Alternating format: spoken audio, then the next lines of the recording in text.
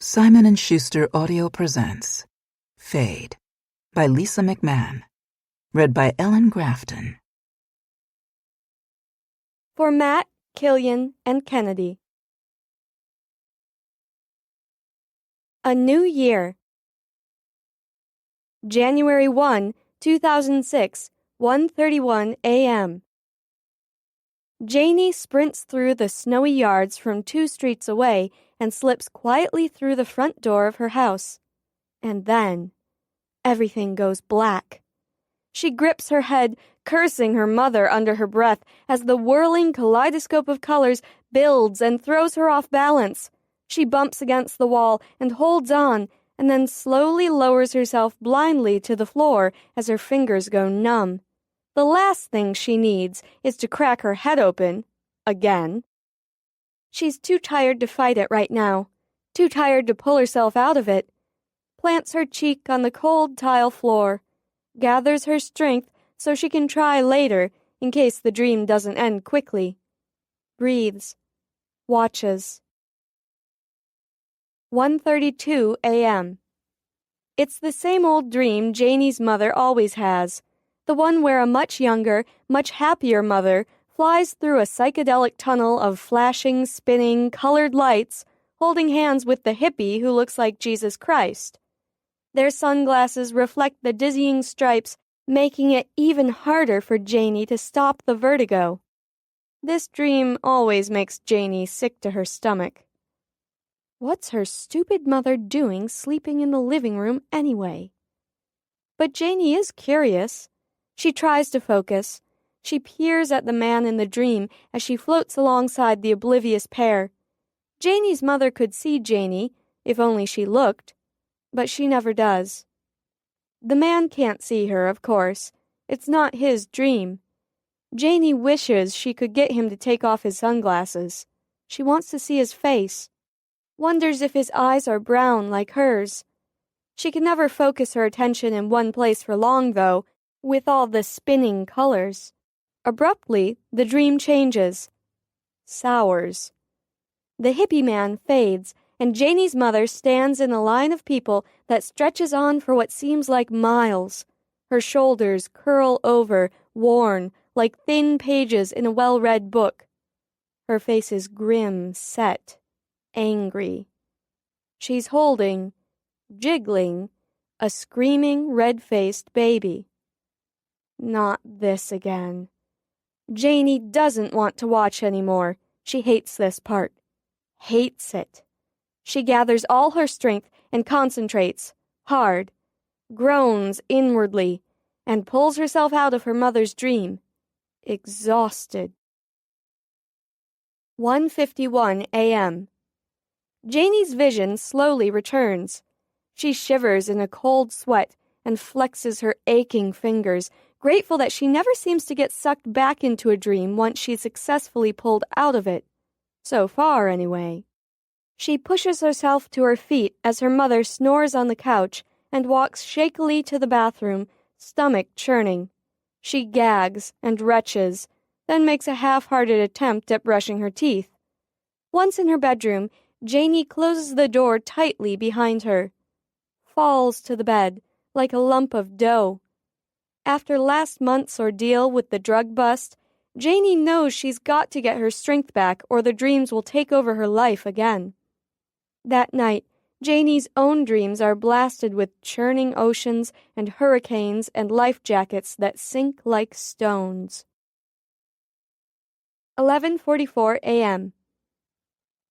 Janie wakes to sunlight streaming in. She's ravenous and dreaming about food now, smelling it. "Cabe?" she mumbles, eyes closed. "Hey, I let myself in." He sits on the bed next to her, his fingers drawing her tangled hair away from her face. "Rough night, Hannigan? Or are you still catching up?" She rolls over, sees the plate of eggs and toast, steam rising, grins wide as the ocean and lunges for it. You, best secret boyfriend ever. Assignments and Secrets. January 2, 2006, 11:54 a.m.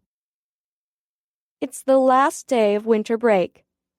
Janie and Cable sit in Cable's spare bedroom, his computer room, checking the school website for their exam grades. It's a good thing Cable has 2 laptops, or there might be an all-out fight when the grades are posted at noon. But who are they kidding? They might have to roll around on the floor and wrestle regardless. Janie's nervous. She turned in a blank blue book for the math exam after the drug bust went down a few weeks ago. She had a good excuse. There was still blood on her sweatshirt after all, and the teacher gave her a second shot at it. Too bad it was on the day after a rough night of dream hopping at Field Ridge High's annual all-night fundraiser dance-a-thon. Also too bad it was a lock-in. No escape.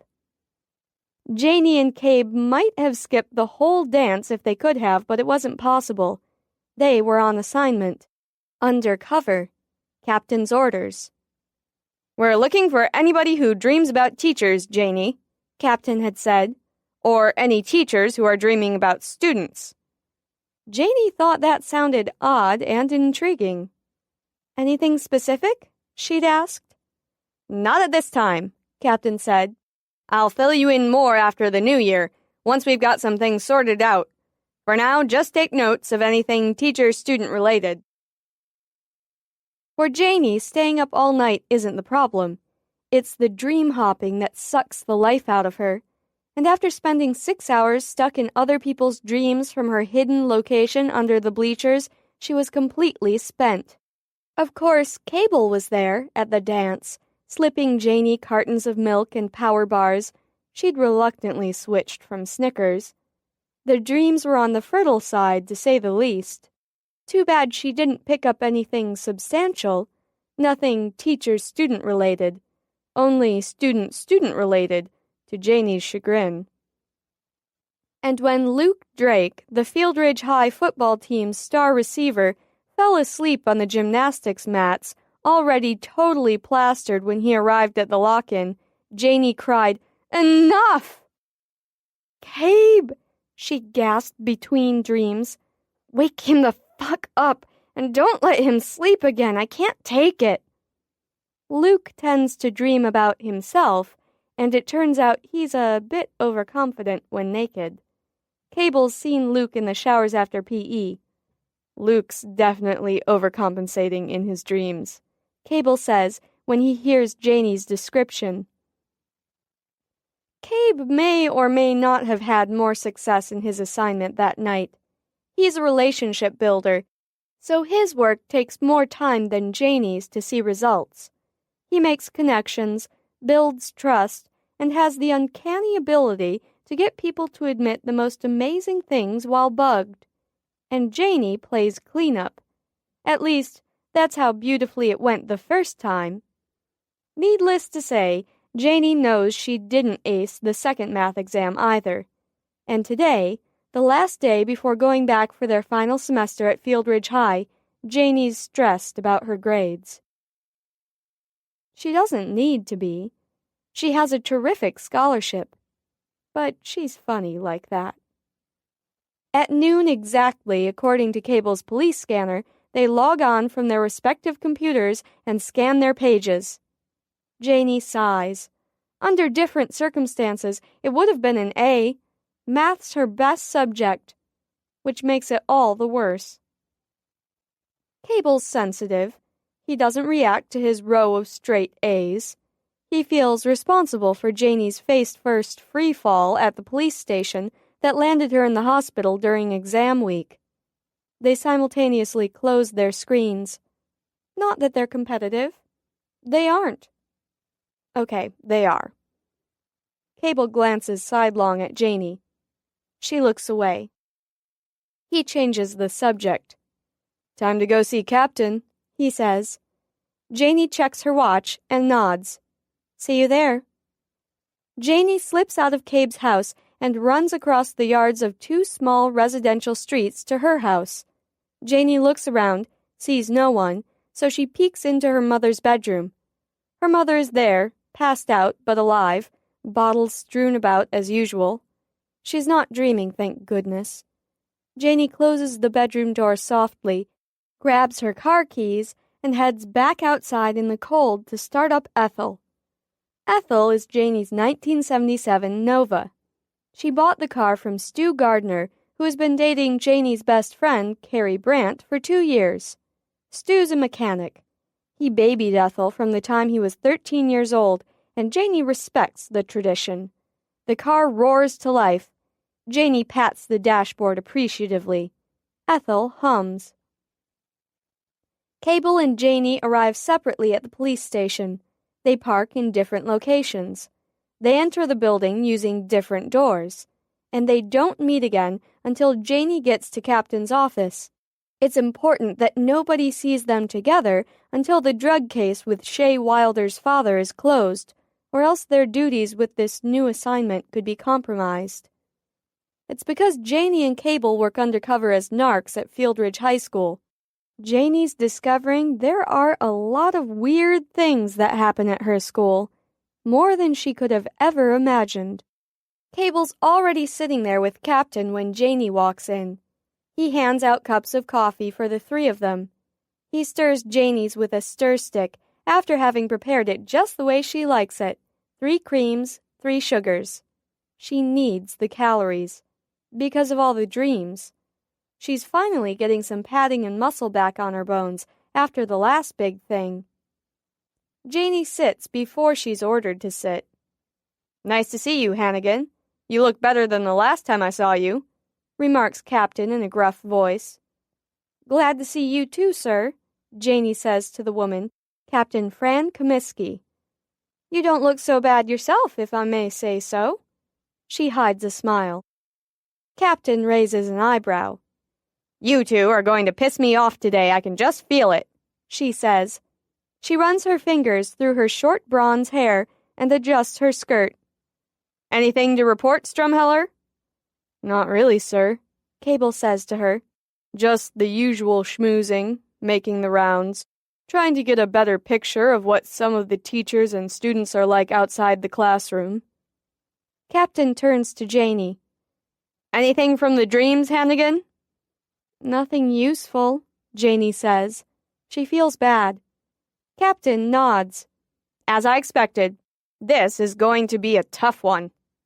"Sir, if I may ask," Janie begins.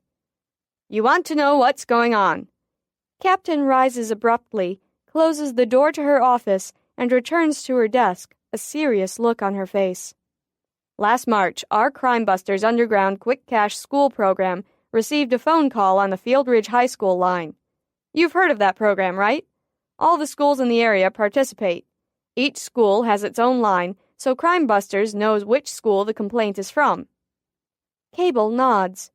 "Students can earn a reward, $50, I think, if they report a crime directly related to schools. That's how we were tipped off about the drug parties on the hill, Janers." Janie nods. She's heard of it, too. Has the hotline number magnet on her refrigerator like everybody else in Fieldridge.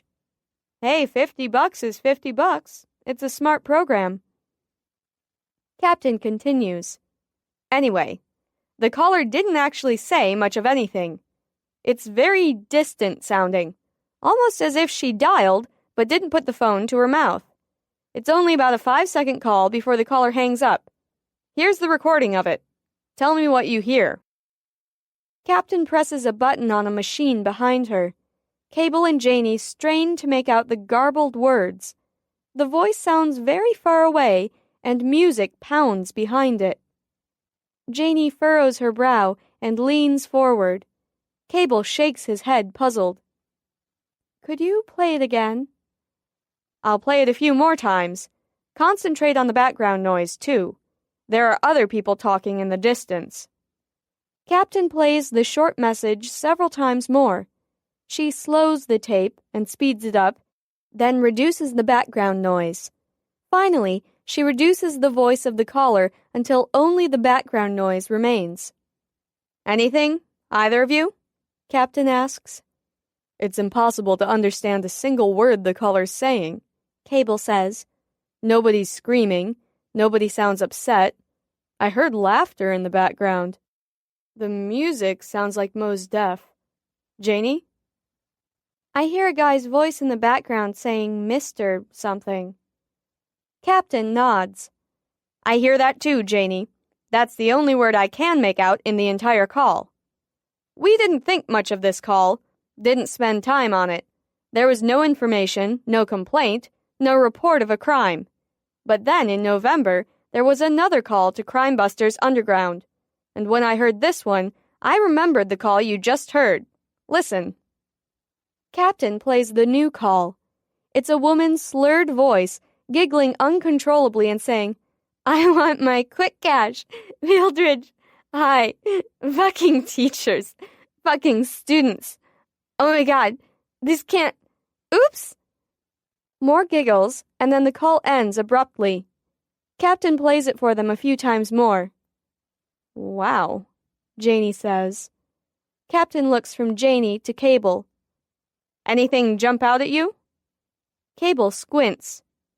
Fucking teachers, fucking students. Is that a slam on Fieldridge teachers and students, or is it, literal? The music in the background is similar to the first recording, Janie says. Right, Janie. That's what made me think of the first call when this one came in. And yes, Cabe, we're taking it literally until, and unless, we're proven wrong. This call gave us enough information to do something with it. My hunch, from what little we have here, is that Fieldridge High may have a sexual predator hiding in their hallways. Can't you find out who made the calls and ask them what's going on? Janie asks. Well, that would be breaking the law, Janie. The whole purpose of Crime Busters Underground is that the calls are anonymous, to protect the person reporting the crime, and they must remain that way. The callers are assigned a code name by which their individual tip is identified. Later, they can use that code name to check on the case and claim their reward if they have managed to give Crime Busters Underground a usable lead. That makes sense, Janie says sheepishly. What have you done so far, Captain? Cable asks. And, he says more cautiously, what are you hoping we can do? His voice, for the first time, sounds edgy. Janie glances sidelong at him with mild surprise. She didn't expect to see him so uncomfortable about an assignment. We've done complete background checks on all the teachers. Everyone comes up squeaky clean. And now we're stuck. Cabe, Janie, this is why I had you at the all-nighter. I'm looking for any information you can give me about Fieldridge teachers who might be sexual predators in their spare time. Are you up for the challenge? This one could be a bit dangerous. Hannigan, chances are the predator is male. If we can determine who we're after, we may need to use you as bait so we can nail him. Think about it and get back to me on how you feel about it. If you don't want to do this assignment, you're off the hook. No pressure. Cable sits up, even more concerned. Bait? You're going to put her out there for the creep to prey on? Only if she wants to. No way, Cable says. Janie, no, it's too dangerous. Janie blinks and glares at Cable. Mom, is that you? She laughs nervously, not enjoying the confrontation. What do you mean it's too dangerous? Captain interjects. We'll have your back at all times, Janie. Besides, we don't know what's going on yet. It may be nothing. I'm hoping you can get at least some of the information we need through dreams. Cable shakes his head at Janie. I don't like this. Janie raises an eyebrow. Right. Only you are allowed to do something dangerous. Geez, Cabe, it's really not your decision. Cable looks at Captain for help. Captain pointedly ignores him and looks at Janie. I don't need to think about it, sir. Count me in, Janie says. Good. Cable frowns. Captain spends the next 30 minutes coaching them on the art of obtaining information.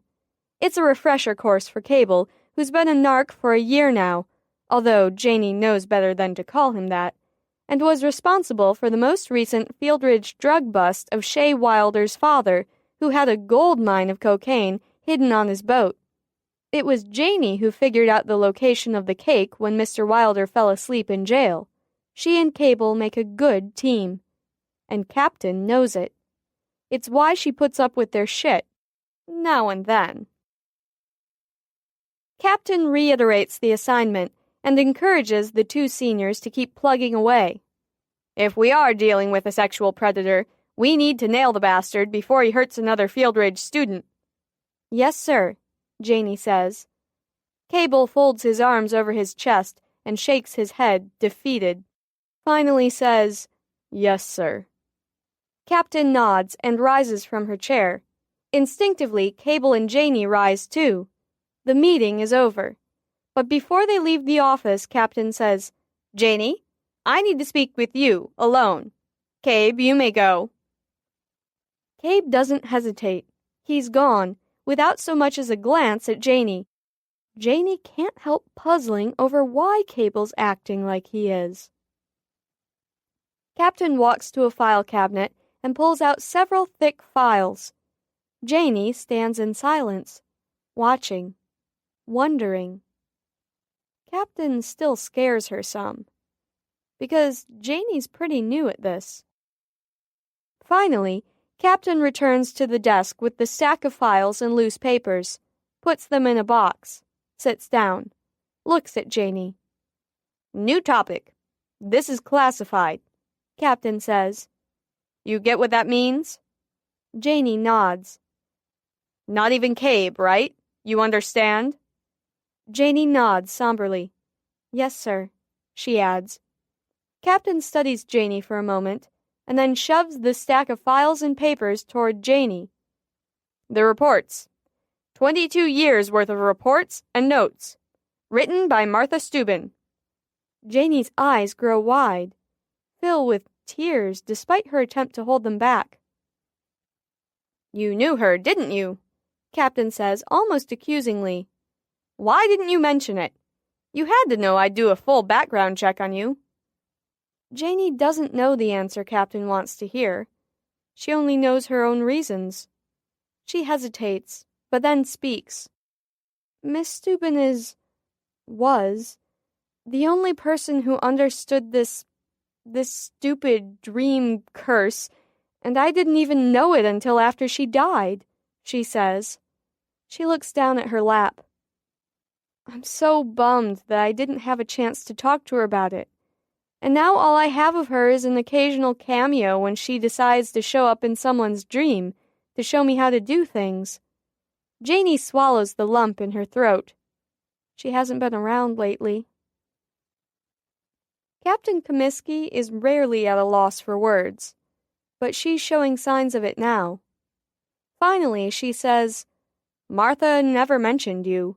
She was searching, hard, for her replacement.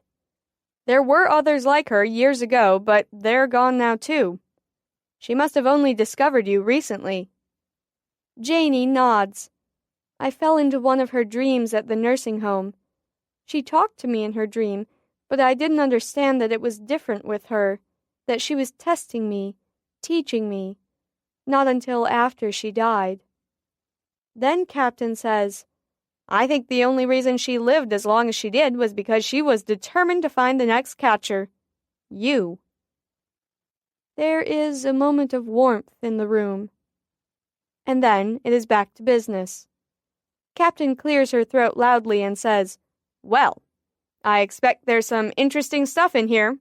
Some of it might be tough. Take a month or so to read through it. And if you find anything you don't understand or are worried about, you'll come talk to me. Is that clear? Janey looks at her. She has no idea what to expect from the files, but she does know what Captain expects to hear. Sir, yes, sir, she says, with a confidence she doesn't feel. Captain straightens the papers on her desk, indicating that the meeting is over. Janey stands up abruptly and takes the stack of files. Thank you, sir, Janey says, and heads out the door. She doesn't see Captain Fran Comiskey watching her go, thoughtfully tapping her chin with a pen after Janey closes the door behind her. Janey drives home, happy to see the few rays of sunshine forcing their way through the gray clouds on this cold January afternoon. but she's feeling an ominous presence emanating from the pile of materials Captain gave her, and an unsettled feeling about Cable's strange reaction to the assignment. She stops at her house, makes quick eye contact with her mother, and dumps the literature on her bed.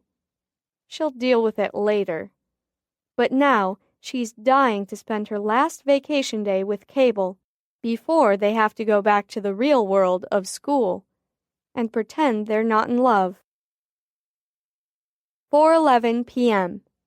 Janie sprints through the yards, taking a different path to Cable's this time. She can't be seen by anyone connected to her high school. But the good thing is that almost nobody who matters at Fieldridge High lives anywhere near the poor side of town. Still, Janie doesn't leave her car at Cable's, just in case Shay Wilder drives by. Because Shay's still hot for Cabe. And Shay has no clue that Cable busted her dad for drugs. It's sort of funny, but not really. Janie comes in through the back door now to be safe. She has a key, in case Cable goes to bed before she can get there.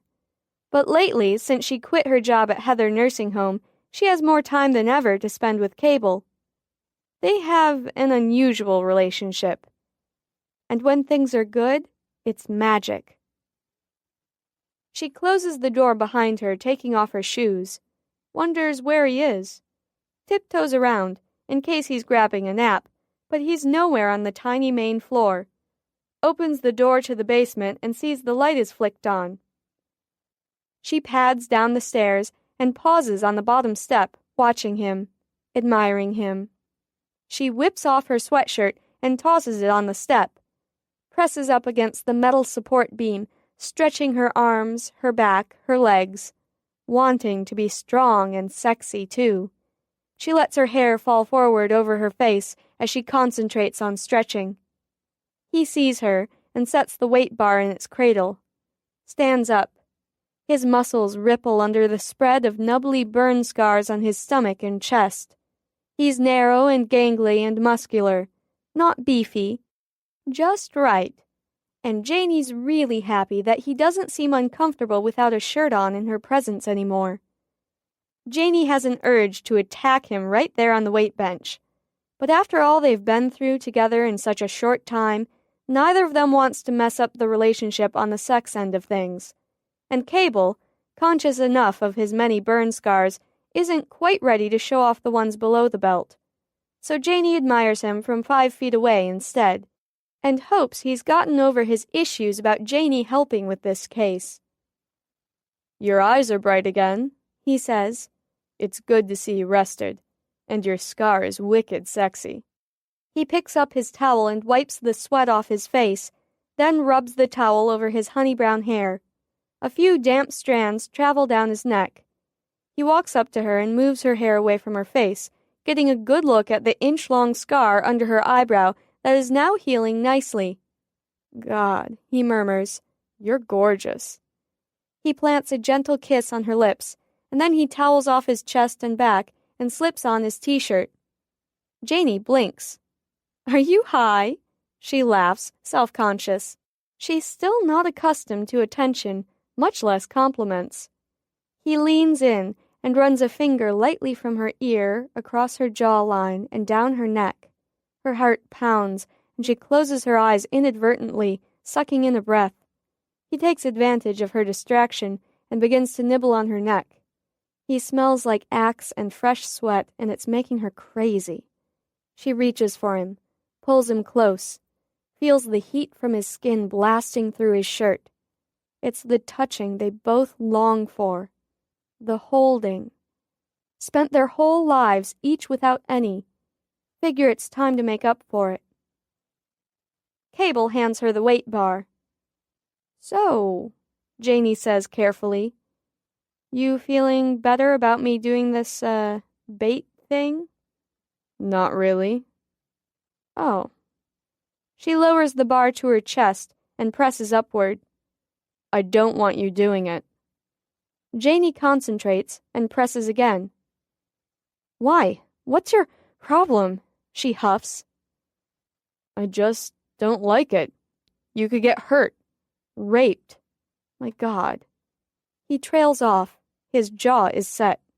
I can't let you do it. Say no.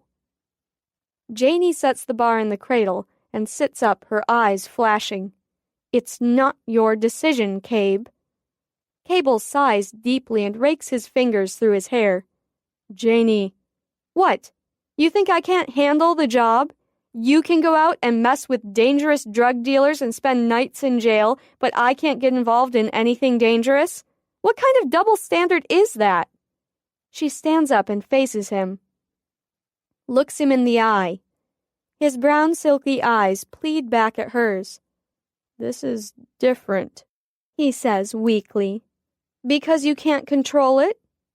Cable sputters. No, it's just... Janie grins. You are so busted. Better get used to the idea. I'm in for the ride on this one. Cable looks at her a minute more, closes his eyes and slowly hangs his head, sighs. I still don't like it. I can't stand the thought of any sicko teacher anywhere near you. Janie wraps her arms around his neck, rests her head against his shoulder. I'll be careful, she whispers. Cable is silent. He presses his lips into her hair and squeezes his eyes shut. Why can't you just be the one safe thing in my life? He whispers. Janie pulls away and looks up at him, smiles sympathetically. Because safe equals boring, Cabe. Janie spends almost an hour lifting weights. 3 weeks, Cable says, and she'll start to see the changes. All she knows is that her glutes are killing her. 6:19 p.m. Janie and Cable step on each other's feet in the small kitchen as they broil fish in the oven and fix a mountain of veggies. Cable is a healthy eater, and he insists Janie eats that way too, now that she's lost so much weight, now that he realizes what she's in for the rest of her life. It makes me crazy seeing you so thin like that, you know, he murmurs as he checks the salmon. And not in a good way. At night, on the night she stays over, he massages her aching fingers and toes before she drifts off to sleep. Falling into one nasty nightmare will do that to her, leave her fingers numb and aching for hours after. Cable, having learned recently to control his dreams to some extent, has made dream control into a religion. He spends an hour a day in meditation, talking himself into calm, sweet dreams, working his way to his ideal, no dreams at all. At least when Janie's over, so he can keep her nearby. He's managed to prevent himself from dreaming one entire night now, with Janie as his witness. She woke up so refreshed he hardly knew her. That's another reason why this new assignment is putting him on edge. He knows the dreams will make this harder on her than on him. Physically, anyway. Mentally, emotionally, it'll be harder on him. Because this love thing is foreign to Cable. And now that he has found Janie, he's becoming increasingly protective of her. There is no man in the universe he wants to have to share her with, especially a creep. Even if it unearths a scandal of greatest proportions. The biggest scandal Fieldridge High has ever seen. 10:49 p.m. Janie stays over. Are we okay? She asks softly. After a silence, Cable whispers, We're okay. He wraps his arms around her in bed, and they talk quietly, like usual. Janie brings it up first. So spill it. All A's, right? He squeezes her, closes his eyes. Yeah. I got a B+ in math, she finally says. He's quiet, not quite sure what she wants to hear. Maybe she just wants to say it and be done. Get it out there so it can float away and not be so painful. He waits a moment, and then murmurs, I love you, Janie Hannigan. I can't get enough of you. I wake up in the morning and all I want to do is be with you. He props himself up on his elbow. Do you have any idea how unusual, how important that is to me, compared to some stupid test you took under extreme duress twice?" He said it. It's the first time he said it out loud. Janie swallows, hard. Understands what he means completely. Wants to tell him how she feels about him. Problem is, Janie can't remember saying "I love you" to anyone. Ever. She burrows closer into him. How could she have gone so many years without touching people? Hugs, arms wrapped loosely in slumber, like a tired Christmas package whose ribbon hangs on even until the last moment. They confirm their plans for tomorrow under the covers.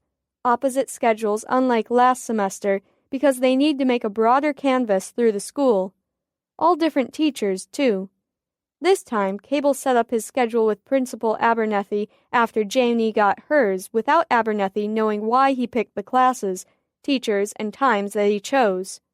Principal Abernethy knows about Cable's job, but he doesn't know about Janie's, and Captain wants to keep it that way. Cable agreed with the schedule setup, except for one thing. His only insistence with Captain was to have study hall at the same time as Janie, so he can cover for her in case anybody ever sees what happens to her in there. Captain agreed. Last semester, Janie and Cable had identical schedules, which Cable insists was a fluke. Janie doesn't believe him. Or maybe she wants to believe that he found her on purpose. Even Janie can have her dreams. They drift off to sleep, and when Cable starts to dream, she startles awake, fights it off, and slides away from him, closes his door, and finishes her night's rest on the couch. January 3, 2006, 6:50 a.m. She wakes up to the smell of bacon and coffee. Her stomach growls, but it's normal hunger, not the famished, about-to-pass-out feeling she sometimes has after a night of falling into others' nightmares. Janie doesn't want to open her eyes, and then he's there, on top of her and her blankets, kissing her ear. "Next time, kick me out of the bed," he whispers. The weight of him feels amazing on her body. Maybe it's because she's numb so often, or because she was so numb inside before she let him in. She opens her eyes slowly. It takes her a moment to adjust to the bright kitchen light shining in her eyes. "Can we rearrange the furniture this weekend?" she asks sleepily. "So when I sleep out here, you don't shine all of Satan's fiery hell lights in my eyes first thing in the morning?" "Aw, don't be grumpy. We're going into the best time of our lives. Be excited." He's joking. Everyone who is heading to college knows that the best semester comes in 4 more years, although this one will probably be easier. Awake now, she shoves him off her, even though she'd rather lie like this all day. "Shower," she mumbles, shuffling off in that direction. Her muscles ache from working out, but it's a good ache. When she emerges, breakfast is on the table. She's finally gotten used to eating here, at this table, after Cable's nightmare about the knives and all. And then she has to go. Back to her house to check on her mother and get her car. She clings to him.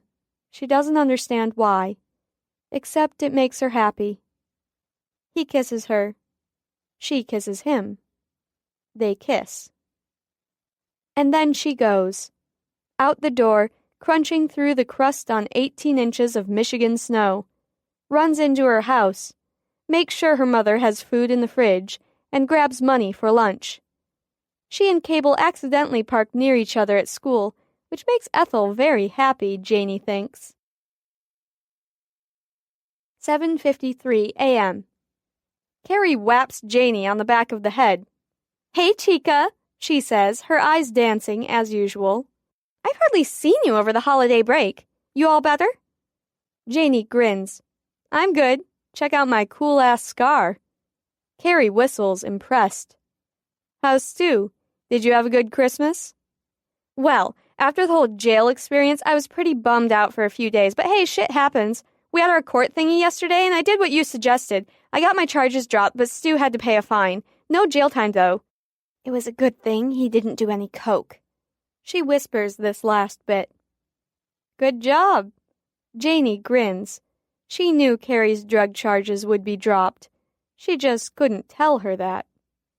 Oh, that reminds me, Carrie continues. She digs around in her backpack and pulls out an envelope. Here's your college money back, she says. Thanks again, Janie. You were awesome to come out in the middle of the night to bail us out. So, what's the deal with your seizures, anyway? That really freaked me out. Janie blinks. Carrie's speak is almost always at full speed, and it changes direction often, which is okay, because Janie can usually dodge any question she doesn't want to answer without Carrie noticing. Carrie is a little self-centered and immature at times. But she's the only girlfriend Janie's got, and they're both loyal as hell. Oh, you know, Janie yawns. The doc's gotta run some tests and stuff. Make me take off work from the nursing home for a while. But if you ever see me do that again, have a seizure, I mean, don't worry. Just make sure I don't fall and crack open my skull on a rusty coffee cart next time, will you? Carrie shudders. Gah, don't talk about it, she says. You're giving me the heebs. Hey, I heard Cable's in some deep shit with the cops over the whole cocaine scandal. Have you seen him? I wonder if he's still in jail. Janie's eyes widen. No way. You think? Let me know what you find out from Melinda and Shay. Of course. Carrie grins. Carrie loves a good scandal. And Janie loves Carrie. Wishes she didn't have to keep secrets from her. 2:25 p.m. Janie and Cable have study hall last period in the school library. They don't sit together. Nobody looks sleepy. Things are going smoothly.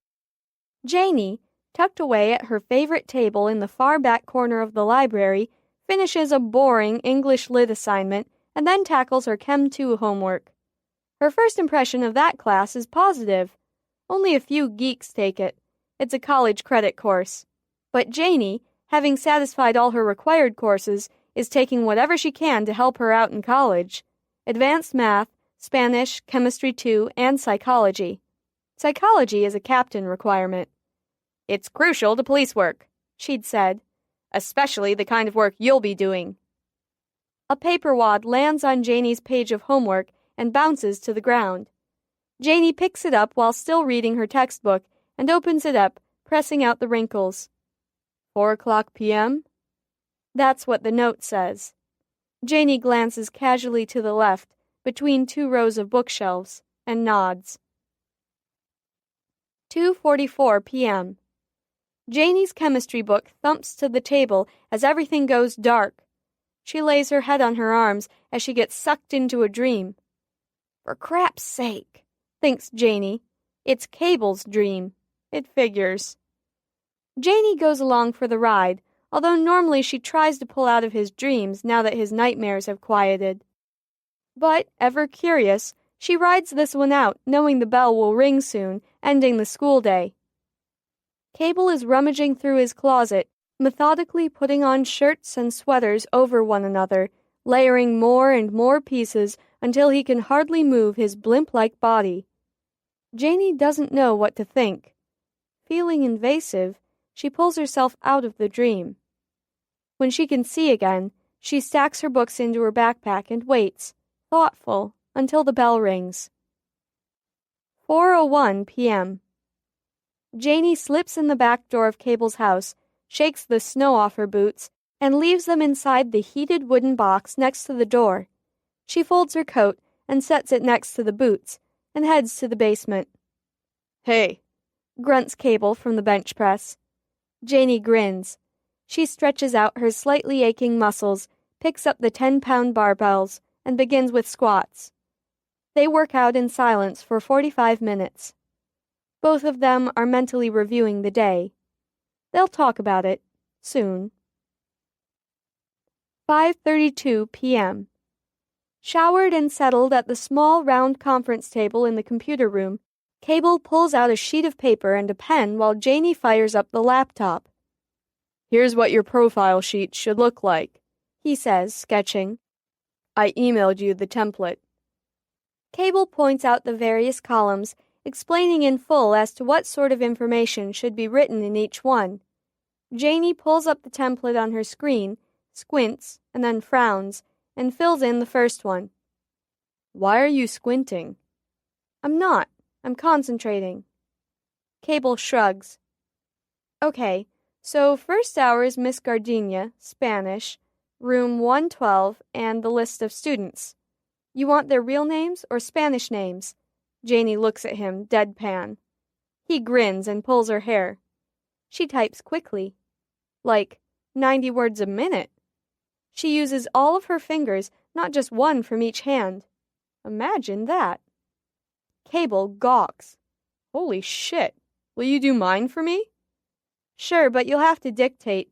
Going back and forth between computer screen and handwritten notes gives me a headache, and it makes me very cranky. How did you... He knows she doesn't own a computer. Nursing home, she says. Files, files, files, charts, records, transcribing medical terms, prescriptions, all that.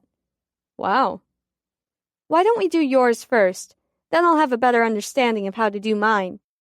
Cable flips through a spiral notebook. Okay, he says. I already scribbled some notes here at school. No, not the evil eyebrow. I'll decipher them and dictate, I promise. Janie glances at his notes. What the? She says and grabs the notebook. Reads the page. Looks at him. Mr. Green, Mrs. White, Miss Scarlet. Well, if it isn't Professor Plum. So where the hell is Colonel Mustard? She bursts out laughing. Colonel Mustard is Principal Abernethy, he says with a sniff. Janie stops laughing. Sort of. Actually, she giggles every few minutes as she reads, especially when she finds out Miss Scarlet is actually Mr. Garcia, the industrial tech teacher. It's coded for secrecy, Janie. He's really not sounding amused. In case I lose the notebook or somebody looks over my shoulder. Janie stops mocking him. But he continues. It's a smart idea. You should code your notes, too, if you take any. It only takes one stupid mistake to blow your cover, and then we're all screwed. Janie waits. Makes sure he's finished. Then says, You're right. I'm sorry, Cabe. He looks mildly redeemed. All right then, moving on, he says. First hour is advanced math. Mr. Stein, room 134. She plugs in the info, including the class list. Anything of note? She asks. In this space here, he says, pointing, write slight German accent, tendency to trip over words when excited, constantly fidgets with chalk. The guy's a nervous wreck, Cable explains. Next is Mrs. Pancake. They don't chuckle at the name because they've known her for years now. I have nothing of note on her. She's just that sweet, round grandma type. Not the profile I expect we'll be after, but we don't rule anybody out, okay? I'll keep watching. Janie nods and goes to the third page, fills in the appropriate information, and within 30 minutes, Cable's charts are done for the day. She emails them to him. I'm going to finish my homework while you're working on your charts, if you don't mind, he says. Let me know if you have any questions, and be sure to take notes of any intuition, funny feelings, suspicions, anything. There are no wrong things to track. Got it, Janie says. She clicks her fingers over the keyboard with finesse and finishes her charts before Cable gets his homework done. She goes back and lingers over each entry, trying to think of anything of note, and promises herself to be more discerning tomorrow. So, she says lightly when Cable closes his books, did you talk to Shay today? Janie couldn't help noticing Shay was in 3 of his classes. Cable looks at her with a small smile, knows what she's really asking. The thought of being with Shay Wilder makes me want to gouge my eyes out with a butter knife, he says. He pulls Janie toward him in a half hug. She rests her head on his shoulder, and he smooths her hair. Are you staying tonight? He asks after a while. There's hope in his voice. Janie thinks about the box of files from Captain on her bed. She hates that they're sitting there, untouched. It's like homework hanging over her head. She can't stand it. But she also hates the thought of leaving Cable. The question hangs in the air. I can't, she says finally. I've got some things to do at home. It's hard, somehow, to say goodbye tonight. They linger near the back door, forehead to forehead, and curved like statues as their lips whisper and brush together. 9:17 p.m. Janie comes home to a mess after getting stuck hiding in a stand of trees for 15 minutes while Carrie shoveled snow off her car and left, probably off to Stu's apartment. Janie doesn't want any questions about where she was coming from. She knows the day will inevitably come where Carrie discovers Janie's car in the driveway, but Janie not home. Luckily, Stu and Carrie spend most of their time together. Carrie's parents like him all right, even after Carrie broke down and told them she'd been arrested. They seemed relieved to hear that Stu wasn't into cocaine. Of course, they still grounded Carrie, for life, as usual. 9:25 p.m. Janie settles in her bed under the covers and opens the box of material from Captain. She pulls out the first file and dives into Miss Steuben's life. Newsflash. Miss Steuben never taught school. And she was married. Janie's jaw hangs open for 2 hours. The frail, gnarled, blind, stick-thin former schoolteacher who Janie read books to lived a secret life. 11:30 p.m. Janie holds her aching head, closes the file, returns the stack to the cardboard box and hides it in her closet. Then she turns out her light and slips back under the covers. Thinks about the military man in Miss Steuben's dream. Miss Steuben, thinks Janie as a grin turns on her lips, was a player back in the day. 1:42 a.m. Janie dreams in black and white. She's walking down Center Street at dusk. The weather is cool and rainy. Janie's been here before, although she doesn't know what town she's in. She looks around excitedly at the corner by the dry goods store, but there is no young couple there strolling arm in arm. "I'm here, Janie," comes a soft voice from behind. "Come, sit with me." Janie turns around and sees Miss Steuben seated in her wheelchair next to a park bench along the street. "Miss Steuben?" The blind old woman smiles. "Ah, good. Fran has given you my notes. I've been hoping for you." Janie sits on the park bench, her heart thumping. She feels tears spring to her eyes and quickly blinks them away. "It's good to see you again, Miss Steuben." Janie slips her hand into Miss Steuben's gnarled fingers. "Yes, there you are, indeed." Miss Steuben smiles. "Shall we get on with it, then?" Janie's puzzled. "Get on with it?" "If you are here, then you must have agreed to work with Captain Comiskey, as I did." "Does Captain know I'm having this dream?" Janie is confused. Miss Steuben chuckles. "Of course not. You may tell her if you wish. Give her my fond regards. But I'm here to fulfill a promise to myself, to be available to you just as the one who taught me remained with me until I was fully prepared, fully knowledgeable about what my purpose was in life. I'm here to help you as best I can, until you no longer need me." Janie's eyes grow wide. "No," she thinks, but she doesn't say it. She hopes it takes a very long time before she no longer needs Miss Steuben. "We'll meet here from time to time as you go through my case files. When you have questions about my notes, return here. I trust you know how to find me again?" "You mean direct myself to dream this again?" Miss Steuben nods. "Yes, I think I can do that. I'm sort of out of practice," Janie says sheepishly. "I know you can, Janie. The old woman's curled fingers tighten slightly around Janie's hand. Do you have an assignment from Captain? Yes, we think there's a teacher who is a sexual predator at Fieldridge High. Miss Steuben sighs. Difficult. Be careful. And be creative. It may be tricky to find the right dreams to fall into. Keep up your strength. Be prepared for every opportunity to search out the truth. Dreams happen in the strangest places. Watch for them.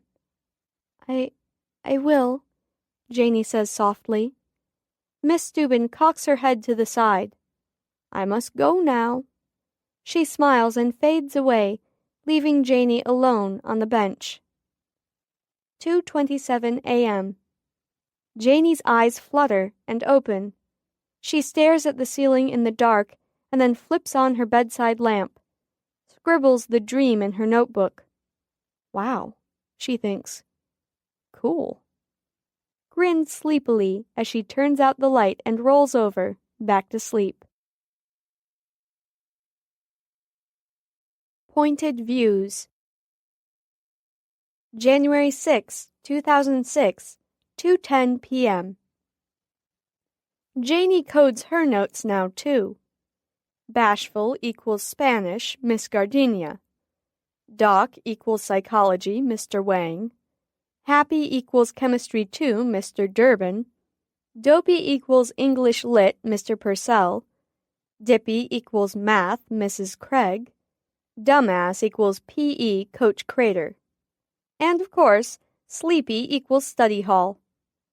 There's definitely something sleepy about Michigan in its darkest months of January and February. Study Hall is a disaster, and after relatively few incidents besides Cable's dreams over the past few weeks, Janie's feeling the pull harder than ever. She needs to practice concentrating at home in her own dreams again. Stay strong, like Miss Steuben told her in the dream, or else she's going down. 2:17 p.m. Janie feels it coming. She sets her book down and glances at Cable. It's not him. He gives her a pitying half-smile when he sees the look on her face, and she tries to smile back, but it's too late. It hits her like a bag of rocks to the gut, and she doubles over in her chair, blinded, her mind whirling into Stacy O'Grady's dream. Janie recognizes it. Stacy was in Janie's study hall last semester, too, and had this same nightmare a few months ago. Janie is in Stacy's car, and Stacy is driving like a maniac down a dark street near the woods. From the back seat, a growl, and then a man appears and grabs Stacy around the neck from behind. Stacy's choking. She loses control of the car, and it careens over a ditch, smashes into a line of bushes, and flips over. The man is shaken loose of his grasp, and when the car comes to rest in a parking lot, Stacy, bleeding, climbs out of the car through the broken windshield and starts running. He gets out and follows her. It's a mad chase, and Janie is swept into it. She can't concentrate hard enough to get Stacy's attention, and Stacy is screaming at the top of her lungs. Around and around the parking lot, the man chases her until she runs for the woods, trips, falls, and he is on top of her, pinning her down, growling like a dog in her face. 2:50 p.m. Janie feels her muscles still twitching 3 minutes after it's over. She didn't hear the bell ring, but Stacy did, apparently, because the dream stopped abruptly. Janie still can't feel anything. She can't see, but she can hear Cable next to her. "It's okay, baby," he whispers. "It's gonna be okay." 2:57 p.m. Cable's gently rubbing her fingers. He's still whispering, letting her know no one is around, they've all left, and it's all going to be okay. She sits up slowly, squeezes her hands till they ache with pain and pleasure, wiggles her toes. Her face feels like she's been to the dentist for a filling. He's rubbing her shoulders, her arms, her temples. She stops shaking, tries to speak. It comes out like a hiss. 3:01 p.m. Cable, she finally says. You ready to try to move? His voice is concerned. She shakes her head slowly, turns toward him, reaches out. I can't see yet, she says quietly. How long has it been? Cable moves his hands over her shoulders and back down to her fingers. Not that long, he says softly. A few minutes. More like 12. That was a bad one. Yeah. Did you try to pull out of it? Janie rests her forehead on the heel of her hand and rolls her head slowly, side to side. Her voice is weak. I didn't try to get out. I tried to help her change it. Couldn't get her to pay any attention to me. Cable paces. They wait. Slowly, Janie can make out shapes. The world fades back in. Phew, she says. Smiles shakily. I'm driving you home, Cable says as the janitor comes into the library, eyeing them suspiciously. Cable shoves Janie's books into her backpack, a grim look on his face. He searches around in the pack and comes up empty-handed. Don't you carry anything with you? I'm out of power bars. Janie bites her lip. I'm okay now. I'll be fine, I can drive. He scowls, doesn't respond, helps her stand up, slings her backpack over his shoulder, and they walk out to the parking lot. It's lightly snowing. He opens the passenger side door of his car and looks at her, his jaw set. Patient. Waiting. Until she gets in. He drives in silence through the snow to a nearby mini-mart, goes in, and returns with a pint of milk and a plastic bag. Open your backpack, he says. She does it. He pours half a dozen power bars into it, opens a bar, and hands it to her with the milk. I'll get your car later, he says, holding his hand out for her keys. She looks down, then hands them over. He drives her to her house, stares at the steering wheel, his jaw set, waits for her to get out. She glances at him, a puzzled expression on her face. Oh, she says finally. She swallows the lump in her throat, takes her backpack and the milk, and gets out of the car. Closes the door, goes up the steps and kicks the snow off her shoes, not looking back. He pulls out of the driveway slowly, making sure Janie gets inside okay, and drives away. Janie goes to bed, confused and sad, and takes a nap. 8:36 p.m. She's awake, starving. Looks around the house for something healthy and finds a tomato growing soft in the refrigerator. There's a tuft of mold on the stem. She sighs. There's nothing else. She shrugs on her coat and slips on her boots, grabs $50 from the grocery envelope, and starts walking. The snow is beautiful. Flakes so tiny they sparkle, sequins in the oncoming headlights and under street lamps. It's cold, maybe 20 degrees out. Janie slips on her mittens and secures her coat at her throat. Glad she wore boots. When she reaches the grocery store a mile away, it's quiet inside. A few shoppers stroll to the muzak piping from the speakers. The store is bright with yellowy light, and Janie squints as she enters. She grabs a cart and heads to the produce section, shaking the snowflakes from her hair as she walks. She loosens her coat and tucks her mittens in her pockets. Shopping, once Janie actually gets there, is relaxing to her. She takes her time, reading labels, thinking about things that seem like they might taste good together, picking out the best vegetables, mentally calculating the total cost as she goes along. It's like therapy. By the time she's spent her approximate allotment, she slips through the baking aisle to get to the checkout. As she meanders, looking at the different kinds of oils and spices, she slows her cart, glances to the left, recalculates what's in her cart, and hesitantly picks out a red box and a small round container, puts them in the cart next to the eggs and milk. She wheels to the front of the store and stands in a short line at the one lonely checkout counter. Janie glances at the periodicals while she waits, rides through a wave of hunger nausea, loads her things onto the belt, and watches the scanner anxiously as the number creeps upward. Your total comes to $52.12. Janie closes her eyes for a moment. I'm sorry, she says. I have exactly $50. I need to put something back. The checker sighs.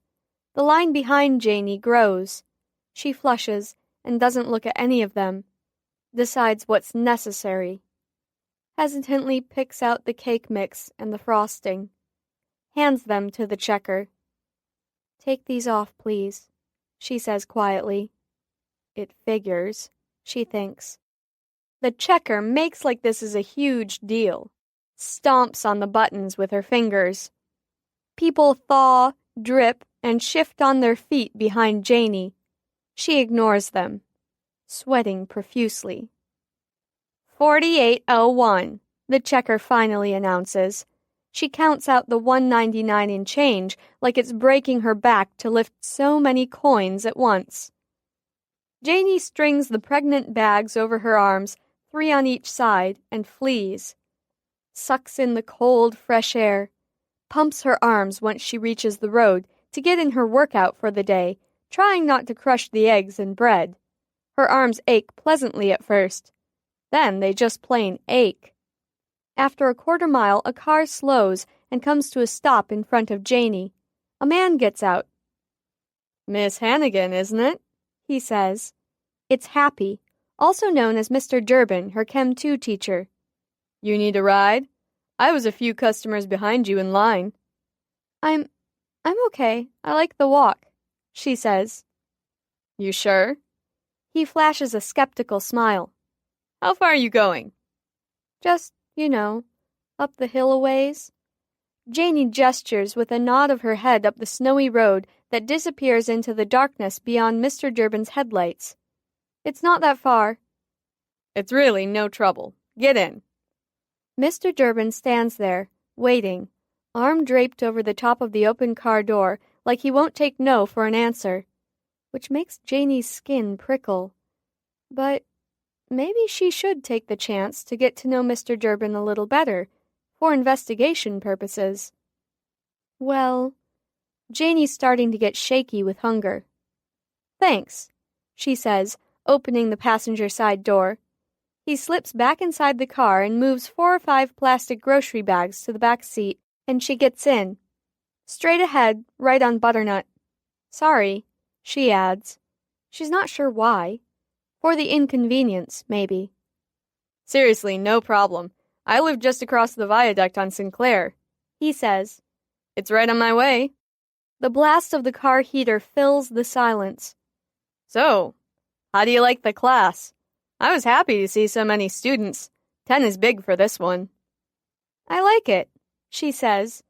It's Janie's favorite class, actually, but there's no need for him to know that. I like the small size, she adds after more silence, because we each get our own lab station. In Chem 1, we were always doubled up. Yep, he says. Did you have Mrs. Beecher for Chem 1? Janie nods. Yeah. Mr. Durbin pulls into the driveway when she points it out and looks puzzled to see Janie's car standing there, looking like it's just been driven. There's no snow built up on it, and steam rises off the hood. So you prefer to walk on a frigid night like this and lug all that junk home through the snow? He laughs. She grins. I wasn't sure I'd have old Ethel back tonight. Looks like she's here now. She doesn't explain further. He puts the car in park and opens his door. Can I give you a hand? The bags, once she got into the car, had slipped every which way and are now a tangled mess. You don't need to do that, Mr. Durbin. He hops out and hurries to her side of the car. Please, he says. He gathers 3 bags and scoots out of her way, then follows her to the door.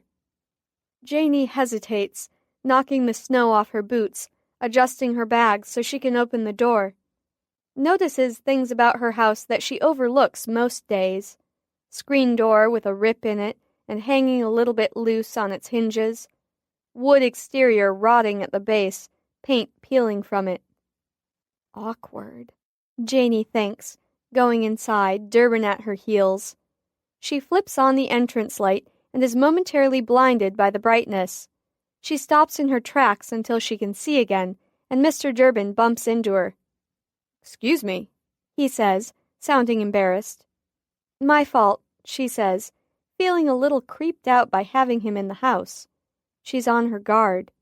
Who knows, it could be him they're after. They turn the corner into the shadowy kitchen. She puts her bags on the counter, and he sets his next to hers. "Thank you." He smiles. "No problem. See you Monday." He waves and heads back outside. Monday. Janey's 18th birthday. She rummages through the bags on a mission, grabs a handful of grapes, rinses them off quickly, and shoves them in her mouth, craving the fructose rush. She starts to put things away when she hears a step behind her. She whirls around. "Jesus, Cabe, you scared the crap out of me." He dangles her car keys. "I let myself in. Thought you'd be here. Heard an extra voice, so I hid in your room." "So who was that?" he asks. He's trying to sound nonchalant, failing miserably. "Are you jealous?" Janey teases. "Who was it?" He's enunciating. She raises her eyebrow. "Mr. Durbin. He saw me walking home and asked if I wanted a ride. He was in line behind me at the store." "That's Durbin?" "Yes. It was very nice of him, I thought." Janey's gut thinks otherwise, but she's not feeling like having a work discussion with Cable right now. "He's young. What's he doing picking up students? That's odd." Janey waits to see what his point is, but there doesn't seem to be one. Still, she makes a mental note to record this incident in her case notebook. Can't be too cautious. Janey turns and continues to put things away. She's still confused over how quiet Cable was earlier. Doesn't say anything. "I didn't know where you were," he says finally. "Well, if I knew you were coming, I would have left a note. However," she continues coolly, "I was under the impression that you were pissed at me, so I didn't expect I'd see you." She's visibly shaking by now and grabs the milk, rips open the cap, and chugs from the bottle. She sets it down and looks for something that won't take long to prepare. She grabs a few more grapes and snarfs them. He's watching her. There's a look in his eye, and she doesn't understand it. "Thanks for bringing my car. I really appreciate it. Did you walk all the way back to school?" "No, my brother Charlie gave me a lift." "Well, thank him for me." She's got the peanut butter open now and globs it onto a piece of bread. She pours some of the milk into a tall glass, grabs the sandwich, and slips past Cable into the living room, flips on the TV and squints at it. "You want a sandwich or something?" she asks. "Would you like to stay?" She doesn't know what else to say. He's just looking at her. Finally, he pulls a piece of paper from his jacket pocket, unfolds it, turns off the TV. "Humor me for a minute," he says. He stands directly in front of her, then turns and walks 15 paces in the opposite direction, stops, and turns to face her again. "What the hell are you doing?" "Read this. Out loud, please." It's an eye chart. "Dude, I'm totally trying to eat here." "Read, please." She sighs and looks at the chart. "E," she says, and smirks. He's not laughing. She reads the next line, and the one after that, squinting and guessing. "Cover your right eye and do it again," he says. She does it. "Now cover your left." "Grrr," she says, but does it. By memory. All she can make out with her right eye is the E. She doesn't say anything, just says the letters she remembers from before. And then he takes a second, different chart out. Do that eye again, he says. What is the deal with you? She almost yells. Geez, Cable, I'm not your little kid or something. Can you read it or not? N, she says. Is that as much as you can read? Yeah. Okay. He bites his lip. Excuse me for a minute, will you? Whatever, she says. So she needs glasses. Maybe. Big deal. Cable disappears into her bedroom, and she hears him pacing over the creak in the floor and talking to himself. Janie eats her sandwich and downs the glass of milk, goes into the kitchen and makes another, grabs a carrot and peels it over the garbage can, pours another glass of milk, takes her feast to the living room again and sits down, turns the TV back on. She's feeling much better.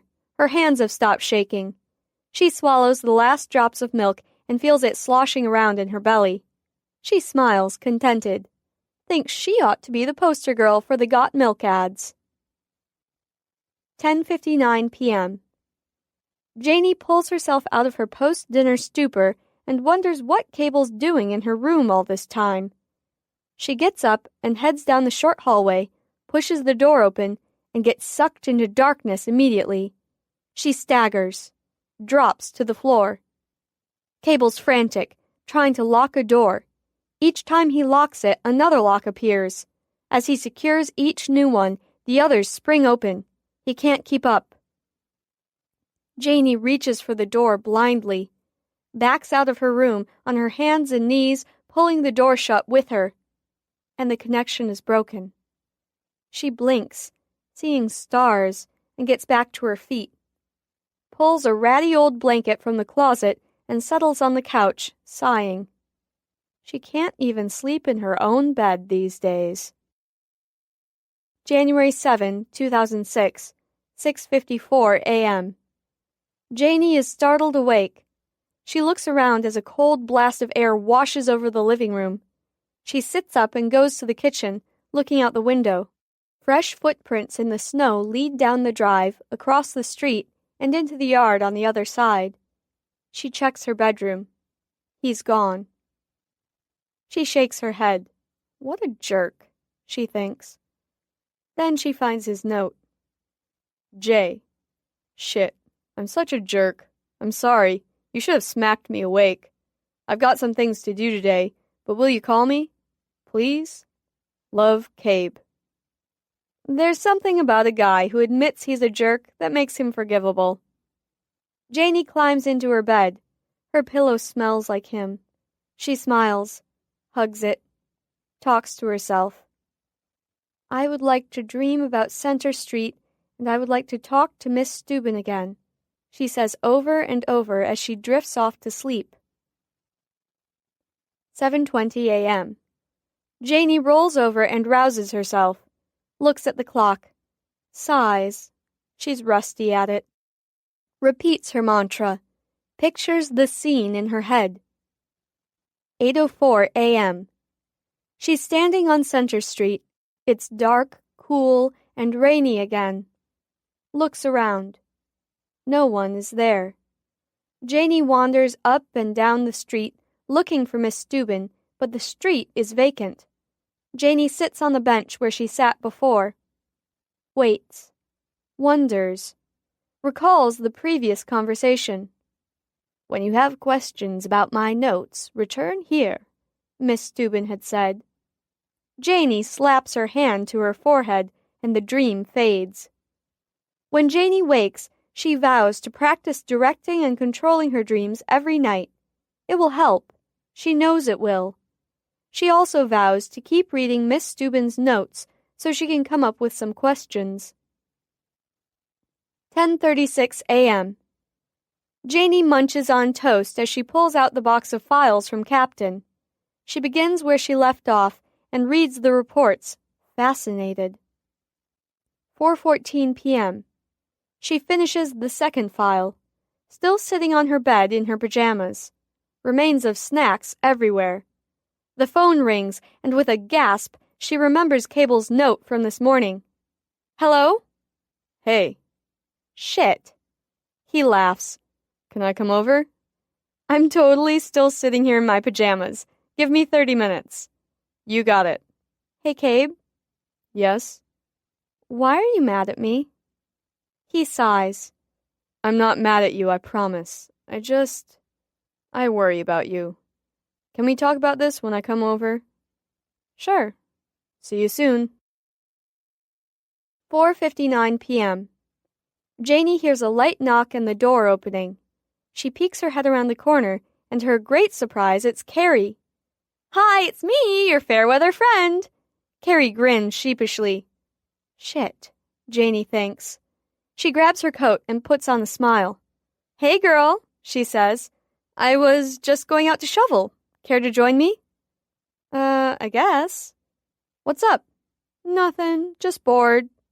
Where's Stu? Poker night. Does he do that regularly? Not really, just whenever the guys call him. Janie grabs the shovel and starts clearing the steps first, then the sidewalk. She keeps her face turned toward the direction she thinks Cable will come from. It's growing dark, and she hopes he notices her. So, what are you doing tonight? Me? Janie laughs. Homework, of course. You want company? Carrie's looking wistful. Do you have homework to do? Of course. Whether I do it or not is the real question. Janie sees him out of the corner of her eye. He stops still in the side yard of the neighbors across the street. She laughs with Carrie and says, Well, that's enough of that. She bangs the shovel and climbs the steps. Go on in, she says. Carrie steps inside, and Janie gives Cable a fleeting glance over her shoulder. He shrugs and flashes the OK sign. Janie follows Carrie in. Carrie stays until midnight, when she's good and drunk on Janie's mother's liquor. Janie thinks about going to Cable's after Carrie leaves, but decides she'll get a good night's sleep here and see him in the morning. January 8, 2006, 10:06 a.m. Janie calls Cable. Gets his voicemail. 11:22 a.m. Cable returns Janie's call. Leaves a message on the answering machine. 12:14 p.m. Janie calls Cable. Gets his voicemail. 2:42 p.m. The phone rings. Hello? Janie says. I miss you like hell, he says, laughing. Where are you? At U of M. I had a thing to go to. Fuck. I know. There is silence. When will you be home? Late, he says. I'm sorry, sweets. Okay, she says with a sigh. See you tomorrow, maybe. Yeah, okay, he says softly. Birthday, undercover. January 9, 2006, 7:05 a.m. Janie wakes up on her birthday feeling terribly sorry for herself. She should know better. This happens every year. It seems worse this year, somehow. She greets her mother in the kitchen. Her mother gives her a half grunt, fixes her morning drink, and disappears into her bedroom. Just like any ordinary day. Janie fixes frozen waffles for breakfast. Sticks a goddamn candle in them. Lights it. Blows it out. Happy birthday to me, she thinks. Back when her grandma was alive, at least she got a present. She gets to school late. Bashful gives her a tardy and won't reconsider. Janie always hated Bashful. Stupidest dwarf ever. Psychology is interesting. Not. Mr. Wang is the most incompetent psych teacher in the history of the subject.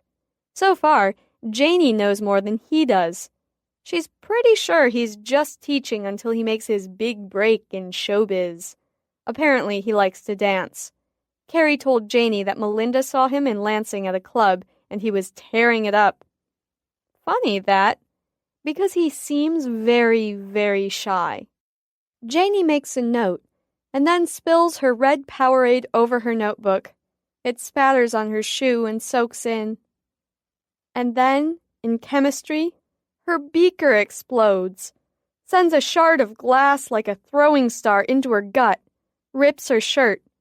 She excuses herself from class to stop the bleeding. The school nurse tells her to be more careful. Janie rolls her eyes. Back in class, Mr. Durbin asks if she'll stop by the room after school to discuss what went wrong. Lunch is barfaritos. Dopey, Dippy, and Dumbass are all on their toes today. Somebody falls asleep in each of those classes, even PE, because they're doing classroom studies on health today. Janie finally resorts to throwing paper clips at their heads to wake them up. By the time she gets to study hall, she feels like crying. Carrie doesn't remember her birthday, as usual. And then Janie realizes with that keen, womanly sense of dread that she has her period. She gets a hall pass and spends most of the hour in the bathroom, just getting away from everybody. She doesn't have a tampon or a quarter to get one from the machine.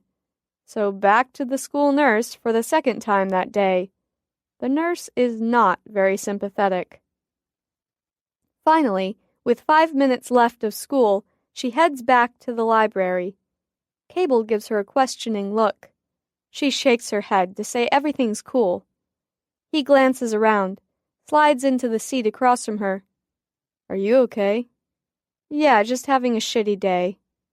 Can I see you tonight? I guess. When can you come? She thinks. I don't know. I've got some shit to take care of. Like 5, maybe? Feel like working out? Janie smiles. Yeah. I'll wait for you. The bell rings. Janie finishes up her English homework, gathers up her backpack and coat, and heads over to Mr. Durbin's room. She already knows why her beaker exploded, and she doesn't feel like telling him what happened. She opens the door. Mr. Durbin's feet are propped up on the desk. His tie hangs loose around his neck, and the top button of his shirt is undone. His hair is standing up a bit, like he's run his fingers through it. He's grading papers on the clipboard in his lap. He looks up. Hi, Janie. I'll be just a second here. He scribbles something.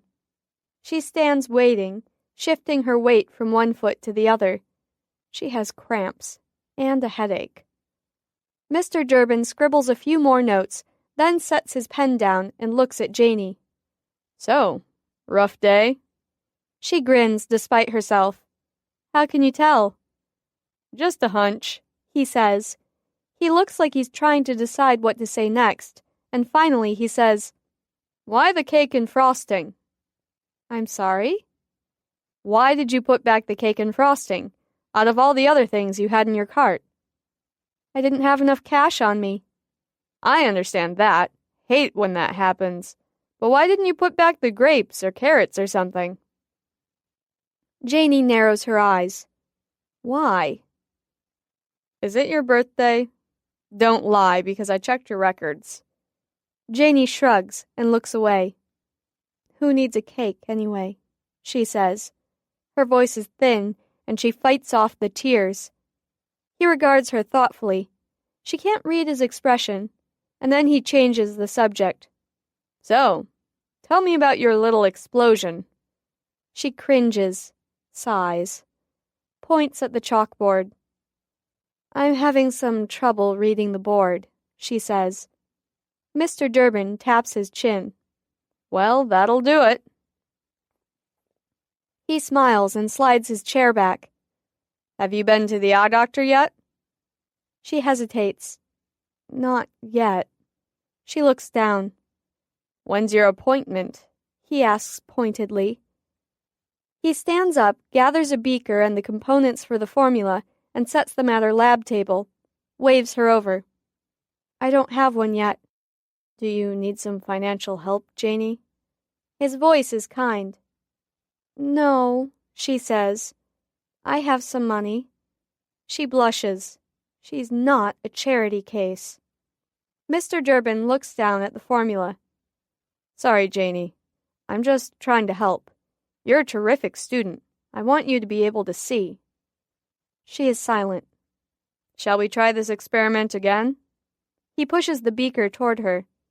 Janie puts on her safety glasses and lights the burner. squints at the instructions, and measures carefully. "That's 1/4, not 1/2, he says, pointing. "Thanks," she mutters, concentrating. She's not going to fuck this up again. Mixes it up, stirs evenly for 2 minutes, lets it come to a boil, times it perfectly, cuts the heat, waits. It turns a glorious purple. Smells like cough syrup. It's perfect. Mr. Durbin pats her on the shoulder. "Nicely done, Janie." She grins, takes off her safety glasses, and his hand is still on her shoulder, caressing it now. Janie's stomach churns. Oh, God, she thinks. She wants to get away. He's smiling proudly at her. His hand slides down her back just a little, so lightly she can hardly feel it, and then to the small of her back. She's uncomfortable. "Happy birthday, Janie," he says in a low voice, too close to her ear. Janie fights back a shudder, tries to breathe normally. "Handle it, Hannigan," she tells herself. He steps away and begins to help her clean up the lab table. Janie wants to run, knows she needs to keep her cool, but instead she escapes at the first reasonable opportunity. It was one thing talking about what might happen, and it was an entirely different thing to actually experience it. Janie shudders and forces herself to walk calmly, get her thoughts together. She heads outside for the parking lot, and then she remembers she left her goddamn backpack on the goddamn lab table. Her keys are in that bag. The office is closed by now, and she doesn't have a fucking cell phone. "Hi, this is 2006, calling to tell you you're a loser." She goes back anyway, feeling like a dork, and meets Mr. Durbin halfway. He's carrying it. "Thought I might find you on your way back for this," he says. Janie thinks fast, knows what she needs to do. She struggles to get over the creep factor. "Thanks, Mr. Durbin," she says.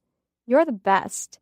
She gives his arm a quick squeeze and flashes a coy smile, and then she turns and heads down the hallway, taking long, loose strides. She knows what he's looking at. When she rounds the corner, she glances over her shoulder at him. He's standing there, watching her, arms folded across his chest. She waves and disappears. And now she doesn't want to tell Cable. He's going to be upset.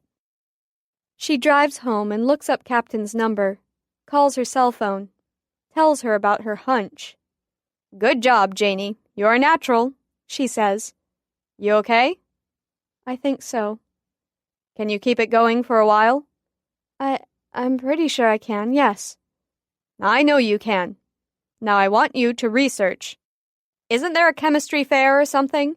A high school statewide competition that Fieldridge sends a team to? Something like that." "I don't know. Yeah, I think so. There must be. There's one for math anyway." "Check into it. If there is one, and this Durbin goes to it, I want you to sign up. We'll pay for it, don't worry about that. I've been racking my brain, and I can't think of any other way you're going to land in his or some of the other students' dreams, can you?" "No, sir. I mean, okay, I'll sign up." Janie sighs, remembering the bus trip to Stratford. "Have you taken a look at Martha's reports yet?" "Some," Janie says. "Any questions?" Janie hesitates, thinking about what Miss Steuben said in the dream. "Nope, not yet." "Good. Oh, and Janie?" "Yes, sir?" "You're calling from home. Haven't I given you a goddamn cell phone yet?" "No, sir." "Well, I don't want you to go anywhere without one from now on. You hear me? I'll have one for you tomorrow. Stop by after school. And you need to tell Cable about this guy if you haven't already. I don't want you in this project alone. It already makes me ill knowing that creep is hitting on other high school girls, much less you." "Yes, sir." "One more thing," Captain says. "Yes?" There's a pause. "Happy birthday. There's a gift on my desk for you. The cell phone will be next to it by tomorrow after school, if you come while I'm not here." Janie can't speak. She swallows. "Is that clear?" Captain says. Janie blinks her tears away. "Sir, yes, sir." "Good." There's a smile in her voice. It's well after 6 before Janie makes it to Cable's house. She jiggles her keys, trying to find the right one, and he opens the door. She looks up at him, smiles. "Hi." "Where have you been?" "Sorry, stuff happened." She enters the house, takes off her coat and boots. "What stuff?" She sniffs the air. What are you cooking?" "Chicken. What stuff?" "Oh, you know, got to school late and everything fell apart after that. You ever have one of those days?" He goes to the stove and flips the chicken. "Yeah, practically every day last semester when you wouldn't talk to me. So what happened?" She sighs. "My beaker exploded. 3rd hour, Durban. I had to go in after school to redo the experiment." He looks at her, tongs in hand. "The guy with the groceries?" She nods. And I think he's the guy we're after. I called Captain." He sets the tongs down loudly on the counter. "What makes you think that?" "He touched me. It was weird." She says it quickly and then turns and goes into the bathroom. But he's right behind her, and she can't get the door closed because his foot is in the way. "Where?" he shouts. She cringes, squeaks. She takes a breath, gathers her nerve, and gives him a furious look. "Stop it, Cabe! If you can't handle this without getting in my face about it, I'm not going to tell you anything." He hears her. His eyes grow wide. "Oh, baby," he whispers, steps back, out of the doorway. His face is ashen.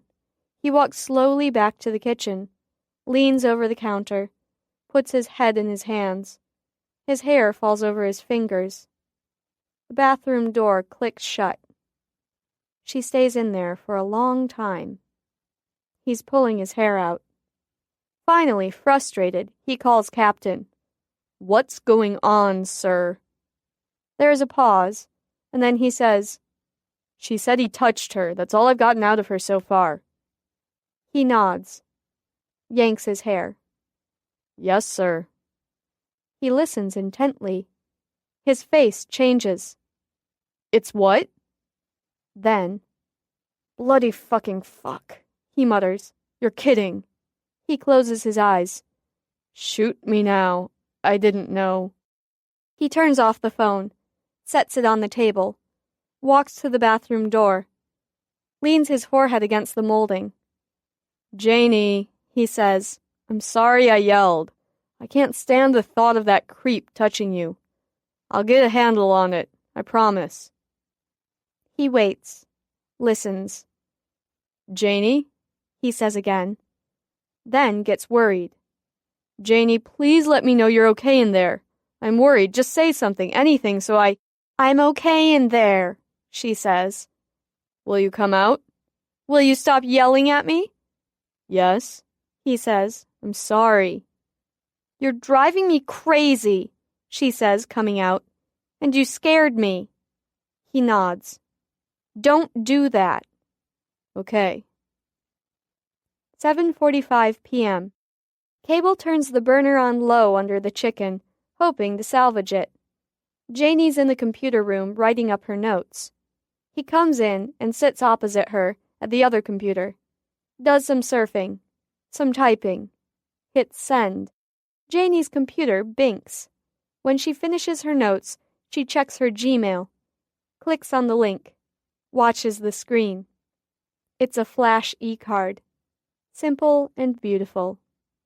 "I love you and I'm sorry I'm an asshole. Happy birthday. Love, Cabe." She looks down at the keys, composes her thoughts, hits reply. "Dear Cabe, thank you for the card. It means a lot to me. I haven't received a birthday card since I turned 9. I just realized that was half my life ago. I'm sorry I'm an asshole too. I know it frustrates you when I don't take care of myself, That's why you were mad the other day, isn't it? I'll try harder to work on the dreams so they don't mess me up so badly. And I'll keep supplies in my backpack from now on. I should have been doing that all along so you don't have to worry so much. Thing is, I like it when you are there to help me. It makes me feel like somebody cares, you know? So maybe I've neglected some things on purpose, just so you notice. It's stupid. I'll stop with that. Why are you so upset about this case? All I know is that I really miss you. Love, Jay. She reads it over and hits send. Cable's computer binks.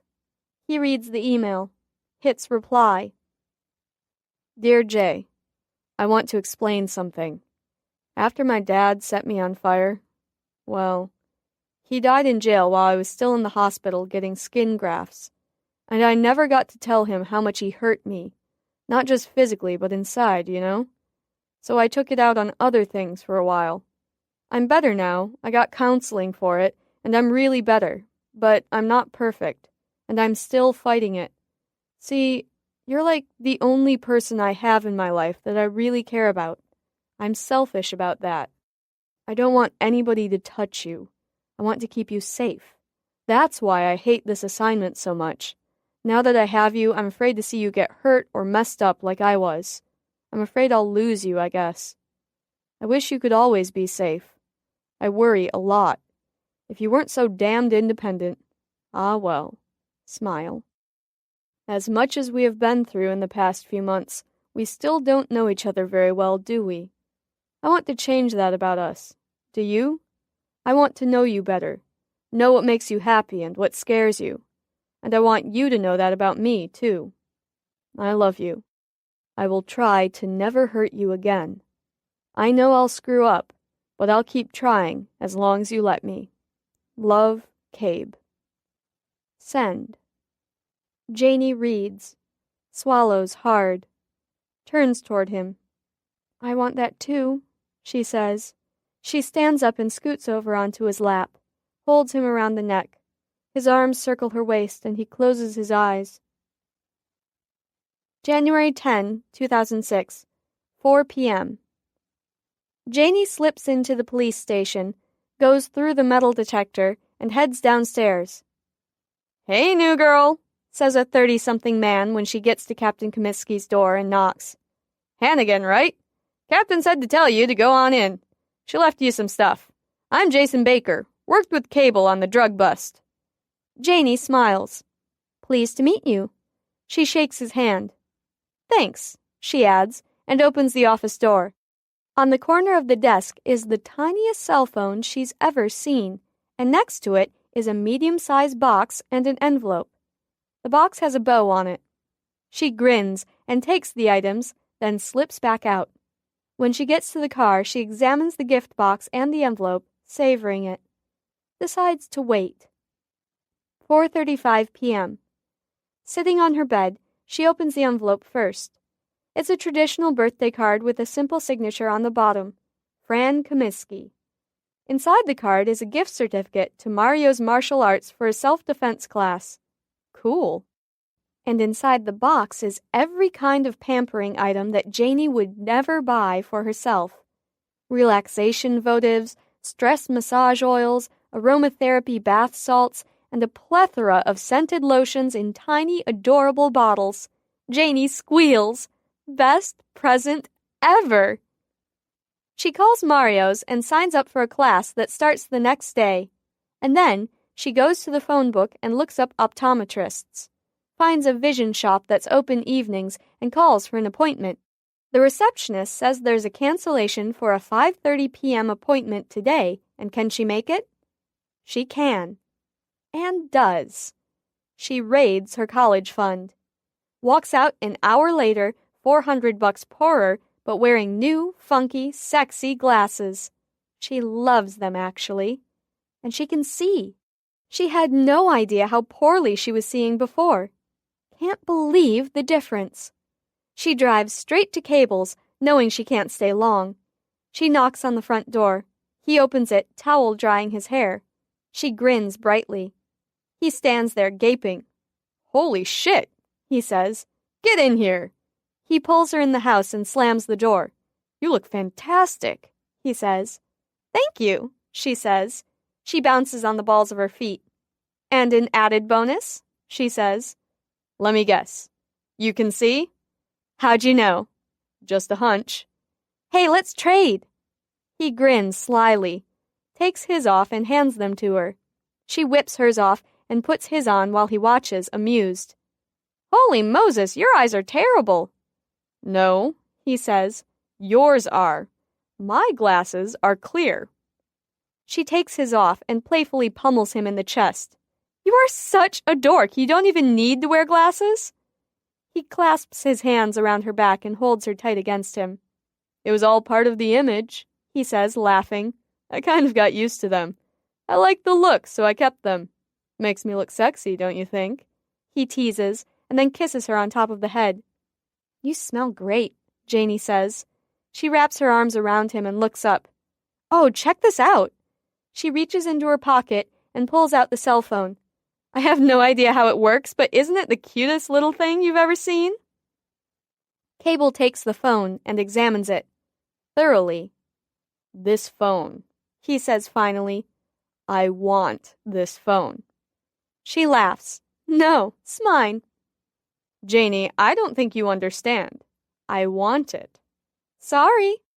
"It's got photo caller ID, internet, video camera, and digital recorder. Holy Hannah, it's making me warm all over." "Oh yeah?" Janie says in a sexy voice. "Want to play with my phone, baby?" He looks at her, his eyes smoldering. "Hell yes, I do." He runs his fingers through her hair, slips his hands in the back pockets of her jeans, and leans down to kiss her. Their glasses clink. "Fuck," they whisper together, laughing. "I can't stay anyway," she says. "Plus, I'm parked in your driveway." "Wait 1 second, 'kay?" Cable slips away and comes back a moment later. "Here," he says, handing her a small box. "For you. For your birthday." Janie's lips part in surprise. She takes it, feels really strange about opening it in front of him. She wets her lips as she examines the box and the ribbon that surrounds it. "Thank you," she says softly. He clears his throat. "The gift, see, is actually inside the box. The box is like an extra bonus gift. It's how we do things here on planet Earth." She smiles. "I'm still enjoying the box and the fact that you bought me a gift. You didn't have to do that, Cabe." "I just wish you'd told me it was your birthday, so I could have had it on the right day." "Yeah," she says with a sigh. "That was me, having a little pity party for myself. I should have said something." "When's yours?" she says suddenly. "November 25th. She looks up at him. Her eyes remember. "Thanksgiving weekend." "Yeah, you were at the sleep study, and we weren't exactly on speaking terms." "That must have been a shitty weekend," she says. He's silent for a moment. "Open it, Jay." She slides the ribbon off, opens the box. It's a tiny diamond pendant on a silvery chain. It sparkles in the box. Janie gasps and bursts into tears. The Green and the Blues. January 26, 2006, 9:55 a.m. Mr. Wang stops Janie after second hour. "Do you have a moment, Janie?" "Sure," she says. Mr. Wang is dressed in polo. The room clears out. "I just wanted to compliment you on your work so far. You seem to have a real understanding of psychology. Your essay answers on the first test were brilliant." Janie grins. "Thanks." "Have you ever thought of a career in psych?" "Oh, I've toyed with the idea a bit. I'm not sure yet what I'll go for in college." "So you do have college plans?" His voice has a hint of incredulity to it. "Franklin Community, maybe?" Janie blinks, feeling the snub. Feeling poor. As if living on the wrong side of town means less is expected of her. "Well, I would," she says, her voice taking on an innocent twang.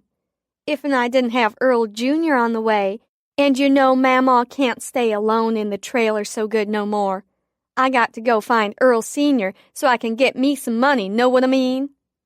Mr. Wang stares at her. She turns away when the bell rings and walks in late to chemistry. "Sorry," she mouths to Mr. Durbin as she slides into place at her lab table at the back of the room. The others are working already. Janie copies down the equations from the board. She is still amazed at how well she can now see. She hunches over her desk and scratches the figures on a piece of notebook paper, working out the formula, checking and double-checking her work.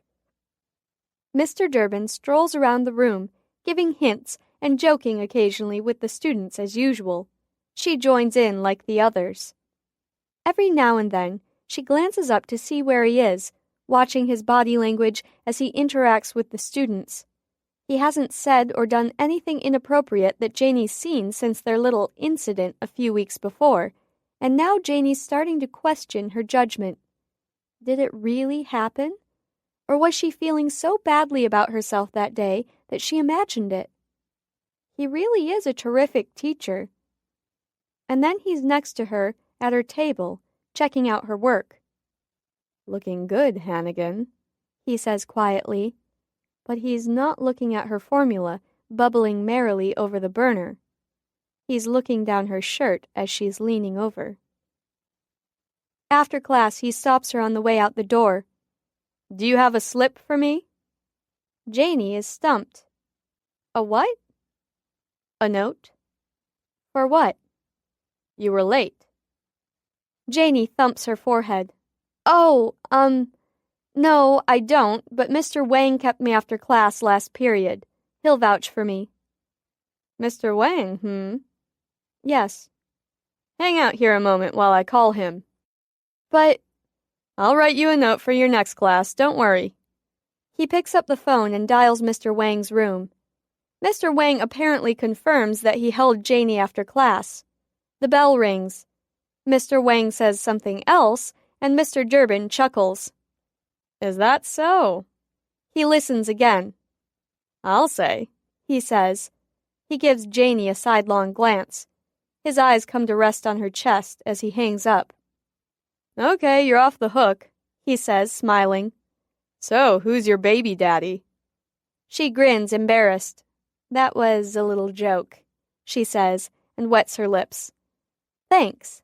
Can you write me a note now?" "Sure," he says lazily. He reaches for his pen and scribbles on a square sheet of recycled paper. He holds the note out in front of him, so she has to approach to get it. "How's that sound?" He's grinning. She takes the paper. "You want me to read this?" she says. He nods and scribbles on a second square of paper now. "And this is for your next teacher." She reaches for it. "Oh, okay," she says. The first one is some information about a little chemistry party I have every semester at my house, just for the Chem 2 students. Any chance you can whip up a flyer for me to hand out to everybody?" Janie looks at the paper. "Of course, I'd love to." "You look like the type who would be good with computer graphics," he says. "You know what I mean." He wiggles his fingers. "Savvy with electronics." "It must be my geeky glasses that gives me away," she says smoothly. "The glasses are nice, Janie. Are they working out for you okay?"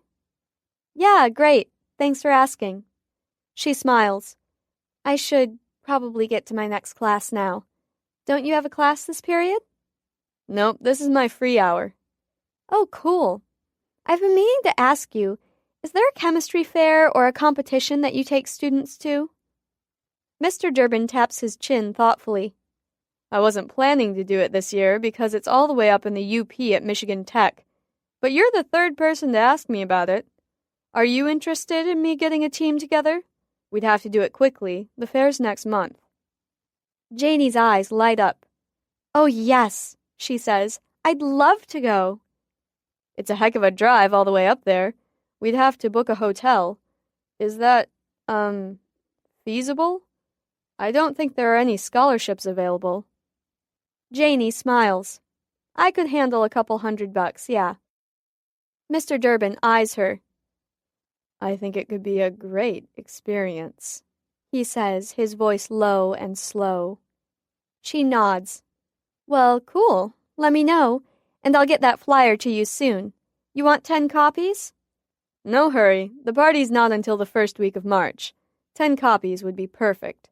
Actually, make it 12 in case Finch loses his, like he loses everything else. Thanks, Janie. Anything for you, Janie says, and blushes. I mean, you know. She laughs and shakes her head like she's embarrassed. Never mind. He's smiling at her chest. See you tomorrow. 2:05 p.m. Janie sits at her table and sneaks her cell phone out of her backpack. She fires it up. Sends Cable a text message to his phone. Can you get Durbin's past Chem 2 class lists? A few moments later, she gets the reply. Sure. See you at 4? Janie leans forward and sees him. He winks. She smiles and nods. 3:15 p.m. Janie calls Captain. I may have talked Durbin into taking a group to the chemistry fair. It's next month. Way the heck up in Houghton. Excellent job, Janie. He'll have to take a female chaperone with him. You should be perfectly safe. He's hosting a party for the Chem 2 students, too. I guess he does it every year in March and in November. Captain pauses, grabs her notes. Bingo! Call number 1 was March 5. Call number 2 was early November. I think we've got something here, Janie. Good work. Janie hangs up to a rush of nervous excitement. This is too weird, she thinks. 4 p.m. At Cable's house, Janie recounts the conversation with Durbin from memory, even though she took notes once she got to her next class. Cable refrains from getting upset, like he promised. He has the previous semester's list, as well as the one from last spring. Smart thinking, Cabe. Tomorrow I'll track the girls from these previous classes to see what they're taking now. Great, she says. Janie whips up a flyer for the Chem 2 party. It's set for Saturday night, March 4. She prints out 15 copies, hands 2 to Cable. 1 for you, 1 for Captain. You don't know how much I wish I could be there. You'll be nearby, won't you? Hell yes. She stands and gives Cable a hug. I've got to go. He looks at her longingly. Should I be feeling badly about the fact that you haven't stayed overnight in 3 weeks? How's tomorrow night sound? He smiles. Saturday, too? Yeah, you don't have any things to go to? Not this weekend. It's a date. Sweet, he says. See you. He pulls her toward him for a kiss, and then she's gone, sprinting across the snow. 6:37 p.m. Janie tackles the Steuben files. She knows Captain wants her to get through them. And Janie's had them for nearly a month. But everything is so interesting, and she's learning like crazy. How to get information from a dream, how to know what to look for in one. Miss Steuben could occasionally pause and pan dreams, as if she were a camera, and see the things behind her as well as in front of her. A few times, Miss Steuben mentioned rewinding to see something twice. Janie hasn't been able to do any of that yet. She's trying every study hall. Maybe she'll try it with Cable this weekend. 10:06 p.m. Janie's nearing the end of the last file. She rubs her temples as she reads. Her head aches. She grabs an Excedrin and a glass of water from the kitchen and returns to her reading. She's fascinated, enthralled, building up a list of questions for Miss Steuben and planning a dream visit soon. Finally, she closes the last file and sets it aside. All that's left are a few stray papers and a thin green spiral notebook. Janie glances at the papers. They appear to be notes, scrawled in illegible handwriting that doesn't stay between the lines. All the other files were typed. Janie's glad she didn't have to try to read them all like this. They must have been written late in Miss Steuben's career after she retired and lost her eyesight. Janie sets the papers aside and opens the spiral notebook. Reads the first line. It's written in a controlled, sprawling hand. It's infinitely more legible than the notes on the bed next to Janie. It looks like a book title. A Journey into the Light by Martha Steuben. There's a dedication below the title. This journal is dedicated to dream catchers. It's written expressly for those who follow in my footsteps once I am gone. The information I have to share is made up of two things, delight and dread. If you do not want to know what waits for you, please close this journal now. Don't turn the page. But if you have the stomach for it and the desire to fight against the worst of it, you may be better off knowing. Then again, it may haunt you for the rest of your life. Please consider this in all seriousness. What you are about to read contains much more dread than delight. I'm sorry to say I can't make the decision for you, nor can anyone else. You must do it alone. Please don't put the responsibility on others' shoulders. It will ruin them. Whatever you decide, you are in for a long, hard ride. I bid you no regrets. Think about it. Have confidence in your decision, whatever you choose. Good luck, friend. Martha Steuben, Dreamcatcher. Janie feels her stomach churning. She slides the notebook off her lap, closes it, stares at the wall, barely able to breathe, buries her head in her hands. And then, slowly, she picks up the notebook, puts it in the box, stacks the files on top of it, and hides it deep in her closet. 3:33 a.m. Janie's falling at top speed. She looks down dizzily, and Mr. Durbin is there waiting for her to land. He's laughing evilly, arms outstretched to catch her. Before he can grab her, Janie swoops sideways and is sucked into Center Street, pulled through the air to the park bench and deposited there. Mr. Durbin is gone. Next to the bench, in her wheelchair, sits Martha Steuben. "You have questions," Miss Steuben barks. Janie tries to catch her breath, alarmed. She grips the bench's armrest. "What's going on?" she cries. Miss Steuben's gaze is vacant. A blood tear drips from the corner of her eye and slides slowly down her wrinkled cheek. But all she says is, "Let's talk about your assignment." "But what about the green notebook?" Janie grows frantic. "There is no green notebook." "But, Miss Steuben!" Miss Steuben turns her face toward Janie and cackles. Janie looks at the woman. And then, Miss Steuben transforms into Mr. Durbin. Slowly his face melts until all that remains is a hollow skull. Janie gasps. She breaks out into a cold sweat and wakes up, sitting straight up in bed and screaming.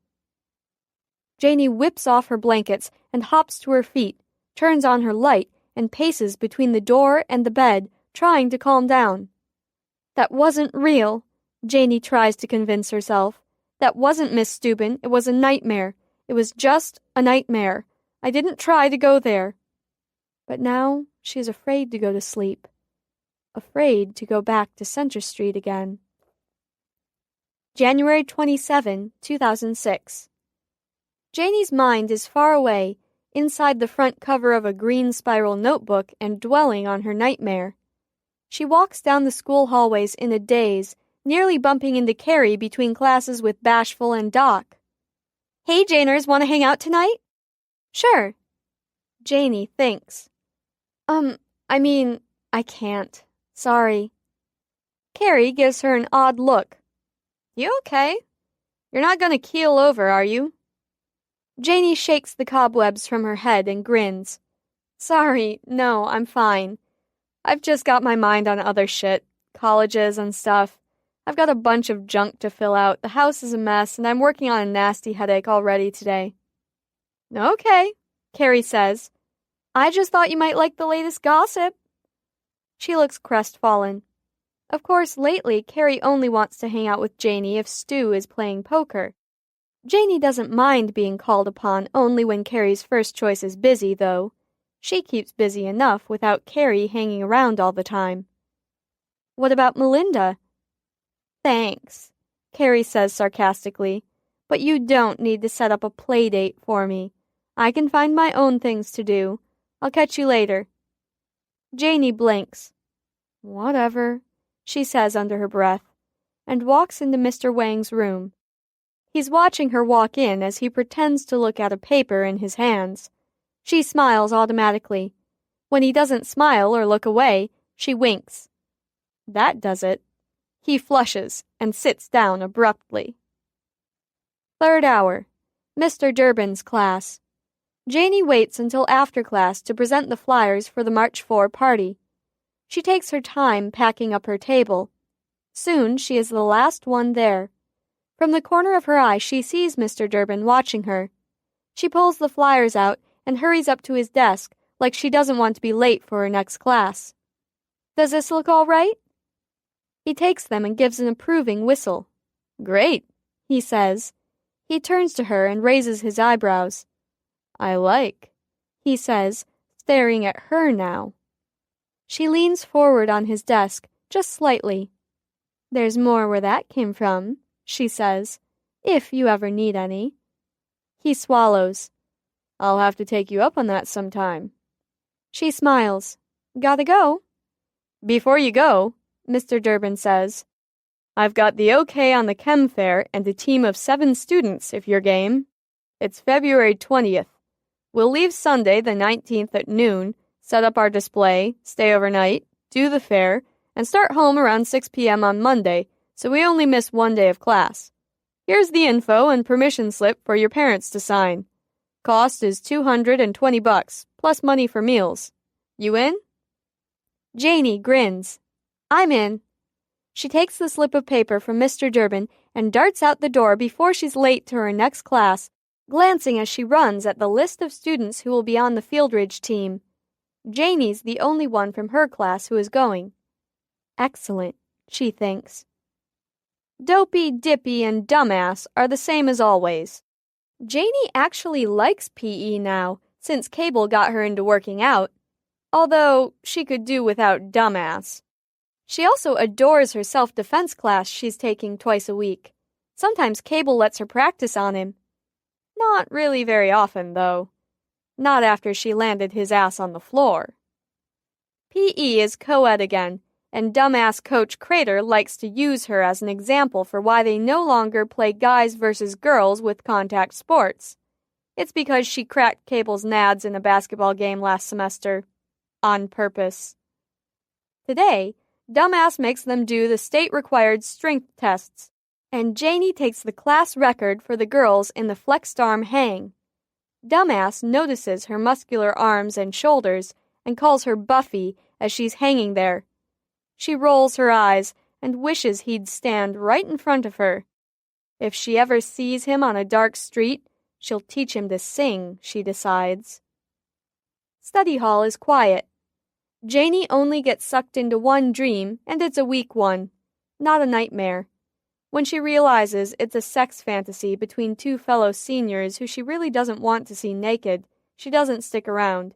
She pulls herself out of it. Smiles triumphantly. Cable's watching her, and she gives him the thumbs up and flashes a smile. He grins back. Janie finishes all her homework for the weekend, so she jots down a few notes about Durbin and Wang. Correction. Make that Happy and Doc. And then she sits there, staring into space, thinking about Miss Steuben and the green spiral notebook, feeling a sense of, well, dread. On the way home from school, Janie makes a quick dash into the grocery store to pick up some things for her house so her mother doesn't starve to death, and a few personal items for the weekend. She packs an overnight bag, toothbrush, shampoo, and the massage oil and candles she got from Captain. She shoves it all in her backpack and heads over to Cable's, leaving her mother a note on where to find her if she needs anything. They work out, shower, and then lounge side by side in the giant beanbag chair and talk about the day. But Janie's having trouble keeping her mind on topic. She grows quiet, thinking about the green notebook and the assignment from Captain. Cable notices. "Where are you?" he says after a while. Janie startles, smiles at Cable. "I'm sorry, sweets, I'm here." But she's not really there. She's going over the Durbin-Steuben dream in her head, now more convinced it was a nightmare and not really a visit from Miss Steuben. Cable sits up quietly, watches her face, clears his throat. Janie sees him suddenly, the one guy she wants to be with, and is with for the whole weekend, hovering over her. She shakes the thoughts of creepy nightmare Durbin from her brain and tilts her head to the side, grinning. "Oops, I did it again." Cable gives her a quizzical look. "I am totally not getting enough attention here." Janie thumbs his cheek, pulls his face to hers, and kisses him, her tongue darting across his teeth playfully until she coaxes him to play along. A surge of something, love, makes Janie's skin tingle, but it scares her too when she thinks of her future, always with this dream curse hanging over her. She never thought she'd be with someone, never imagined someone would sacrifice so much to deal with her strange problems. Wonders when Cable will get tired of it all and give up on her. Desperately, she pushes that thought aside. Her lips are hot against his neck. She tugs at his t-shirt and slips her quivering fingers under it, re-exploring Cable's nubbly skin, touching the scars on his belly, his chest. She knows that Cable feels the same way she does sometimes, like no one would want to be with him because of his issues. Maybe the two of us really could last, Janie thinks. Misfits, united. Cable's fingers trace a slow path from Janie's shoulder to her hip as they kiss. Then he slips his shirt over his head and tosses it aside, presses against her. "That's a little better," he whispers in her ear. "Only a little?" The winter dusk of late afternoon falls into the room. Janie reaches for her blouse and slowly unbuttons it, lets it fall open. Cable pauses and stares, not sure what to do. He closes his eyes for a moment and swallows hard. She reaches between her breasts and unhooks her bra, and then she turns her face slowly toward him. "Cable?" She looks into his eyes. "Yes," he whispers. He can barely get the word out.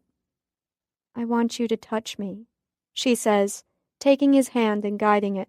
"Okay?" "Oh, God."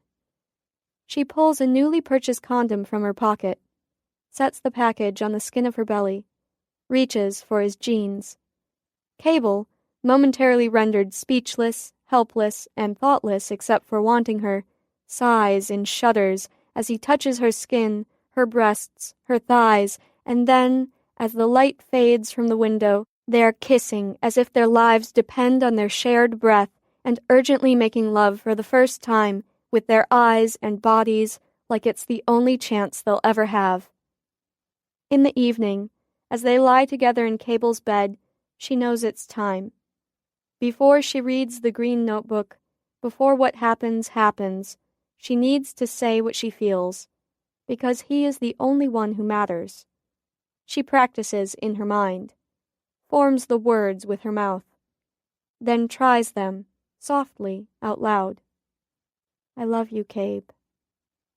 He's quiet, and she wonders if he's sleeping, but then he buries his face in her neck. February 1, 2006. Janie spends the school week swapping sexual innuendos with Mr. Durbin, trading confusing glances with Mr. Wang, and bantering spiteful barbs with Coach Crater. Cable tracks down the whereabouts of last semester's Chem 2 class. He's working madly behind the scenes, not saying much about it, controlling his feelings about the creep being near the woman he loves. Knowing if he says what he's really thinking, the tension grows between them. "So," he says carefully, "it's you and 6 other students on this trip, plus Durbin. And who's your female chaperone?" Janie glances up from her chemistry book. "Mrs. Pancake." Cable scribbles in his notebook. 4 girls. You have a room together?" No, I thought I'd sleep in Durbin's room, Janie says. Har, har. Cable scowls at Janie and then tosses her chemistry book aside and tackles her. He buries his fingers in her hair and kisses her. You're asking for trouble, Hannigan, he growls. And you would be? Janie asks. She giggles. Trouble. On Her Own. February 5, 2006, 5:15 a.m. Janie, sprawled out on Cable's couch, finally finds Miss Steuben on Janie's own terms. She's on the bench. Miss Steuben is there next to her. It's dusk. Perpetual rain. I'm going on an overnight trip with the teacher who we think is the sexual predator. Some of his former students are going too. They may be victims, Janie says. What season is it? Miss Steuben asks. Janie looks at her puzzled. Winter, it's February. Wear a bulky coat to disguise the shaking in case you get sucked into a nightmare. Drape it over you. You're taking a school van? Yes. Grab the back seat, and if you get sucked into a dream that's unimportant to the case, pull out of it. Don't waste your strength.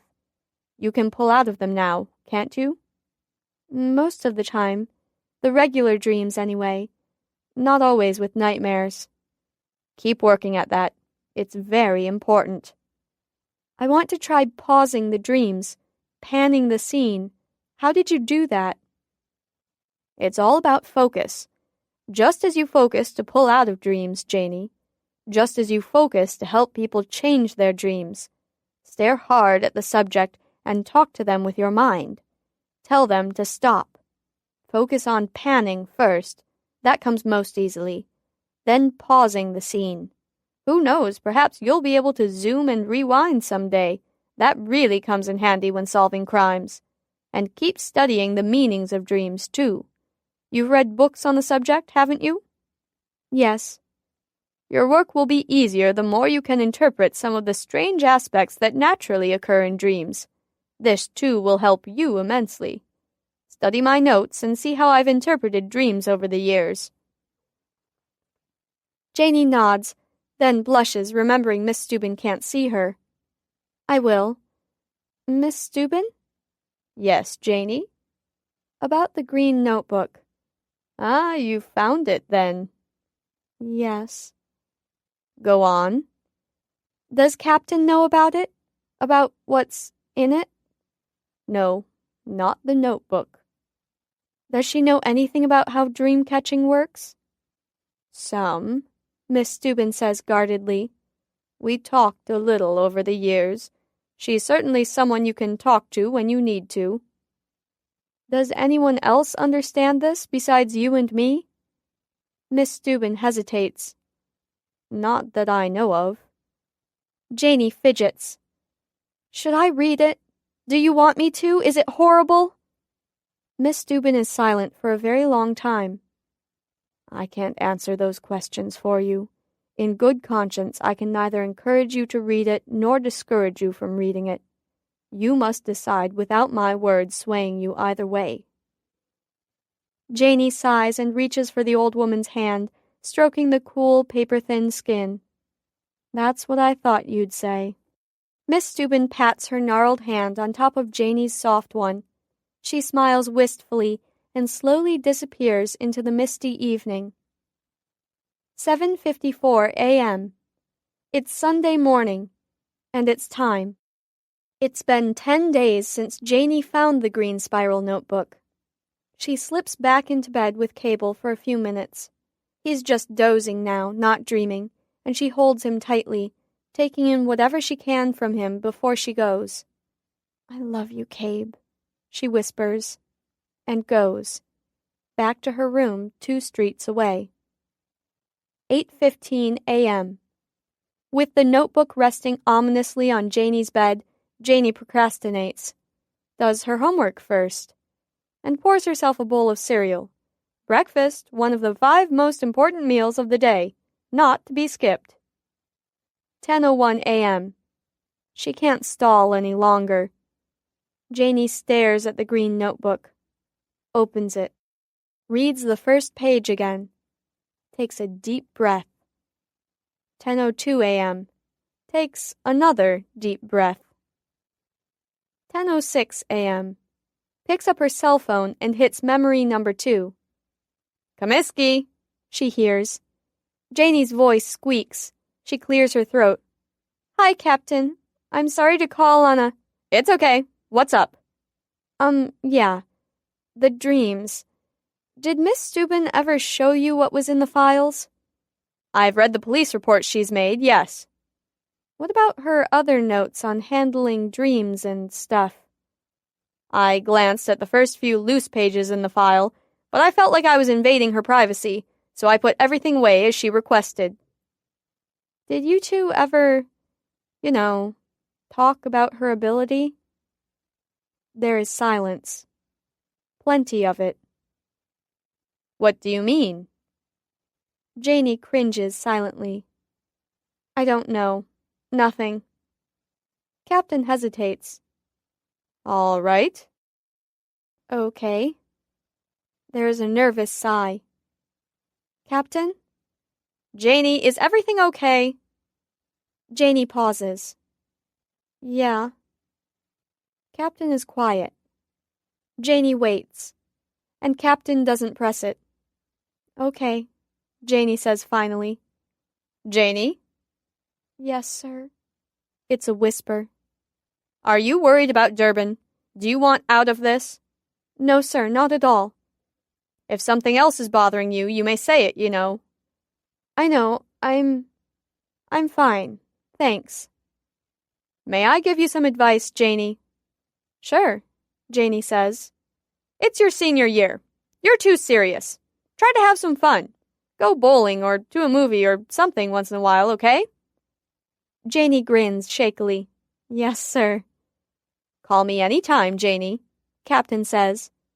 Janie's throat is closed. Bye, she finally says. Hangs up. 10:59 a.m. Janie takes a deep breath. Turns the page. It's blank. 11:01 a.m. Turns the blank page. Sees the familiar scrawl. Smooths out the page.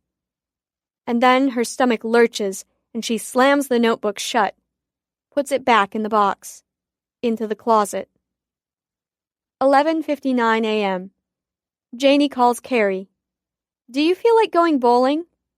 She imagines Carrie shaking her head and laughing, telling Stu, coming back to the phone, You are such a dork, Hannigan. Hell yeah, why not? Let's go bowling. Nitty Gritty. February 13, 2006. The names and schedules of Chem 2 students are burned in Janie's brain. But the problem is, most science nerds don't sleep in school. And even if they did, the issue remains of how Janie can be in the same room with them when, if, it happens. It appears impossible. And seeing how it's winter, it's futile to creep around outside their bedroom windows at night. She has high hopes for the chemistry fair. It's all she has to bank on. Cable tries making a connection with each student on the list. He has more of them in his classes than Janie does, but they remain aloof, associating him with the popular Hill crowd because of his past ties to Shea Wilder. He's frustrated. There are 18 Chem 2 students in all this year. There were 13 Chem 2 students last year. All 13 graduated and went to college, Cable discovers, some of them as far away as Southern California.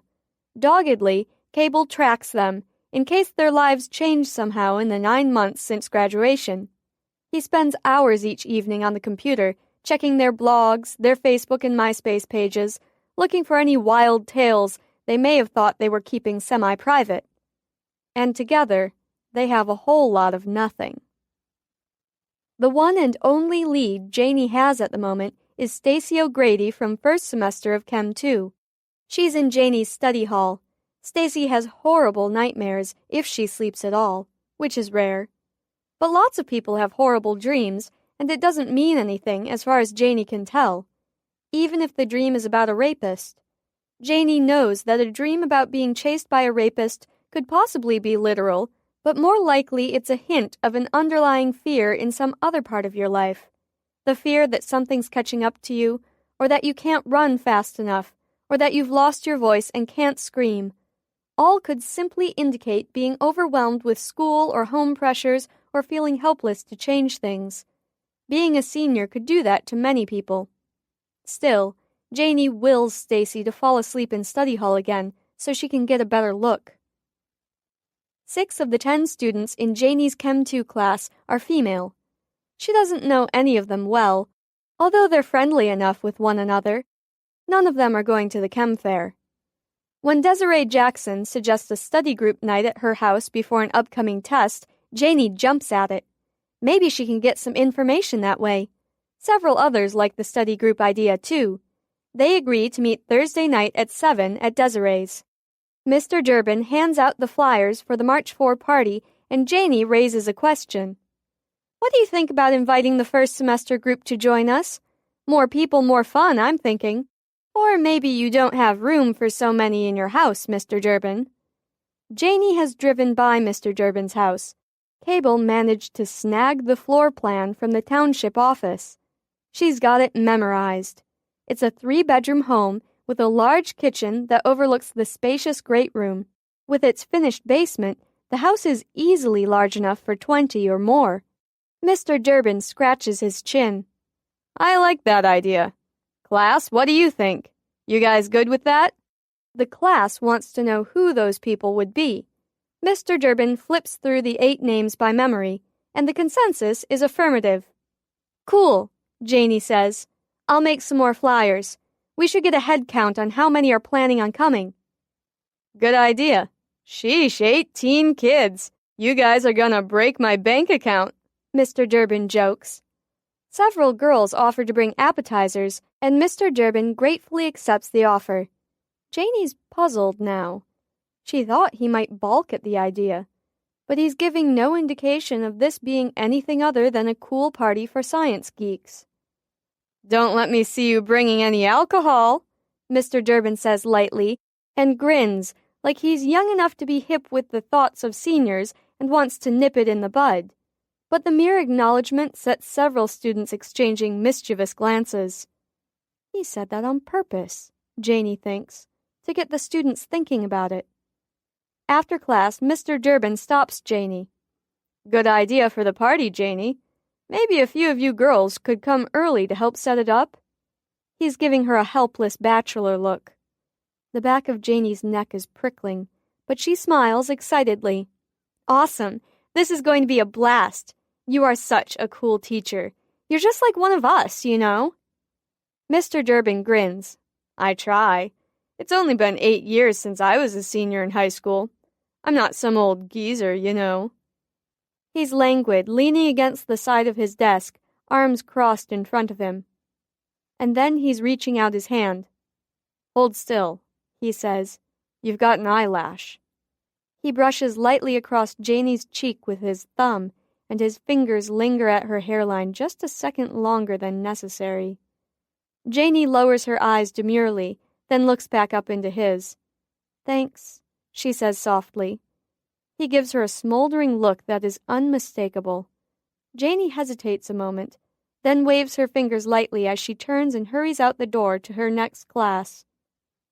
In study hall, Janie finds Stacy and slides into the chair across from her. Janie wants to be the first to announce the invitation to the party at Mr. Durbin's so she can gauge Stacy's reaction. Hi, she says with a grin.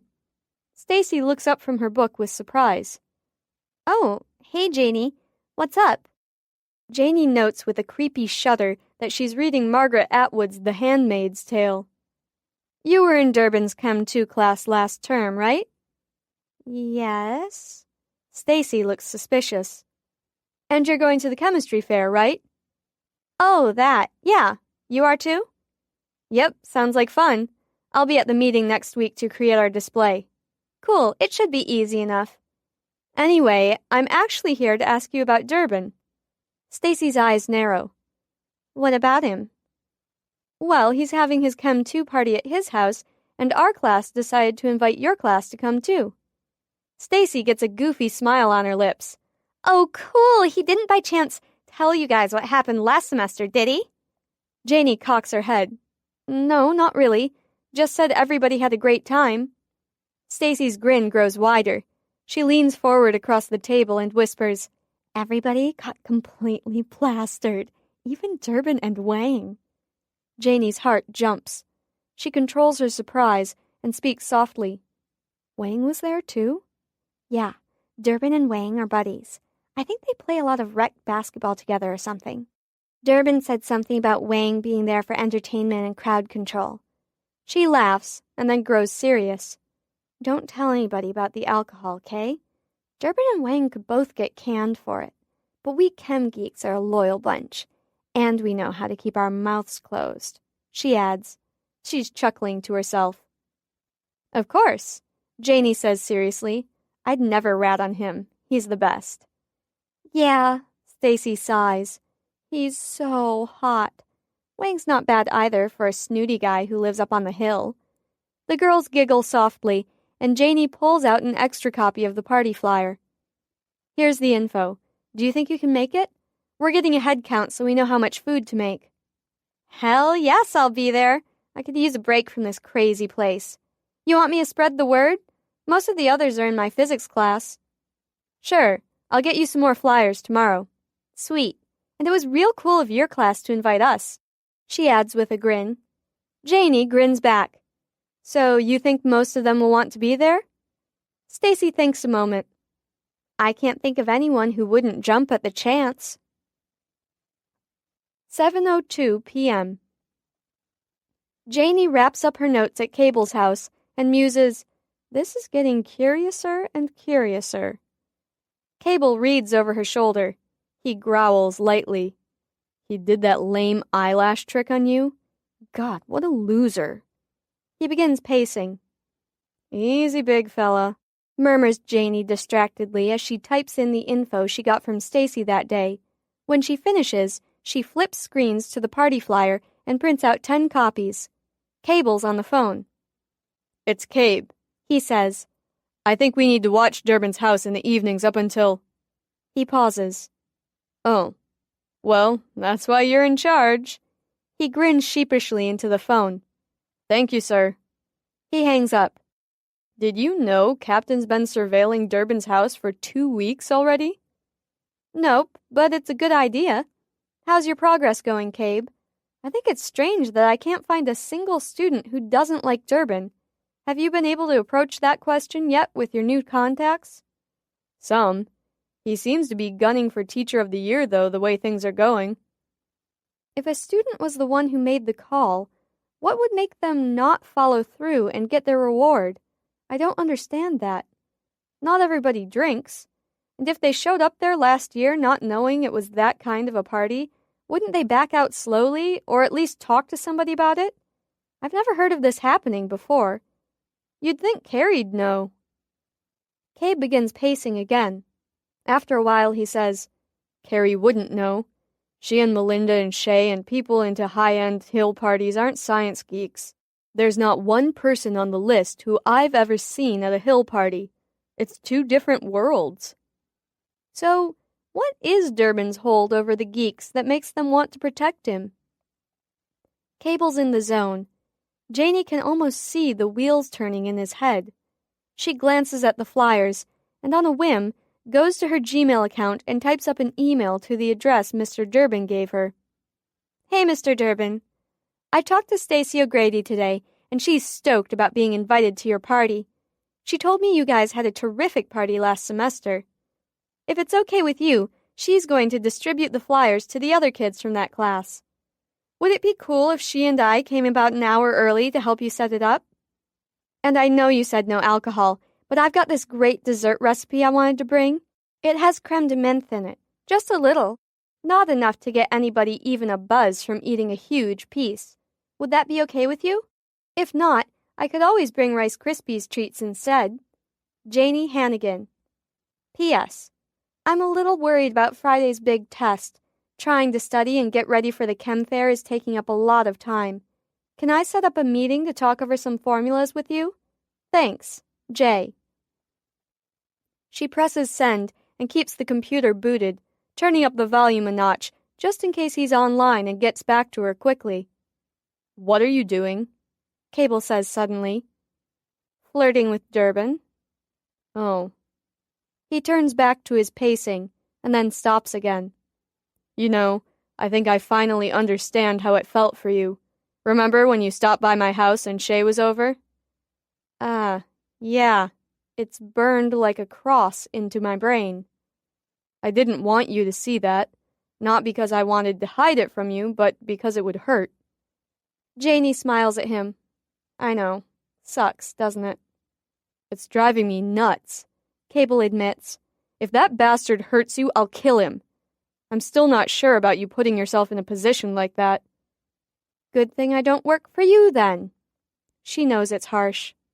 He stops pacing, looks at her. Damn, you're right. Starts pacing again. So, do you think Durbin is hot? I can see why girls are attracted to him.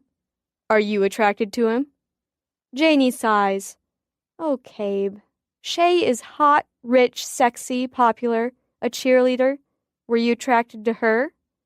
No. She was a facet of my job. Exactly. You didn't answer my question. Janie hesitates, wanting to be truthful. Durbin is attractive. I can't deny that. But when he did the eyelash thing, it made the hair stand up on the back of my neck. He creeps me out, Cabe. Cable nods absent-mindedly as he walks. Okay, that makes me feel better. She smiles, gets it. It was the same with Cable and Shay, and is proud of him for the new way he's approaching it now. I love you, you know, she says. It's getting easier to say. He comes over to where she's sitting and massages her shoulders lightly, but his voice is grim. I love you too, Janie.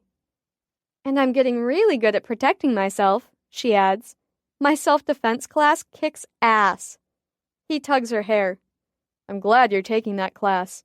You're really getting buff, you know that? It's very sexy. As long as you're not beating me up. Don't make me hurt you, she murmurs. Hey, can I stay tonight? Wow, I don't know, geez, I'm really busy and shit. She grins, and then she hears the binking sound of an email arriving. Janie, LOL, bring the dessert and the bottle. And a resounding yes to everything else you asked me and more. I could do tomorrow, Tuesday, after school, for us to go over the formulas in question. The rest of my afternoons are tied up until around 7 p.m., but if you don't need much equipment, you could always stop by my house after 7 either tomorrow or Wednesday. Dave Durbin. He is so freaking smooth, remarks Cable. He knows tomorrow is Valentine's Day, and there's not only a big basketball game, but also the pep rally after school and the Valentine's dance from 7 to 10. He's not expecting you to make it then. Cable thinks for a moment. When you write him back, call him Dave. He's begging for it. With that, Cable walks away. Janie purses her lips and hits reply. Dave, how's Wednesday around 8? I know right where you live. Thanks, Jay. She hits send and waits less than a minute before she has a reply. Looking forward to it, Dave. Janie shuts down the computer and finds Cable in the living room, watching some old Western on the movie channel. She slides in next to him. I'm going to his house Wednesday at 8, she says. Will you spot me? He snakes his arm around her neck and tugs gently. Of course, he says. I'm going to alert Captain to it, too. 'Kay, Janie says, snuggling close. After a while of watching TV, the volume on too low to actually hear the storyline, Cabe says, I wish we could go out tomorrow night. I'm so tired of this routine, hiding out all the time. Our biggest excitement is lifting weights or deciding between green beans and broccoli. Janie sighs. Me too. Do you think we'll ever be able to go out on a date? Yeah, maybe this summer. For sure in the fall, once we rid ourselves of the web of lies we leave behind at Fieldridge High. It's a sober moment. Janie nods, rests her head on his shoulder. He tousles her hair. "Hey, Cabe," she asks as they climb into bed. "Yeah, baby? Do you mind if I practice on your dreams tonight?" "Of course not. You don't have to ask me." "I feel weird about not asking you if I'm planning it in advance," she says. "It's cool. You working on something in particular?" "Yeah, I'm trying to TiVo." He laughs. "What, you mean pause, rewind, that sort of thing?" "Exactly." "That'll be interesting. I hope you pull it off. You don't want to take me with you, do you?" "Not this time. I need all the concentration I can muster. Once I get it, I'll gladly show you, though." He turns off the light and lets his arm rest around her midsection. He strokes her belly with his thumb, like he's strumming a guitar. "You know," he says, "you could really have fun with a good dream once you learn how to do that." "Guess why I want to practice on you," she says with a smile in the darkness. "Be careful, or you might go to school tomorrow flushed with sex." She chuckles softly. "All part of the plan, baby cakes." "Well, that ought to turn Durbin on." Cable's voice turns bitter. Janie turns toward Cable. "Have you figured out yet why nobody narcs on Durbin?" "I think so," Cable says. "It's because he's only a few years older and good-looking and athletic, and he really acts as if he likes the science-type kids. He accepts their geek minds and praises them for it. He's the epitome of a cool, popular kid whose groupies have never been popular in their lives. They lap it up." Janie clears her throat. Waits. Clears it again. I mean, stutters Cable. Some of them are like that, and some others, like you, for example, see right through the facade and, shit like that." "Mm-hmm," Janie says. "And I love you so much, and now I'm going to shut up and go to sleep so you can manipulate my mind in a dozen ways and more?" "Weak," she says, "but it'll do." Cable dreams. Janie slides into the darkness, and then into the computer room. It's a dream that's loosely based on the night they made love there. She's watching him, she's watching herself, curiously, surprised to see how quickly they find their rhythm together for the first time. She concentrates with all her might, stares at Cable. Pause, she thinks over and over again. A minute goes by, but nothing changes. Another minute. And then the scene slows. 10 seconds later, it's paused. In a very interesting spot, Janie notes. Janie looks around the room, trying to notice everything. The office items on the desk, the clock on the wall stopped as well, the color of everything. It's incredibly difficult to hold the scene there. And then she begins to lose it. She can feel her body shaking, weakening, and the dream slips into regular speed again. Her head pounds, her fingers are numb. She bumps Cable with her behind, trying to wake him just enough so she doesn't have to use her waning energy to pull out of the dream, too. She knows she can't do it after that. She can barely feel her arms and legs as it is already. Cable takes in a sharp breath, and she can feel him against her backside, aroused in his sleep. He begins to stroke her numbing body while he's still in the dream. She can feel his touch fading in and out on her skin as she's seeing it in his mind. And she's stuck and falling and very aroused and blind and numb and watching it in her mind while feeling it on her body all at the same time, and she wants it, wants to make love right now, but she is completely paralyzed. She can't move. She can't feel anything. She can't speak. It can't happen, not like this. She needs to wake him up before something happens, so they can do it right. She takes all her strength, all her concentration, all her will. She bites blindly, feels hair in her teeth, pulls back with her neck, and everything goes black. She's shuddering, shaking, trying to catch a breath as she aches to see something, anything. His face, she wants to see his face. He's talking to her. His hand is on her cheek, sliding through tears. And she realizes it now, realizes that there will scarcely be a time when they roll together unawares and make love sleepily in the dead of a winter night, lingering on their dreams. She's broken. Her muscles are like water. And he's there, lifting her shoulders, holding a glass to her lips, telling her to drink and swallow. She can feel his fingers pushing the hair out of her eyes, hear his voice in her ear, smell his skin nearby, taste the milk on her tongue, in her throat, and then slowly she sees shadows, black and white at first, and then his face looking wild, his hair flipping every which way, his cheeks flushed. And she speaks roughly.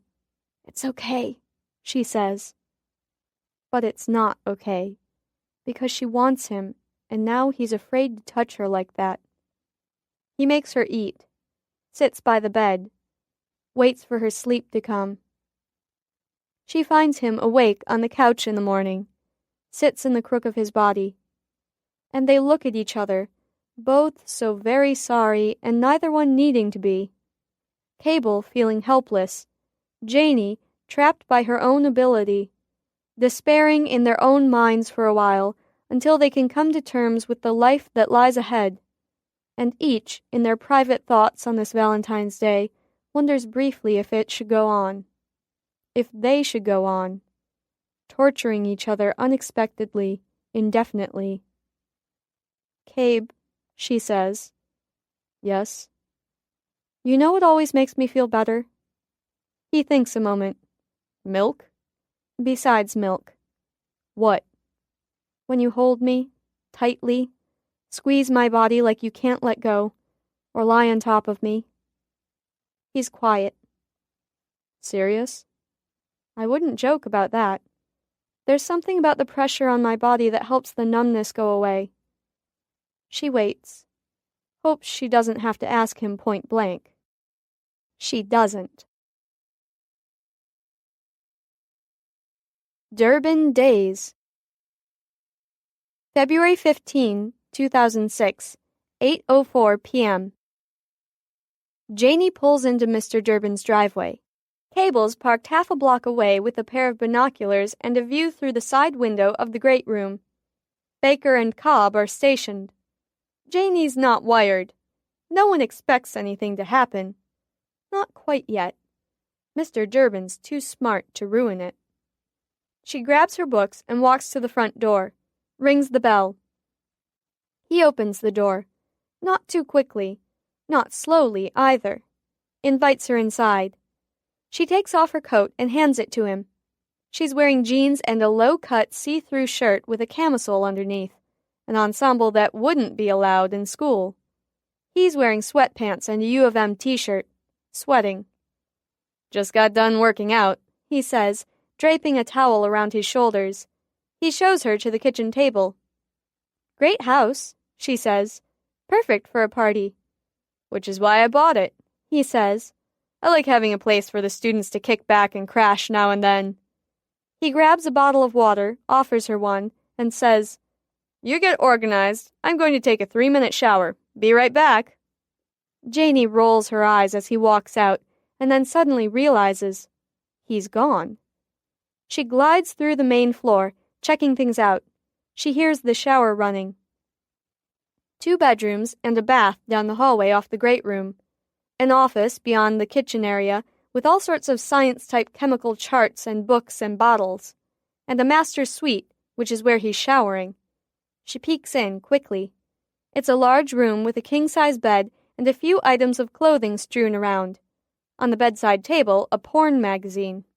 She moves quickly back to the kitchen table when she hears the water shut off, and she's sitting there, looking engrossed in her notes when he returns. Now he's wearing jeans and a white t-shirt a la James Dean. All he needs is a cigarette. He moves through the great room, closing blinds. Janey cringes internally, knowing that Cable must be bristling right now. But Cabe promised Captain he'd be under control, and he knows he's not allowed to be on the case if he's not this way. He's too close to it. Janey thinks he'll stay put. "Okay, kid, what seems to be the problem?" Durbin asks as he walks back toward the table. He sits in the chair next to her, running his fingers through his wet hair. Kid? She laughs. I'm 18. Excuse me, what was I thinking?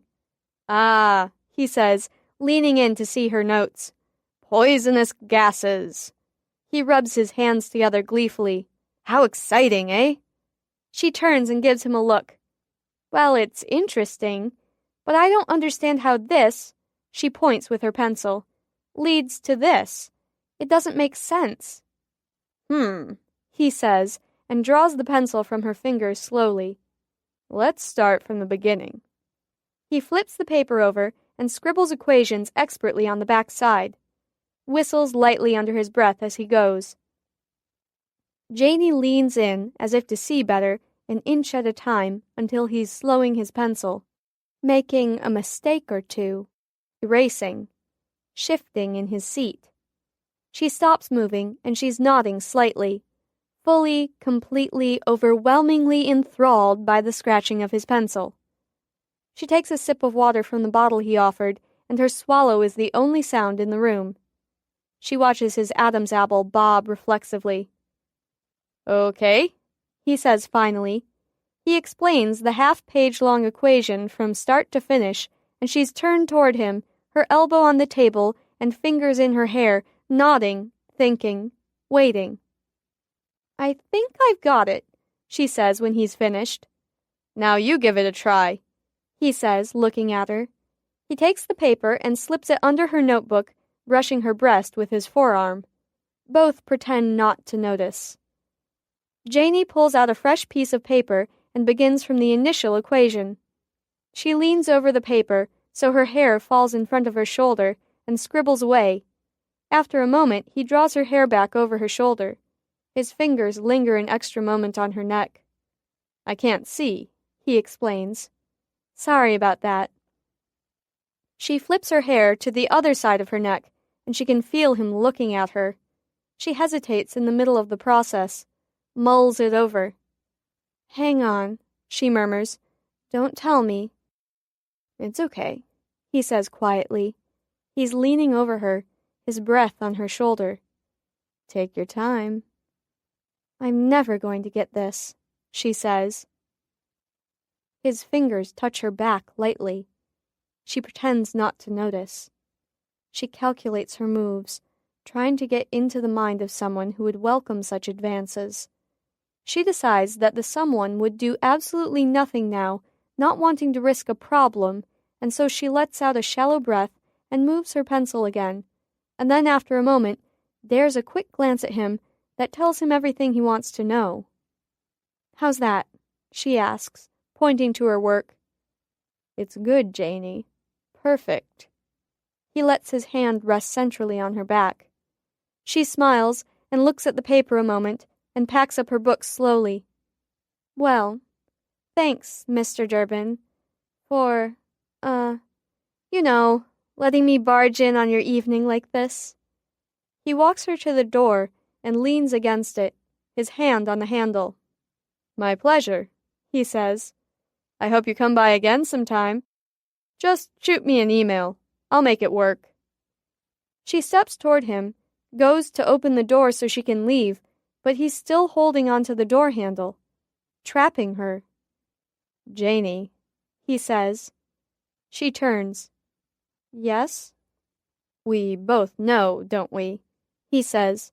Why you wanted to come here this evening. Janie gulps. We do? Yes. And don't feel badly about it, because I'm attracted to you, too. Janie blinks, blushes. But, he continues, I can't have a relationship with you while you're my student. It's not right, even though you're 18. Janie is silent, looking at the floor. He tips her chin up. His fingers linger on her face. But once you graduate, he says with a look in his eye, well, that's a different story. She can't believe this. And then she can. It's how he keeps them quiet. Blames them. She knows what to say. It's the saying it that makes her want to puke on his shoes. "I'm sorry," she says. "I'm so embarrassed." "Don't be," he says, and she knows he wants her to be. She waits for it, waits for the line she knows is coming next from this egocentric bastard. She resists the urge to say it first. "It happens all the time," he says. She manages to turn her cringe into a sad smile and leaves without another word, although she's tempted to follow the movie ending by crying out, "I'm such a fool!" About 4 seconds after she pulls out of the driveway, her cell phone rings. She waits until she's out of view of the house before she picks it up. "I'm fine, Cabe." "'Kay, love you." She laughs. "Is that it?" "I'm trying to behave like a good cop." He's tricky. "I'm heading home. You want to stop by for the details?" "Yeah."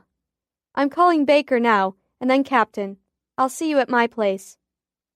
Janie makes the calls and reports the events, and Captain makes sure she knows this is a classic case of fucked up authoritative egomaniac syndrome. She made up the term herself. And then Captain says, "I'm not too worried about the chem fair trip since you'll be with Mrs. Pancake all the time, but be very careful at that party, Janie. I'm guessing he gets off on getting the girls drunk, maybe taking advantage of them then while the party's going on. Keep your wits about you." "I will, Captain." "And do some research on date rape drugs.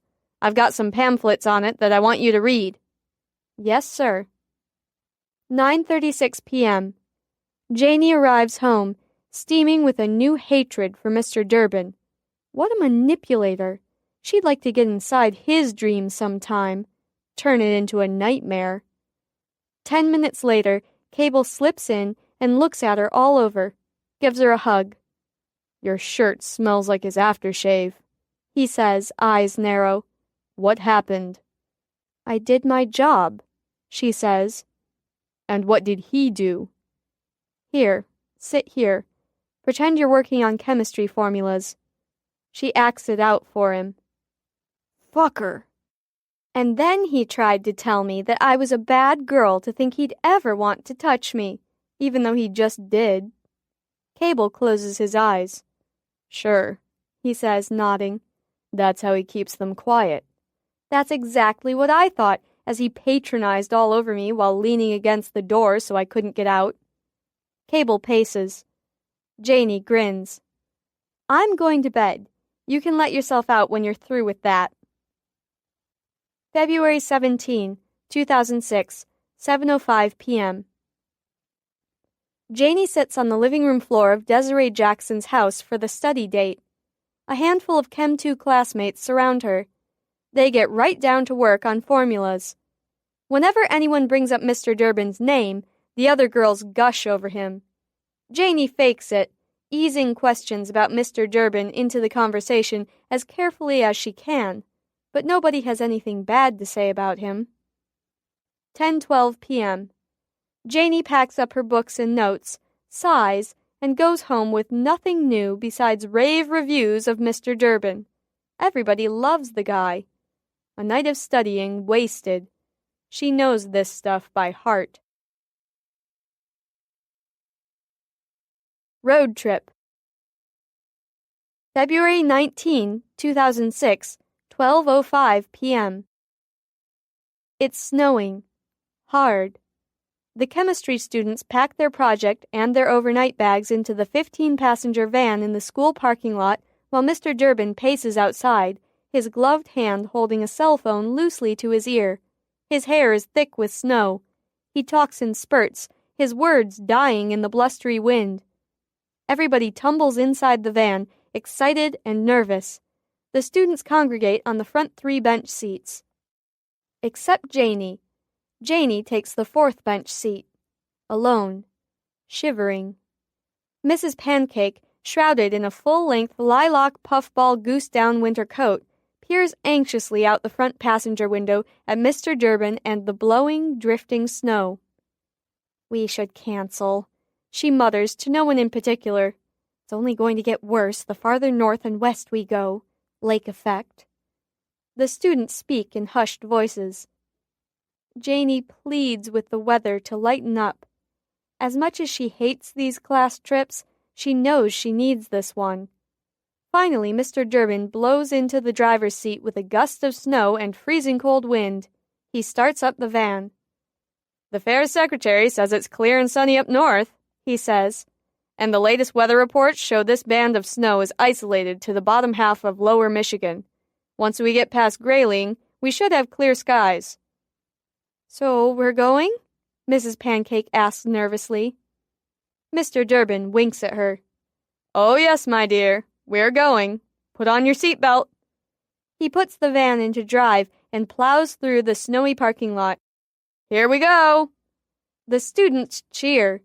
Janie smiles and checks her backpack for supplies. She has everything she needs to get her through the next 36 hours. She pulls out Harry Potter and the Order of the Phoenix along with her booklight and dives in. 5:38 p.m. It takes more than 5 hours to get to Grayling when it should have taken 3, but at least the snow is stopped. The school van limps into a Wendy's parking lot. "Eat quickly and get back in here," Mr. Durbin hollers. "We have 6 hours to go. We'll have to set up early in the morning. They're closing the gymnasium at midnight, reopening at 6 a.m. I suggest you try to get some sleep in, people." Janie perks up, stays far away from Mr. Durbin. She's still pissed about the other night at his house, although she knows she has to get past her contempt. Funnily enough, Mr. Durbin seems to hover around Janie even more when she tries to avoid him. He slips in step with her as they enter the restaurant, but she ignores him and heads for the bathroom. Everyone else heads for the bathroom, too. Janie calls Cable. "Hi, Mom," she says. Cable snorts. "Hello, dear. Did you make it through the blizzard?" "Yeah, barely." Janie grins into the phone. "Anything yet?" "Nope, not yet. We still have 6 hours to drive. It's going to be a long night." "Hang in there, sweets. I miss you." I love you, Mom." "Call me when you get a chance, if anything happens." "I will." "Love you, Janie. Be safe." "I will. Talk to you soon." 15 minutes later, they are back on the road. Nobody sleeps. Figures, Janie thinks. She takes a nap while she can. 12:10 a.m. In the hotel room with Janie are 3 other girls, Stacy O'Grady, Lauren Bastille, and Lupita Hernandez. The 4 of them chat and giggle softly for a few minutes, but growing tired, they fall into bed, the alarm set for 5:30 a.m. 1:55 a.m. Janie is sucked into the first dream. It's Lupita, her bedmate. Janie can feel Lupita twitching in the bed next to her. They are in a classroom. Papers fly around everywhere. Lupita frantically scoops them up, but for each paper she picks up, 50 more fall from the ceiling. Lupita is frantic. She looks at Janie. Janie stares back, concentrating. "Help me!" Lupita cries. Janie smiles encouragingly. "Change it, Lupita," she says. "Order the papers to come to a rest in a pile. It's your dream. You can change it." Janie concentrates on delivering the message to Lupita. Slowly, Lupita's eyes grow wide. She reaches out her hands to the papers, and they float gently down into a neat stack on Lupita's desk. Lupita sighs, relieved. Janie pulls herself out of the dream. Lupita is no longer twitching. She is breathing steadily, deep, calm breaths. Janie grins and rolls over, waits patiently for the one she needs. 2:47 a.m.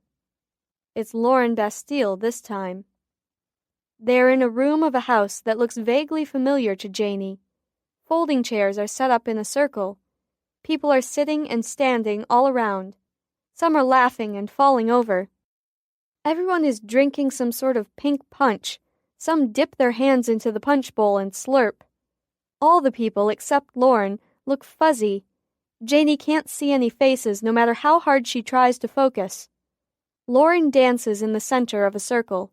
Her shirt is off and she twirls it as she stumbles around, laughing, wearing just a black bra and jeans. Someone joins her. He strips his shirt off and grabs Lauren.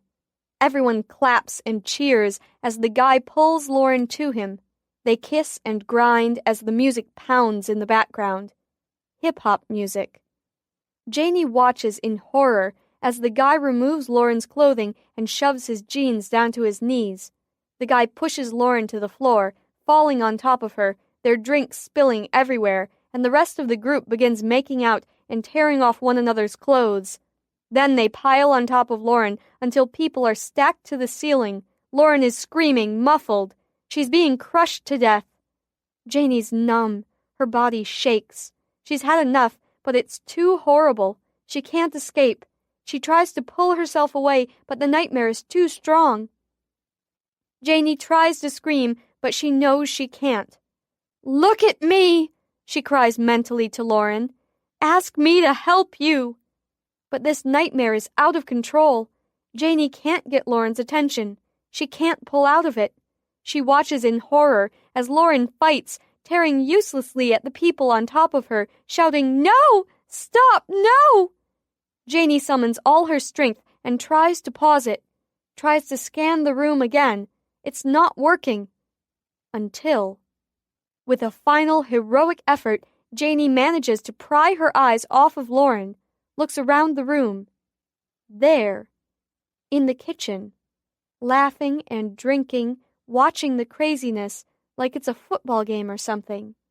Someone has a cell phone out, a strange expression on her blurry, laughing face. When Lauren screams, everything goes black. Janie is paralyzed, blind. She hears Stacy mumble, "What the heck?" and feels Lupita groan and shove her head under her pillow.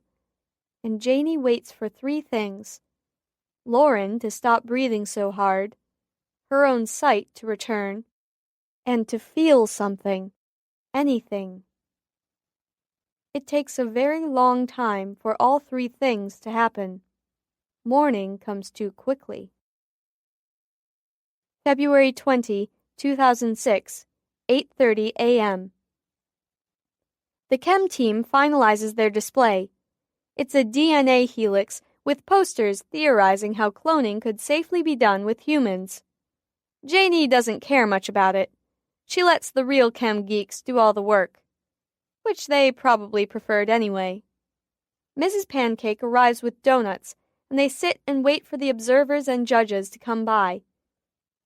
Everyone looks exhausted, including Mr. Durbin. Janie excuses herself and goes into the restroom. Calls Cable. Tells him everything about Lauren's dream. They hover together in grim silence over the phone. "Be careful," Cable says for the 100th time. "I just can't understand how no one seriously reported it or followed up on it, unless they were all too wasted to remember," Janie murmurs. "There must have been something in that punch. Captain told me to study up on date rape drugs. I think she nailed it." "Sounds like it, Jay." The door to the restroom opens, and Lupita walks in, waving cheerily at Janie. "I've got to go," Janie says quietly as she returns Lupita's wave and hangs up. 4:59 p.m. The team packs up the display. They walk away with white third-place ribbons. Not bad for a stupid theory and 100 bazillion popsicle sticks. By 9 p.m., everyone is dozing in the van. Everyone but Janie and Mr. Durbin, that is. Janie struggles and pulls herself out of a variety of ridiculous dreams. Thankfully, the silly ones are the easiest to pull out of. She snacks and tries to sleep between dreams. Finally, Mr. Durbin pulls over along the highway. The sleeping troop rouses to see what's going on. "My dear Rebecca," Mr. Durbin says to Mrs. Pancake, "can you drive for a bit? I'm falling asleep." Mrs. Pancake glances nervously at Mr. Durbin. "Just for an hour or so," he says. Pleads. "Fine," she says. Mr. Durbin climbs out of the van and enters the rear sliding door. "Somebody go sit up there with Pancake, will you please? I need to stretch out." He drops into the back seat with Janie. "Hey," he says. His eyes travel up and down her cloaked body. "Hey," Janie says, trying to appear interested, but then gives it up and looks out the window into the night. Watches the snow beginning to fall lightly around them. Wonders if something terrible is about to happen. That she'll be discovered shaking and blind because of Mr. Durbin's dreams, or that he'll try something creepy in the dark nether regions of the van. Neither one sounds especially good right now. Mr. Durbin stretches and yawns. By the time they've gone 10 miles, he's snoring lightly next to Janie, his legs splayed out into the aisle, his upper body tilting and sliding an inch at a time toward Janie. She's trapped. She wills herself to stay awake and keep her wits about her. Manages to last an hour, maybe. 11:48 p.m. Janie startles awake. The van is humming. Everyone else is asleep except Mrs. Pancake up front. Everyone too exhausted to dream. Janie looks at Mr. Durbin. His shoulder is against hers, his hand on her thigh. Janie blanches, shoves his hand away, shrinks farther into her little corner and turns her back to him. He doesn't wake up. He doesn't dream. Useless piece of shit, thinks Janie. 3:09 a.m. The van pulls into Fieldridge High's parking lot. All the students' cars are blanketed in nearly 2 feet of snow. Janie shoves Mr. Durbin awake. "We're here," she says gruffly. She just wants to go home to bed. The group stumbles out of the van. "See you in the morning, bright and early for school," Mrs. Pancake calls out into the crisp night as the students wearily shove the snow from their windshields.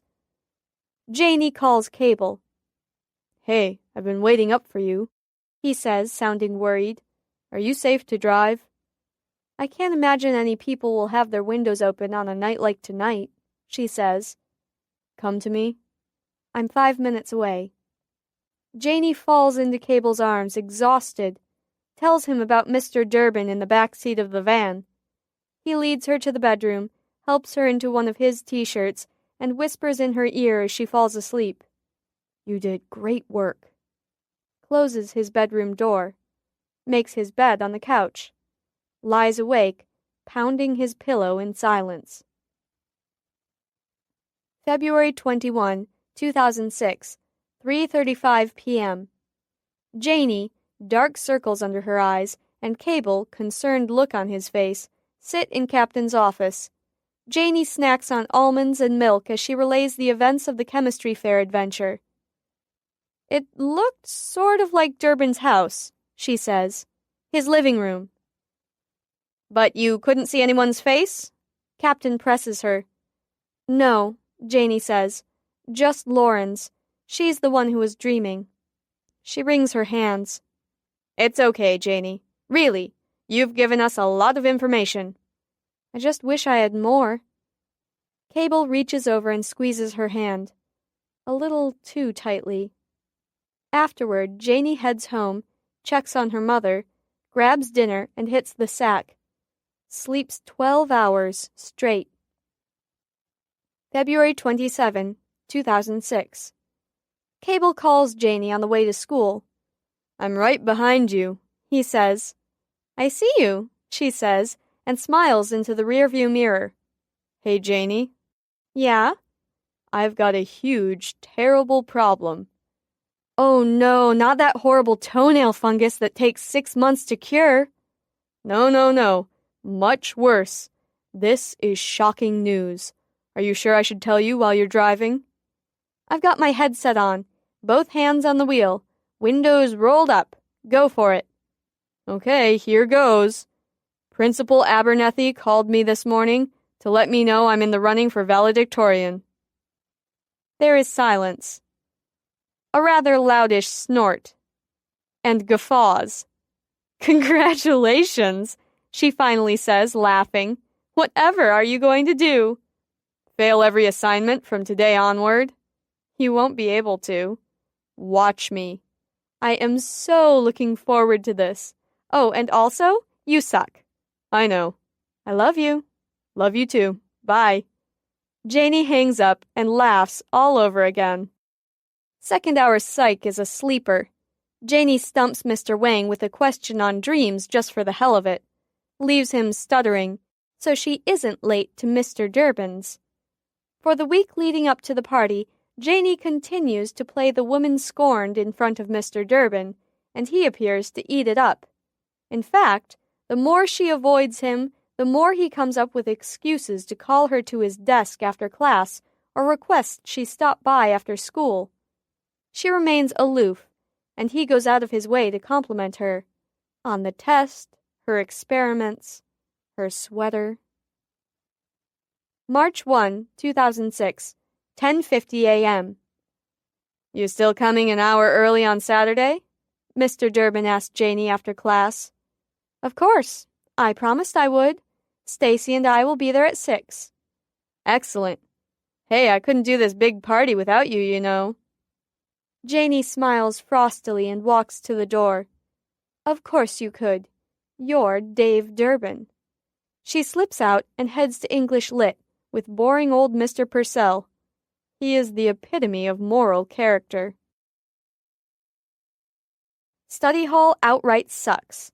By the time it's over, Janie has too much information about nothing important, and when she lifts her head, she sees the shadows of feet and legs next to the table. Are you okay, Janie? It's Stacy's voice. Janie clears her throat, and a crashing noise comes from the section of the library to the left. Stacy whirls around and gawks. Janie can't see what's happening, but once she can feel her lips, she smiles. Cable's up to something, she thinks. She sits up as if she can see, and indeed her vision is returning somewhat now. She coughs and clears her throat again, and Stacy turns back to her. Sheesh, what a klutz. Anyway, I came over to make sure Saturday at 6 was right. Yep, Janie says. That's just you and me heading over to Durbin's house to set up. Are you comfortable with that? Stacy gives her a quizzical look. Why wouldn't I be? I have no idea, but you can't be too careful these days, can you? Stacy laughs. I guess. Well, we've got the appetizers all figured out. I hope he has enough electrical outlets, because there's going to be a shitload of crock pots. Of course, we could always use Bunsen burners. Good one. Hey, I've got a list of desserts and snacks. Phil Clegg is bringing something called dump cake, and I just don't even want to know what's in there. They chit-chat a little about the party and about the chem fair, and when the bell rings, Stacy hustles off. Janie peers between the bookshelves and, after the library empties out, sneaks over to where Cable's sitting. Are you okay? She whispers, giggling. Me? Oh, sure. You might have to carry me out of here, though. What happened? I created a distraction. I gathered that. Step stool, encyclopedias, floor. I see. Well, I can't thank you enough. Sure you can. Help me flunk enough tests so I drop out of the Taurian range.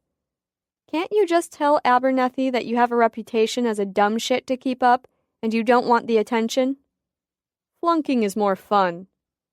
Janie shakes her head and laughs.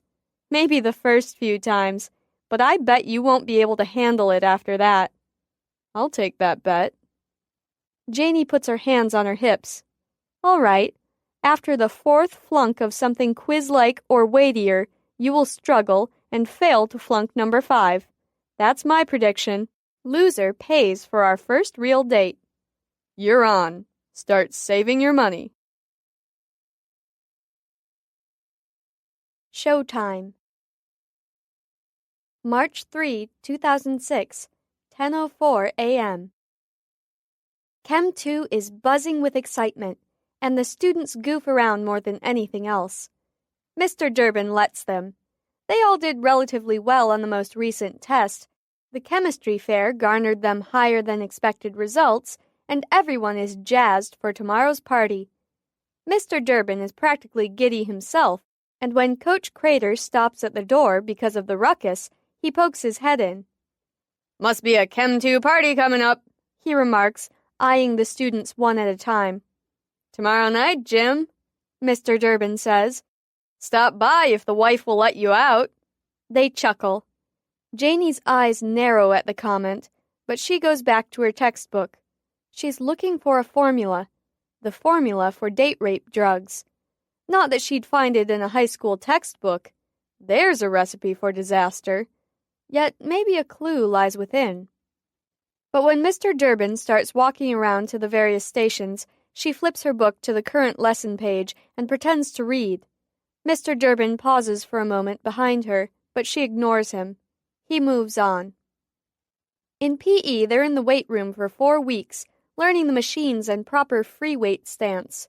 Dumbass calls Janie up to the front to help demonstrate. "How much weight do you want, Buffy?" Janie looks at him. "Well, sir, I guess that depends on the exercise you'd like me to demonstrate." "Right," he says, like it was a teaching question. Janie's expression doesn't change. "How about the bench press?" he says. "Free weights or machine?" "Ooh, aren't you smart? Let's start with free weights." She gives him a long look. "Are you spotting me or not?" He chuckles for the audience like he's doing a magic trick. "Of course I'll spot you." Janie nods. "All right then, 120's good." He laughs. "How about we start at, say, 50 or something?" 120 is fine for a single lift. She bends down and starts adding the weights herself. The students are highly amused at the encouragement of Coach Crater. Janie tightens the caps and lies down on the bench, the bar above her chest. "Ready?" She waits for him to get into spotter position and grips the bar, closes her eyes, concentrates, breathes, until she no longer hears the distraction around her. She pushes up on the bar, holds it a moment, then lowers it evenly to just above her chest and presses upward with all her might. She holds it for a few seconds and then lets it down slowly in the cradle. 85 for reps, she says, making the proper adjustments. She presses 8 reps, replaces the bar when she's finished, and only then does she tune back into the room. It's pretty quiet. Coach Crater is standing, looking down at her, amazed, stupid grin on his face. Janie turns to her side and sits up on the bench, and then walks to the back of the room. Later in the class, she's getting in half her workout for the day. Bonus. Asshole, she mutters to Coach Crater as she leaves at the end of class. What? She keeps walking. 5 minutes into study hall, a paper wad from Cable hits her in the ear. She rolls her eyes, opens it up. Stacy, it says. Janie looks up. Stacy's head is on her books. Her eyes are closed. Janie bites her lip and nods at Cable. He gives her an encouraging smile. Her blood is still pumping from PE. She feels strong. She slept well, ate well, has everything going for her. Now all she needs is for Stacy to... She grips the table, and they're in Stacy's car. Stacy's driving furiously as before. From the back seat, the growl, the man, his hands gripping Stacy's neck. Janie wonders if this is the best shot she'll have or if she should wait. She decides to take it in case Stacy wakes up before they get to the woods. Stacy's driving erratically. Janie concentrates and squeezes her hands into fists, pumping them before they become numb, focusing on pausing the dream. It's slowing, and Janie tries to turn to look at the man. But the dream speeds up again. She can't do both things at once. Janie concentrates again on pausing the scene, and she knows her power is limited. One broad push of energy, and the scene slows and stops.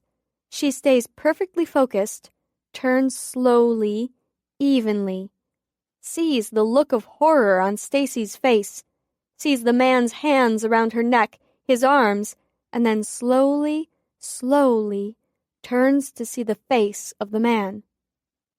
He's wearing a ski mask.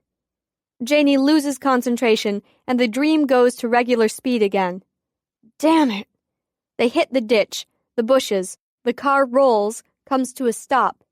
Bloody Stacy climbs out through the broken windshield and runs. The rapist follows into the woods, and Janie tries again to pause the dream when he grabs Stacy.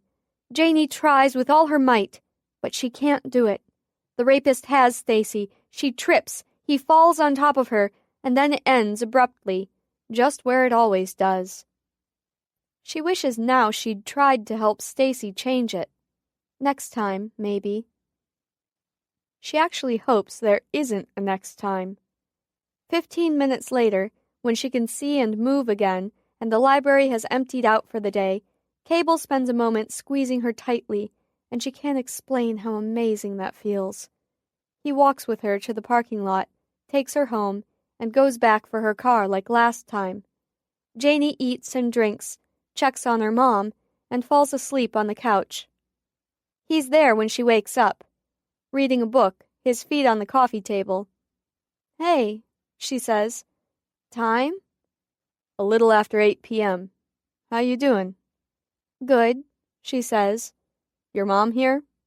"In the bedroom, like always." Cable nods. "Captain wants to meet with us in the morning to go over tomorrow night." "Yep, I figured." "I'm worried about you, Janie." "About the dream? It was only worse because I paused it." "You did it? Cool." "Yeah, but I didn't see anything." "Oh well. What I'm actually worried about is tomorrow night." "Please don't be. It'll be fine. 18 students there, Cabe. I'm not going to get drunk. I'll have a beer or something in my hand so Durbin doesn't get suspicious, but I'll just fake like I'm drinking it. I'll eat a lot before I go, too." "I hope Captain has an escape plan. You'll have your phone?" "Yep. And all I need to do to call you is push one button." "I'll be close by." "Not too close, Cabe, okay?" Cable tosses his book on the table. "You can still back out of this, you know, Janie." Janie sighs. "Cabe, hear me. I don't want to. I want to do this. I want to stop this guy. Why can't you understand that?" Cable cringes. "I can't help it. I can't stand the thought of that creep touching you, Janie. What if something awful happens to you? God, I just hate this." "I know." Janie pushes up on her elbows and sits up. The last thing she wants right now is a fight. Changes the subject. "Is Ethel back home?" "Yes, she's in the driveway." "Thank you. I don't know what I'd do without you." "I wouldn't worry about it if I were you." Janie leans against him, strokes his thigh with her fingertips. "Why do you put up with this?" Cable relaxes and twirls a string of Janie's hair. "Well, duh. Because one day you'll be really rich and famous, I bet. Your own TV show, people throwing money at you just to get you to change their dreams. I'm holding out for the money. After that, I'm out of here." She laughs. "Did I tell you I benched 120 in PE today? And then I called Coach Crater an asshole." Cable roars in laughter. "He is an asshole, and 120 is probably a national record or something. That's almost more than you weigh." "The national record is more than 200 for my age and size category, but I'll take it." They talk for an hour, and then Cable heads home. Tomorrow they'll meet again in Captain's office. After Cable leaves, Janie pulls out her chemistry book, curiously searches through a chapter, uses her cell phone to peruse the internet for an hour or so, until she finds the information she's looking for on date rape drugs, and goes to bed. March 4, 2006, 9 a.m. Baker and Cobb join Cable and Janie in Captain's office. Janie meets Cobb and says hello again to Baker. Captain goes through the schedule for the evening. Janie will arrive at 6 p.m. along with another girl. The rest of the guests will come at 7. Captain gives Janie a thin, sexy cigarette lighter, one of the newly popular old-fashioned flip-top kinds. "It's not a real lighter, Janie. If you flip the lid open, it sends a distress signal to Baker and Cobb outside the house.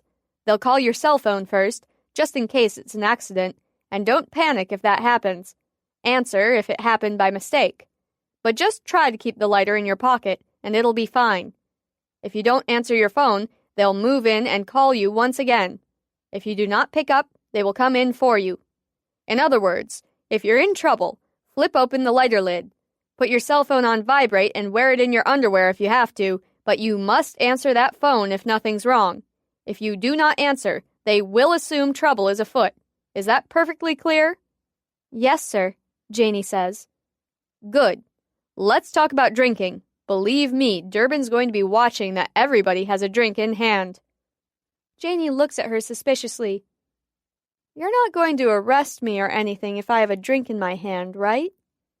Captain raises an eyebrow. Not unless you do something stupid. But I think you should carry around a beverage, yes, so nobody gets suspicious. I don't encourage drinking on the job, though. Okay. And no setting my beverage down at any time, right? No keg, no punch bowl, no mixed drinks. Captain nods, impressed. You've done your homework on date rape drugs, I see. Good job. She pulls a small package of date rape drug testers from her desk drawer and hands them to Janie. Are you familiar with these? Janie smiles, reaches inside her bag, and pulls out an identical package. Excellent. Captain nods. Cable, what's your job? Watching in agony, sir. Captain suppresses a smile. I'd make you stay home if I didn't know you'd sneak out anyway. While you are watching in agony, feel free to take note of anyone who comes or goes that's not on the list. Thank you, Cable says meekly. Baker and Cobb, you clear on procedure? Yes, sir, they say together. Great, you two may go. Baker and Cobb slap Janie on the back like she's one of the guys, give her the thumbs up, and head out. Janie grins. Captain turns to Janie. Tonight is not the night to get sucked into any drunk person's dream. Try and steer clear if you can. If you can't, we'll deal with that later. I do understand you can't control the actions of other people, so don't panic if it happens and you get stuck. Janie nods. And be safe. Follow your gut. You're smart. You have a terrific sense of intuition. Use it like you have in the past, and we'll all walk away just fine. All right? Yes, sir. Any questions? No. Good. Call me if you think of any, Captain says. And Janie, I have never been more serious. Use that panic lighter if you need it. Don't be a martyr, and don't think you can handle this job alone. We work as a team. Got it? Got it. I'm ready, sir. And a reminder, this could be nothing more than just an ordinary party. Our goal is to find and arrest a sexual predator, not to bust the guy for serving a few drinks to minors. We can always get him the next time for that. Like I said, use your intuition and judgment. I will. Cable, any questions? No, sir. Get on out of here, then. I'll see you sometime in the next 24 hours, I expect. Damn, I hate this job. 10:09 a.m. Janie makes her creme de menthe bars and puts them in the refrigerator, and then makes lunch. Cable stops by and mopes around uselessly, unable to talk about anything. Janie finally sends him away. Be careful, baby, he says, kissing the top of her head. Janie's quiet. And he's gone. 2:32 p.m. Janie lights her relaxation votive candle and sits still on her bed, clearing her mind, meditating, preparing herself. She mentally runs through her profile sheets, all the events that led up to today. And then her mind strays to Stacy's car dream. She goes through it step by step. She knows there's a connection between the dream and Mr. Durbin, but how? Did Mr. Durbin actually rape her? Janie thinks about Lauren, wishes she could have focused on the faces in her party dream, but they were blurred beyond recognition. And if Lauren has nightmares about the party, why doesn't she have qualms or reservations or downright contempt for the host? Why didn't the anonymous caller follow up with another call to Crime Busters Underground? She dozes for an hour, asking herself to figure out the connection between the dreams and this party tonight. Herself says no. When she wakes up, Janie takes a shower and puts on tight jeans and a low-cut V-neck sweater. She adds a hint of makeup and ties her hair back low in a ribbon, leaving a few wisps out to frame her face. She grabs a snack and a glass of milk, making quick work of them, and brushes her teeth, puts on some lip gloss. It's showtime. 5:57 p.m. I'm pulling up to the house. I'll see you after, Janie says. If you get a chance to call me, safely, you know. Cable's voice is anxious. I will if I can. Love you, Cabe. Love you, Janie. Be safe. They hang up. It's a warm night for early March, and the snow is gone, leaving muddy yards, puddles, and potholes everywhere. Janie parks on the street, double-checks her pockets, grabs her dessert, and takes a deep breath, then strips off her coat and tosses it on the passenger seat next to her. Never hurts to have an excuse to get out of the house. She bought a pack of cigarettes earlier and leaves them in the coat pocket. Janie closes her eyes momentarily, gets into her character, and gets out of her car. She sees the tail end of Baker's soccer mom minivan down the street, and he flashes the brake lights at her. For some reason, that makes her feel tremendously more confident, and she smiles in his direction, knowing he can see her with his high-powered binoculars. Cobb is stationed on the next street, with a partial view of the back of the house. She doesn't look for Cable, but she knows where he is, around the corner. She slams her car door and walks up the driveway to Mr. Durbin's front steps, hoping Stacy shows up soon. She knocks and hears footsteps. Mr. Durbin opens the door and ushers her in. Hey, Janie, he says, letting her in and closing the door behind her. Looking good, Mr. Durbin, Janie says with a grin, glancing round. He's rearranged the furniture, set up extra folding chairs, and added 2 card tables to the great room area. You too, Janie, he says, looking her up and down. You can call me Dave outside of school, you know.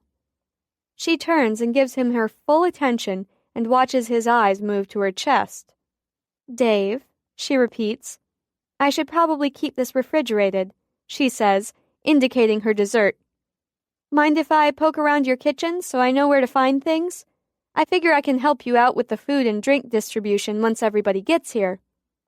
Be my guest, he says. Not a hint of apprehension. Strike one, Janie thinks. He follows her and shows Janie where he keeps extra dishes, glasses, silverware, and napkins. The fridge is packed pretty tightly, he says, but there's room on the bottom shelf if you move a few beer bottles around. He stands behind her while she bends over and shoves her dessert inside. You want a beer or something? I'm making punch, too. Are you having one? She asks. Sure. On the fridge, holding, what else, 2 snapshots of Mr. Durbin himself, is a magnet. The magnet, with the Field Ridge Crime Busters hotline number. Janie's heart pounds.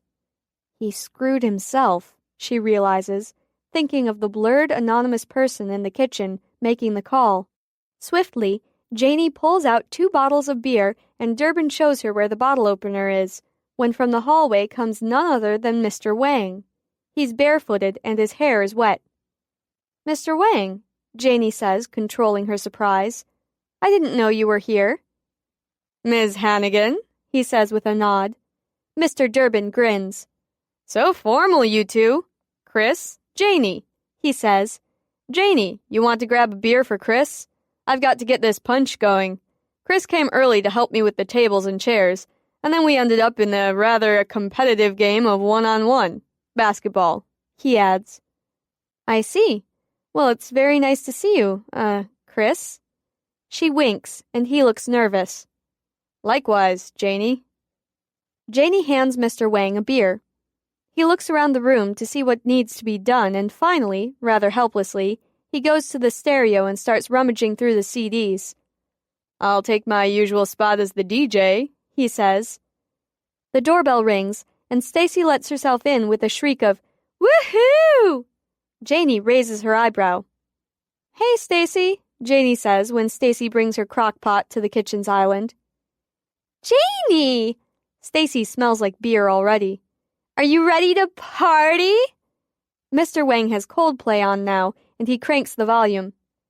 Now I am, Janie says, holding up her beer. Wonders how wild the party has to get before Mr. Wang moves to hip-hop. She takes the paper cups and beverage napkins to the great room, where Mr. Durbin is pouring a bottle of cranberry juice into a punch bowl that already has a clear liquid in it. He adds a bottle of ruby red squirt to the mixture as Janie sets up the table display, and then he goes to the sink to get an ice ring and plops that in as well. Janie opens the package of napkins and lays them out in a spiral design. What goes on the other table? She asks. Mr. Durbin stirs the punch with a ladle. I figured we'd put some munchies out there. You want to be in charge of keeping that going? He takes a cup and pours a little of the punch in it, tasting it, nodding approval. Sure, I saw some stuff on the counter. I'll get serving bowls and put those things out here. I have a little apron you can wear if you'd like, he says under the noise of the music so only she hears it. Janie raises her eyebrow and glances at him. He's grinning. Stacy comes over to the punch table. Is this the same stuff you made at the last party, Dave? And if it is, I should probably test it, don't you think? She gives him an innocent look. Absolutely, he says, pouring a glass for her. Janie goes to the kitchen and begins to distribute the munchie items into various size bowls. When she takes them to the table, Mr. Wang is downing some punch too. How about it, Janie? Mr. Durbin offers her a glass. After my beer, she says with a grin. What's in that stuff, anyway? Just a little vodka. You can't even taste it, he says. But you can feel it. Stacy giggles. Mr. Wang is beginning to loosen up now, and by 7 p.m. Mr. Durbin, Mr. Wang, and Stacy are bantering comfortably. Janie takes advantage of the moment to pour some of her beer into the sink before the doorbell starts ringing. It doesn't stop for the next hour. She plays hostess. 8:17 p.m. Everyone has arrived, and the party is beginning to pick up speed. Janie works the kitchen, arranging the dishes as people bring them in. She spreads the dining table with the appetizers, and at one point uses the excuse of looking for an extension cord to scout around the other rooms in the house. She's in his office/den off the kitchen when Mr. Durbin finds her. What you doing, hot stuff? She turns and grins, hiding her guilt from snooping. I'm looking for an extension cord so we can keep all the appetizers warm. Do you have one handy? He's standing very close. Downstairs, he says. Come on, I'll show you, he says. His voice is sexy. She licks her lips, looking into his eyes. Show me the way, she says, pointing with her beer. Her heart thuds heavily at the thought of going downstairs with Mr. Durbin. The door to the basement is through the kitchen. It's a finished basement with a full bar, big screen TV, and 2 giant fluffy-looking couches. Janie follows Mr. Durbin through a door into a workshop with a small work table. On it sits a Bunsen burner and several flasks and beakers. On the shelves above it are a variety of chemicals. Janie strolls over to it and rapidly checks them out. Oh, cool! I want a lab table in my house, she whines. He comes up behind her and puts his hand lightly on her waist. His thumb rolls gently back and forth on her side. She leans into him slightly as her eyes scan the shelves. And then he's taking her arm and pulling her with him. I gotta go mingle, he says. They climb the stairs to where the music is loud again. Here's the extension cord, he says, handing it to her. Come on, you need to have some fun now. Get out of work mode and enjoy yourself. It's a party, for Christ's sake. He grins and pinches her ass. Get some of this punch, Janie, he says, holding up his empty cup. I promise you'll lighten up and have a great time. He sets his cup on the kitchen counter, and after Janie has the network of plugs configured so that nobody could possibly trip over all the cords, she glances around, grabs the cup, and makes a beeline to the bathroom. There's a line. She doesn't want to wait. She slips down the hall, peers into a dark bedroom, and sneaks inside, locking the door, turns on the lamp on the dresser, and pulls a package out of her pocket. She rips open the package, takes out a round paper circle and tips the near-empty cup so a single drop pauses on the rim of it and splashes onto the paper. She rubs it in and waits. 30 seconds, and it's dry. And nothing happens. She takes a second paper circle and tries again. Still nothing. She says. She crumples up the papers and shoves them into her pocket, replaces the package to the other pocket, grabs the cup and her beer, and goes back out to the party. Janie tosses the cup in the trash and peeks inside quickly. 2 empty fifths of Absolute lay at the bottom of the trash bag. She closes the wastebasket and washes her hands. She can hear the students, louder now, laughing and dancing. 9:45 p.m. Janie's bored and dying of thirst. All the soda is in open 2-liter bottles left unattended, and maybe she's paranoid, but Janie doesn't trust the tap water because it has one of those filter things on it. She looks at the warm, half-full bottle of beer in her hands. Knows it's probably the only safe thing in the house, since it hasn't left her hands from the moment she opened it. Many of the guys have gone downstairs to watch basketball, and a few girls, too. But most of the girls are swaying and laughing in the great room, and Mr. Wang is entertaining them with his dance moves. 4 girls sit on the floor playing Texas Hold'em. The food has hardly been touched. Everybody has a beer or a cup of something in hand. Janie stabs a meatball with a toothpick and nibbles at it. It's delicious, but only succeeds in making her even more thirsty. And then Mr. Durbin emerges from the kitchen with a fresh bowl of punch. He makes a general announcement, and half the girls gather around, holding out cups. He generously ladles punch, and he pours one for himself and Mr. Wang, too. Mr. Wang, sweating from dancing, downs his punch and lifts his cup to Janie, who sits on the couch making small talk with Desiree. Desiree is nicely half-drunk, not too slobbery, and Janie has really learned to like her. She's smart and funny. Mr. Wang pours a second cup of punch and brings it over to Janie. "For you," he says. His black eyes are shiny. He sits next to Janie and leans back, closing his eyes. "Long day, Chris," Janie says when Desiree slips away to refill her glass. He opens a lazy eye. "Long and hard," he says wickedly. Janie nods. "Thanks for sharing." She holds the cup in her hand, listening to the music. It's the Black Eyed Peas. "Got any Mos Def?" Janie asks. "Most definitely," Mr. Wang says, laughing at his own stupid joke. He lunges unsteadily toward her. "Whoa," he whispers, catching himself on her thigh. "I'll just get that on later. Hey, lighten up already, princess," he says, tilting his head quizzically. "Your type is supposed to get plastered at these kinds of parties. Free booze." He leans in and sniffs her neck. "You smell terrific," he says. He rests his sweaty head on her shoulder. "My type?"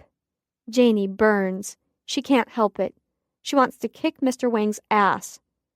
"Jesus Christ," she mutters. "You want to know what the trailer trash like, huh, Chris?" "Not all the trailer trash. Just you." He's slurring his words. "Wait right here for me then," she says, shrugging Mr. Wang's head off her shoulder and trying to hold in her disgust. "I'll be back." "Oh yeah," he says, grinning happily.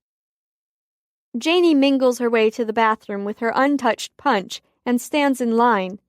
By the time she gets in there, she hears the clumping of a dozen feet coming up the stairs. Mr. Durbin's explaining boisterously that somebody's got to be the one to start eating because the girls aren't doing it. She locks herself in the bathroom and does the drink test again.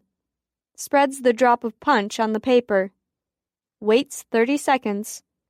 Watches it change to bright blue. Her stomach lurches. Roofies. She dumps the punch into the toilet and flushes. Searches through the drawers and cupboards for bottles of liquid, powder, or pills. Finds nothing. Janie could call in the cops now, she knows. But she doesn't have proof that it was Mr. Durbin who did it. What if one of the other students brought it in? If Janie can find the drugs, it'll help even more in prosecuting the bastard. She remembers the last case, how frustrated Cable and Captain were when Baker and Cobb busted the drug scene before Cable could get the location of the cocaine. Janie wants proof, wants to get this done right. It's still early, she thinks, as she rifles through Mr. Durbin's things. I can find it. Heads across the hall and searches the bedroom. Slips into the other bedroom and searches it, too. Nothing. Back downstairs, she thinks. It's hot, and Janie's really thirsty now. She takes a sip from the beer in her hand. It's flat and warm, but it'll have to do. Captain won't blame her for trying to stay hydrated, will she? After all, Janie's just being smart. She knows from experience that she can easily handle 2 beers without it affecting her. Janie eases past a few guys standing in the kitchen and heads to the basement. The TV and lights are all on, but everyone is upstairs now. She hopes they stay that way. She slips into the dark room with the lab table and peers at the labels, moving the big items to search for smaller containers. She doesn't see what she's looking for. Frustrated, she turns and goes back upstairs, dumps out the rest of her stale beer, grabs a fresh one from the refrigerator and a paper plate from the food table. She loads up her plate, taking a long, thirsty swig of her beer between the meatballs and the veggie tray. It's gotta be here somewhere, she thinks. Maybe Durbin's bedroom? But the door's closed, and it's right off the great room. I'd be seen. And what if he's in there? Janie shoves half a meatball in her mouth and chews. Delicious. She noshes on a carrot stick and moves toward the great room. Finds a place in the crowd to stand and eat. Thinking hard. People are out of control. She munches, eyes like slits, looking for Mr. Durbin and Mr. Wang. The roar of voices is growing stronger every minute. The music grows steadily louder. She concentrates on her watch, makes her eyes focus. 11:08 p.m. 11:09 p.m. Squeezes between 2 guys with her plate of food and her beer and discovers what they are so engrossed in watching. Janie stares at the scene. She's feeling the effects of the beer, even though she only sipped a little from the first and drank half of the second. Still, she's dying of thirst and doesn't dare to drink anything else. She chugs down the rest of this beer and then eats quickly, knowing she still has work to do. Knowing things are getting a little crazy. She glances at the punch bowl, nearly empty. Students are sprawled around the room, sitting on one another's laps, making out. A few are sitting alone, a vacant, dazed look on their faces. And in the middle of the room, where everyone else's eyes are riveted, Mr. Wang and Stacy O'Grady are dirty dancing. Very dirty. Mr. Wang's shirt is off, and his muscles bulge and shine with sweat. Janie's eyes wander over his body, and she is surprised to find him suddenly, strangely attractive. Stacy is completely toasted. She can hardly stand up. Janie reminds herself to keep an eye on her. People are slurping the dregs of the punch like it's a desert oasis. Mr. Durbin comes from the kitchen with more.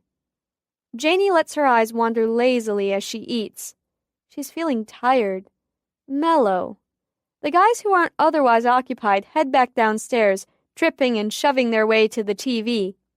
Janie's head is buzzing now, and she's surprised. She's only really had 1 beer. She should eat more, she tells herself, to stop the buzz. Back in the kitchen, she loads up her plate a second time, head starting to spin. She leans against the counter, hoping it will pass. And then she stops. A distant thought, a nudge, something she was about to do. She pictures it. Looks up on top of the refrigerator. A can of paint stripper. A bottle of Red Devil Lye. That's something, she thinks, screwing her eyes shut, trying to concentrate. But her brain isn't working right. That's That's it. She knows she needs to remember it, but now she can't imagine why. Janie's buzzing hard now, and she's not sure she likes it. She sits down on the floor and digs into the food, trying to stop spinning, finish the food on her plate, feeling sleepy. Gotta call. The thought pops into her head, but leaves again just as quickly. Someone trips over her leg, and Janie drags her body up off the floor and stands, and then tries to remember why she stood up at all. She shakes her head, attempting to clear her mind, and gets dizzy, nearly falls, bumping into somebody else who looks vaguely familiar. She laughs at herself and remembers what she has to do. She picks up her plate and throws it in the garbage can. 2 points. Her skin is tingling as she wanders around, checking out the students on the couches who are in various stages of pre-sex. Janie watches them curiously. And then she thinks maybe she's in somebody's dream. She stumbles around the great room, knowing that if she really is in somebody else's dream, no one else can see her. Stacy and Mr. Wang are gone. Too bad, because Janie wanted to watch them dance some more. 12-something in the morning. Janie's eyes linger on the clock, not quite comprehending the position of the hands. There's a sudden ruckus in the room, and Janie rouses herself, trying to remember where she is and why she is there. She stands up from the floor, wondering how she got there in the first place. Mr. Durbin is standing by the door, handing Coach Crater a drink. Crater drinks it down in one shot, and Janie is impressed. He's cute, too, she thinks, and she is still so thirsty. She wanders to the kitchen, looks in the refrigerator, and sees her dessert. Hey, she says, her tongue feeling strangely thick. I should set that out. She reaches for it, misses on the first try, but gets it on the next one, after serious concentration. And someone is touching her bum. She stands up and sets the dessert on the counter so she doesn't drop it. Whoa, she says, laughing. Says Mr. Durbin. Here, I brought you something to drink. You look thirsty. He's slurring his words too, thinks Janie. It must be his dream. Janie remembers that she should be glad to be in Mr. Durbin's dream, but she can't remember why. She smiles gratefully.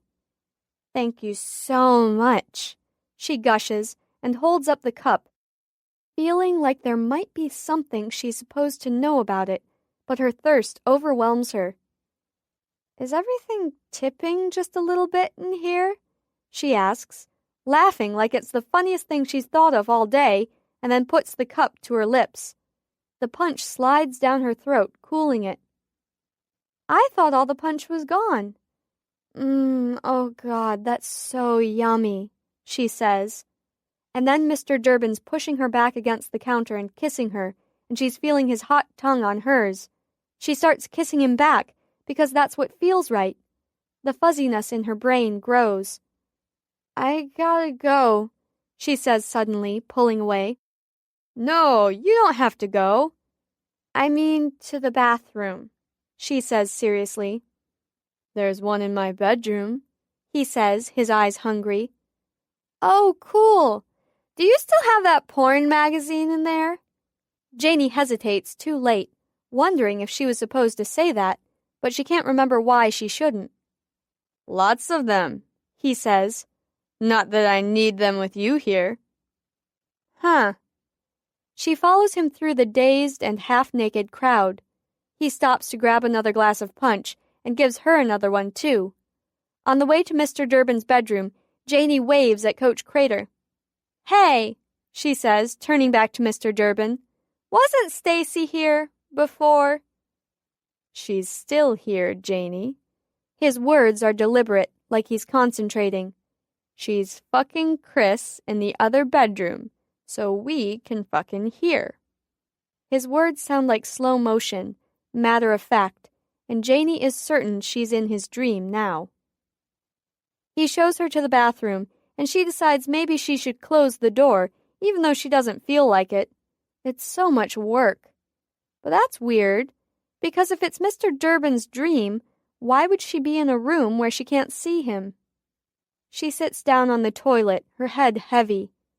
Something seems wrong, but she doesn't know what it is. She sits there for a long time in a half-dream.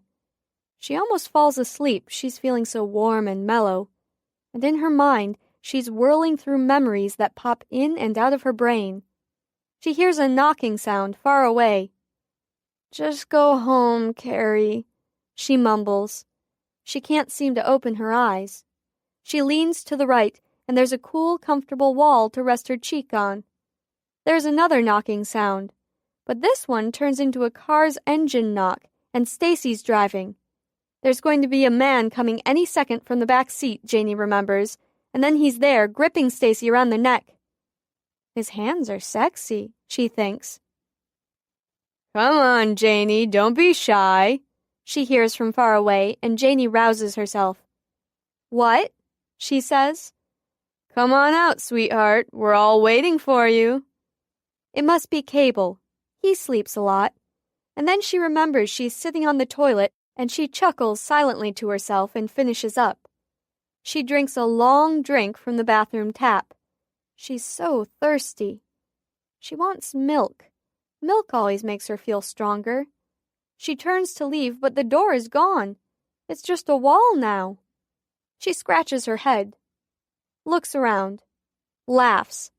It's on the other wall.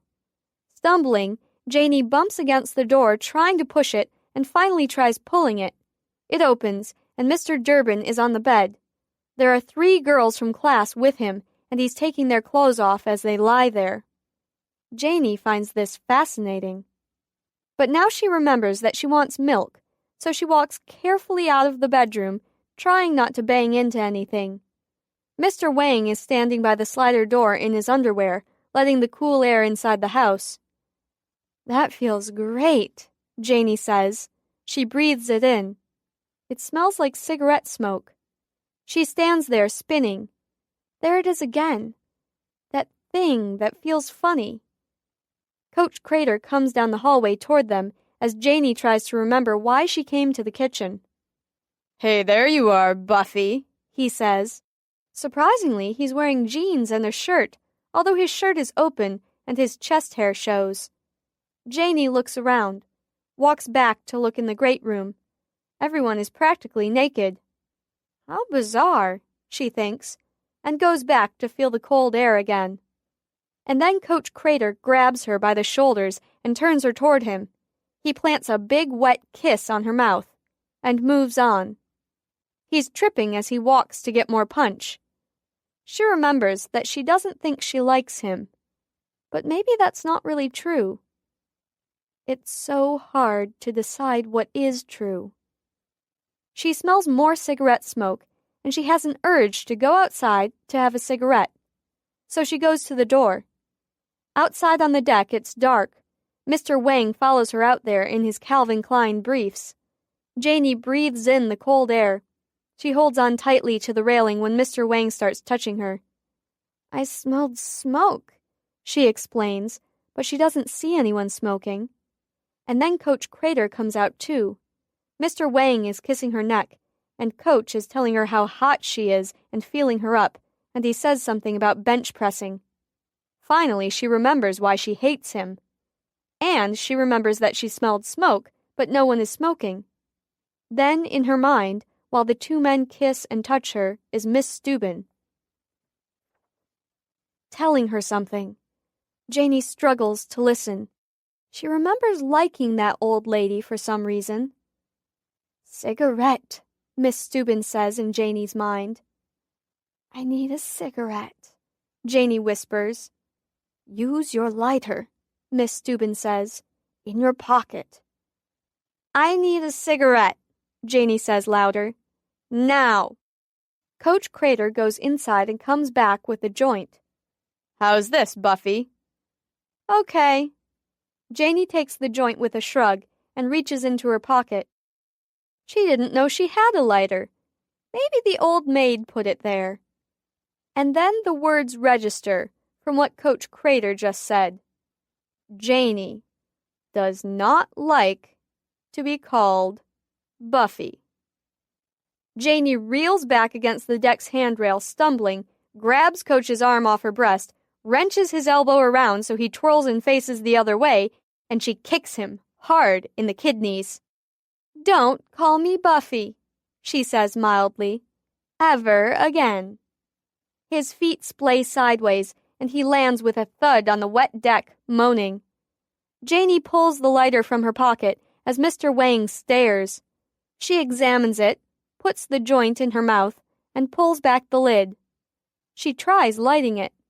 No fire comes out. She tries it again. Mr. Wang is confused, looking at Coach Crater, who is groaning and barely moving on the deck.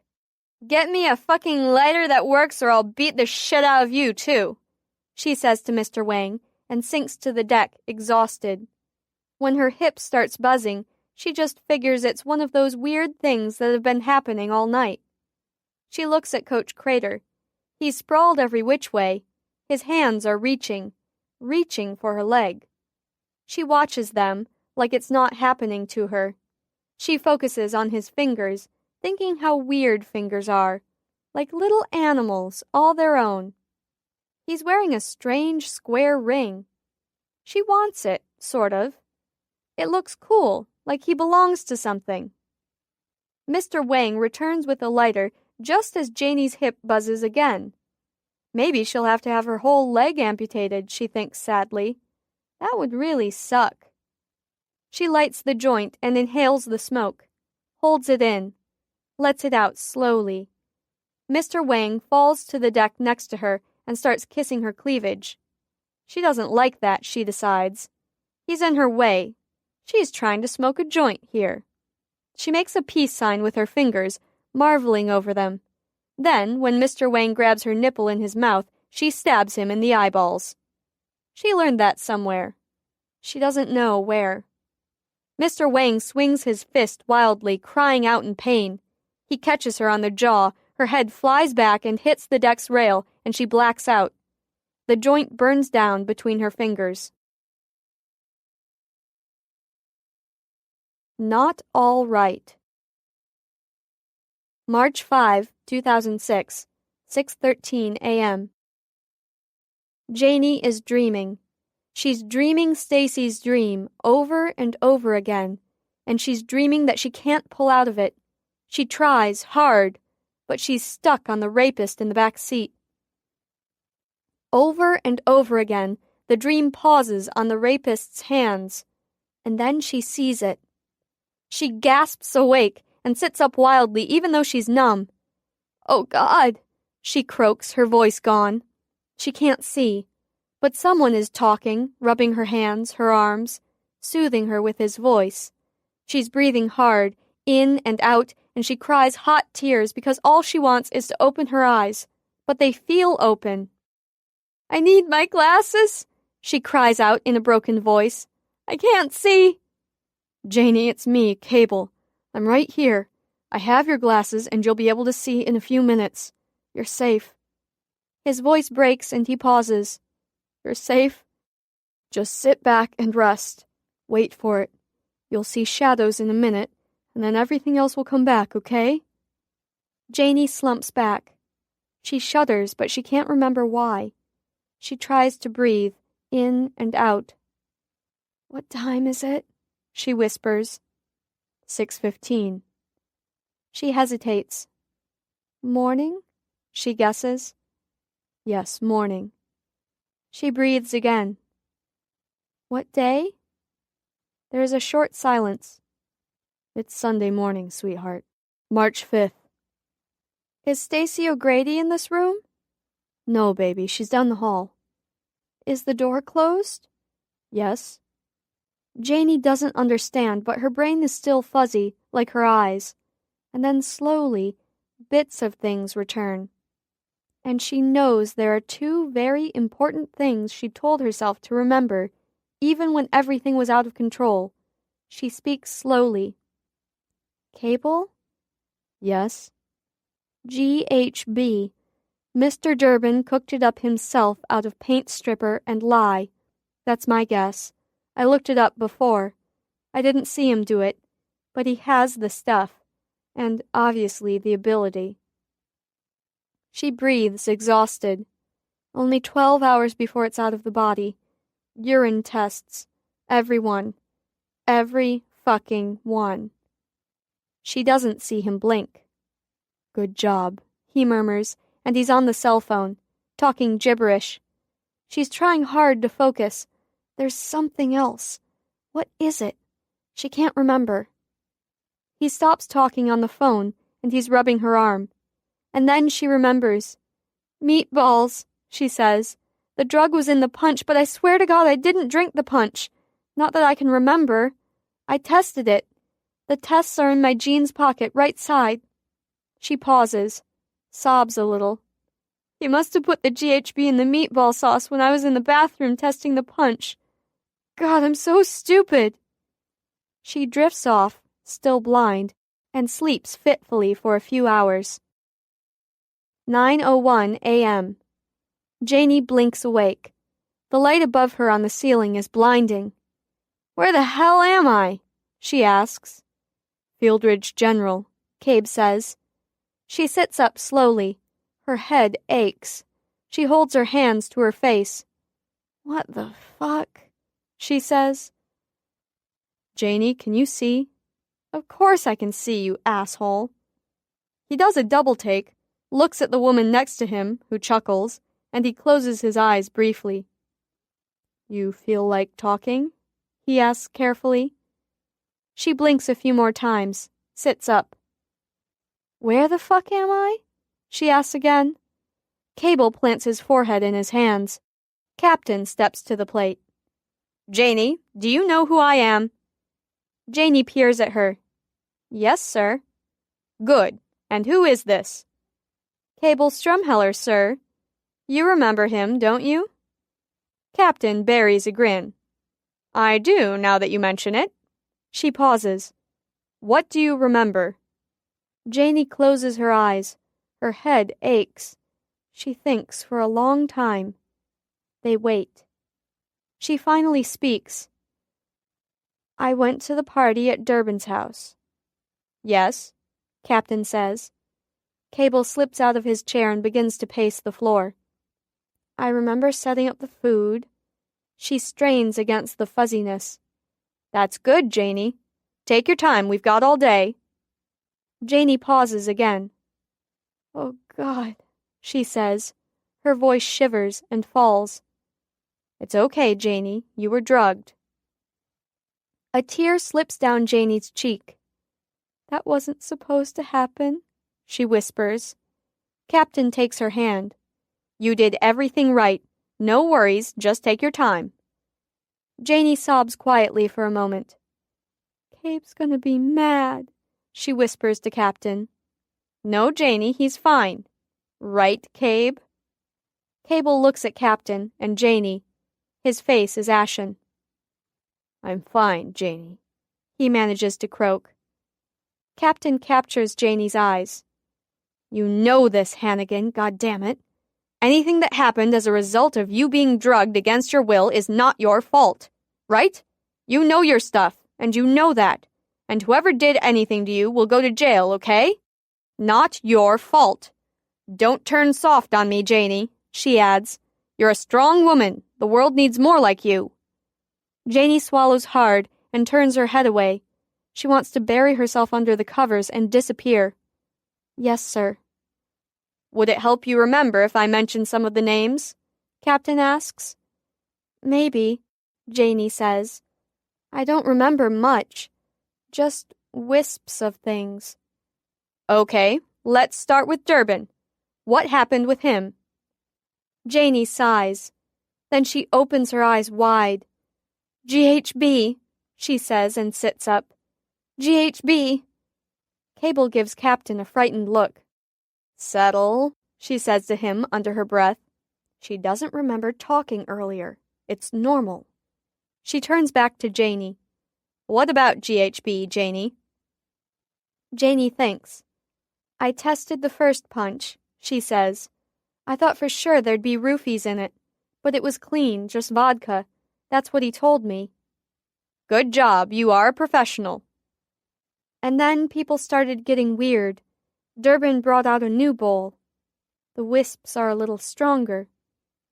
Captain sits quietly, letting her think. He made all the guys come upstairs from the basement. They were watching TV. He said they should start eating because the girls wouldn't do it. Captain scowls but holds in her disgust. And then... She thinks. Wang gave me some punch and gave me shit about being trailer trash. What a fucker, she says, her eyes stinging. She cries for a minute and then pulls it together. He was messed up by then, she continues. I thought something was going on, so I took the punch he gave me and tested that. I didn't drink any. The paper turned blue, and I flushed it all down the toilet. She closes her eyes again. I went downstairs, she says slowly. I checked the chemicals on his lab table, and I didn't see the ones I was looking for. GBL and NaOH. Those two chemicals combined make GHB, a drug-facilitated sexual assault weapon. I studied about it like you told me to. Captain nods. But when I got upstairs, I remembered seeing some bottles on top of his refrigerator. Paint stripper and lye, the same chemicals that create GHB. By then I was paranoid and worried. All the soda was in open 2-liter bottles, and I didn't even want to get a glass of water because he had one of those water filter things on the tap, and I thought maybe he put the drug in it.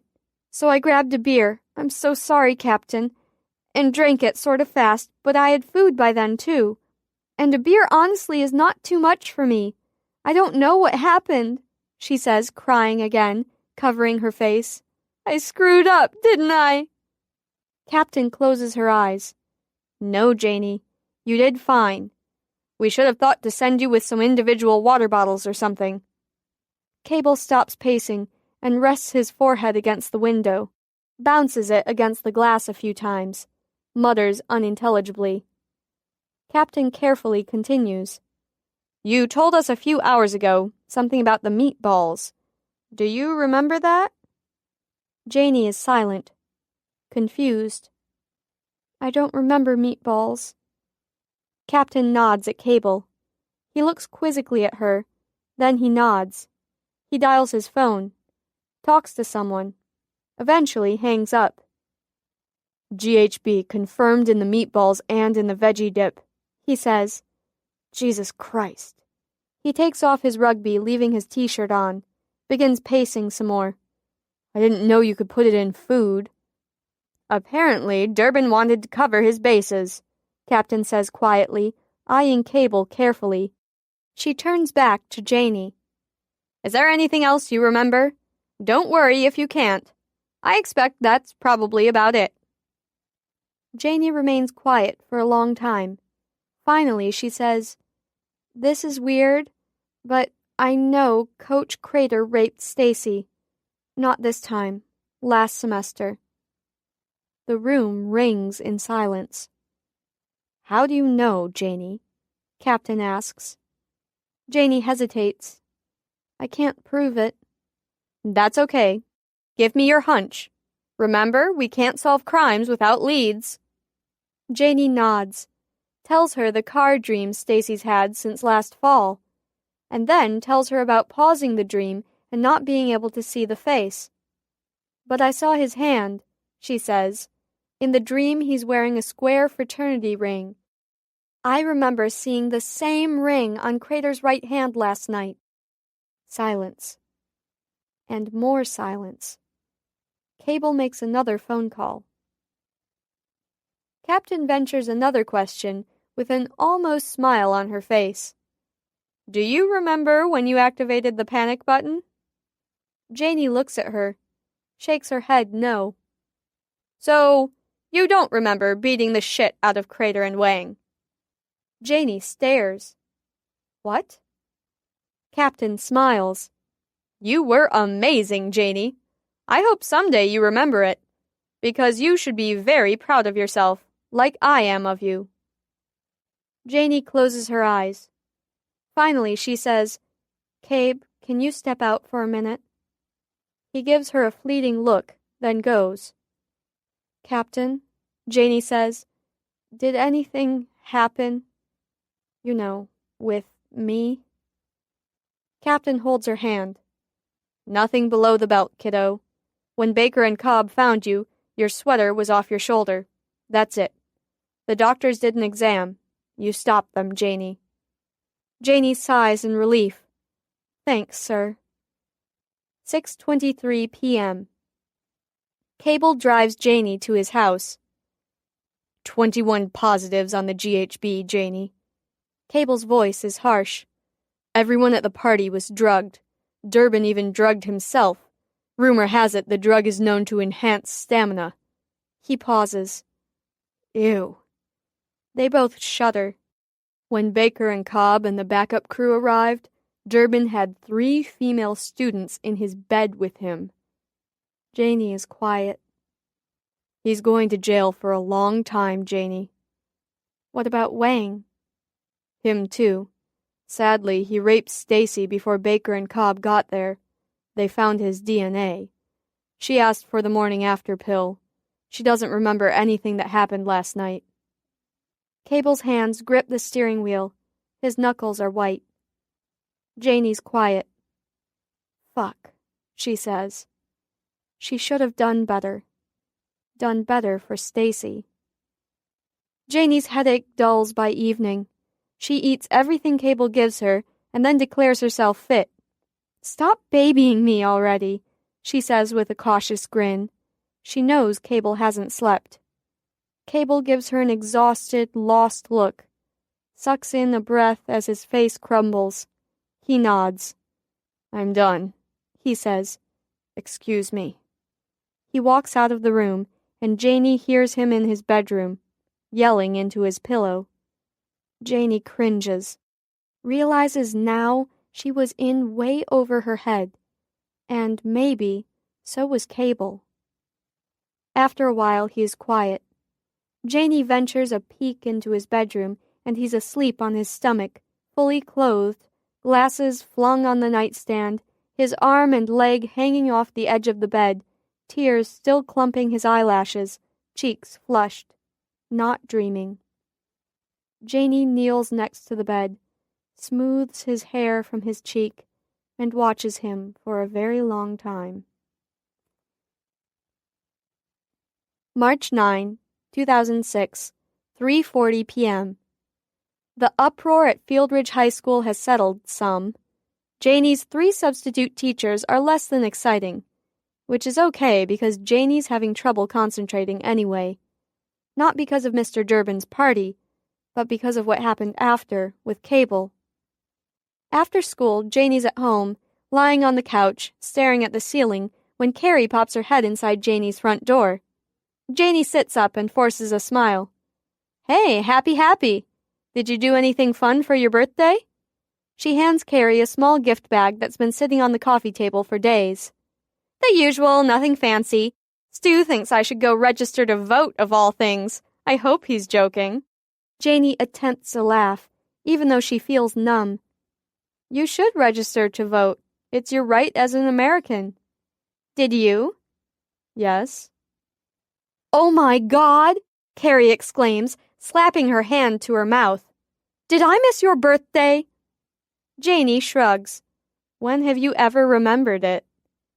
"Hey, that's not fair," Carrie says, grinning sheepishly.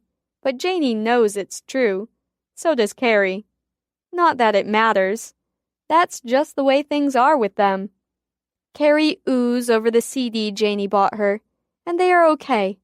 But Janie knows that things are changing rapidly. Carrie doesn't stick around long. Janie has no plans for the evening. Or for the rest of her life, it seems. She calls Cable. "I miss you," she says to his voicemail. "Just had to tell you that. Yeah. Sorry. Bye." But Cable doesn't call back. She knew he wouldn't. "I need a break." That's what he said that Monday after the hospital, when he tried to touch her but couldn't. Nothing left to lose. March 24, 2006, 3 p.m. Janie is in a daze now. It's been nearly 3 weeks. She goes through her classes like a zombie, goes home after school, every day, alone. Alone. It's fierce. There's so much more to miss now. Being alone before Cable was much easier than being alone after Cable. He doesn't sit nearby in study hall anymore, either. Doesn't call, doesn't check on her when she gets sucked into dreams. He can't even seem to look at her. And when it happens by accident, in the hallways, the parking lot, his face gets a stricken look, and he hurries on without a word, away from her. Even at the follow-up meeting with Captain, she was alone. Cable met with Captain separately. Janie drives home, windows open on this fresh spring day, with nothing to lose. 3:04 p.m. She stops for an elementary school bus whose red lights are blinking. She looks at the children crossing the street in front of her. Wonders if any of them are like her. Knows they probably aren't.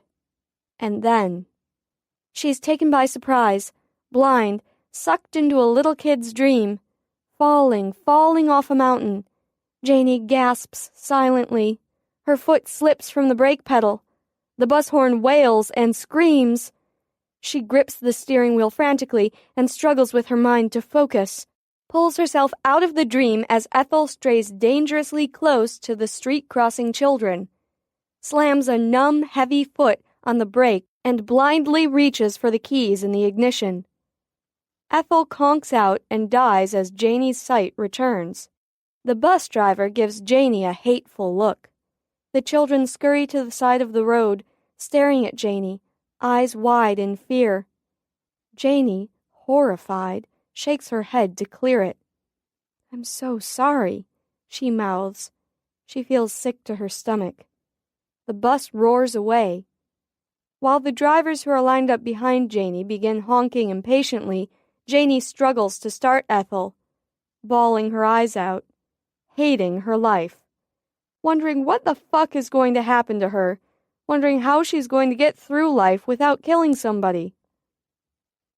She makes it home, wipes her face with her sleeve, walks determinedly into the house, goes directly to her bedroom, tossing her coat and backpack on the couch without stopping, until she gets to her closet. Janie pulls out the box and sits on her bed, dumps it all out in a pile, and picks up the green notebook. Recklessly opens it up, reads the dedication again. A Journey into the Light by Martha Steuben.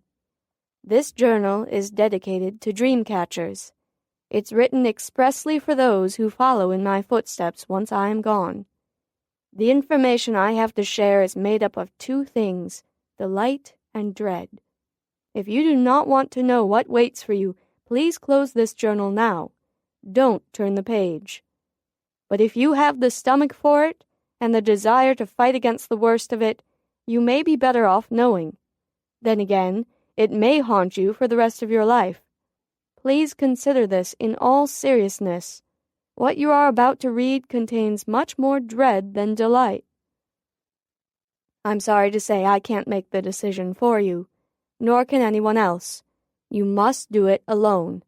Please don't put the responsibility on others' shoulders. It will ruin them. Whatever you decide, you're in for a long, hard ride. I bid you no regrets. Think about it. Have confidence in your decision, whatever you choose. Good luck, friend. Martha Steuben, Dreamcatcher. Janie ignores the rush of fear and turns the page, and then turns the blank page, and she reads. You've read the first page by now at least once. I imagine you spent some time on it, perhaps days, deciding if you wanted to continue. And now here you are. In case your heart is thumping, I'll tell you that I'm starting with delight, so you can change your mind if you wish to go no farther. There will be a blank page in this notebook before you reach the information I've titled Dread, so you'll know and not turn the pages with fear. I am sorry to have to place this fear in your heart. but I do so for my own reasons. Perhaps you'll understand when you are through reading. But for now, there is still time to go back and close this notebook. If you choose to go on, please turn the page. 3:57 p.m. Janie turns the page. Delight. You have experienced a bit of this already, I imagine. If not, it will come. With time comes both success and failure. Some of your best successes as a dream catcher will not be realized for many years. By now, you've discovered that you have more power than you once knew. You have the ability to help someone change a dream to make it better, less frightening perhaps, or even a complete change such as turning a monster into a cartoon. What you need to know before you assist in altering someone's dream is that not all dreams can be altered. Your power is strong, but there are a few dreams stronger than you.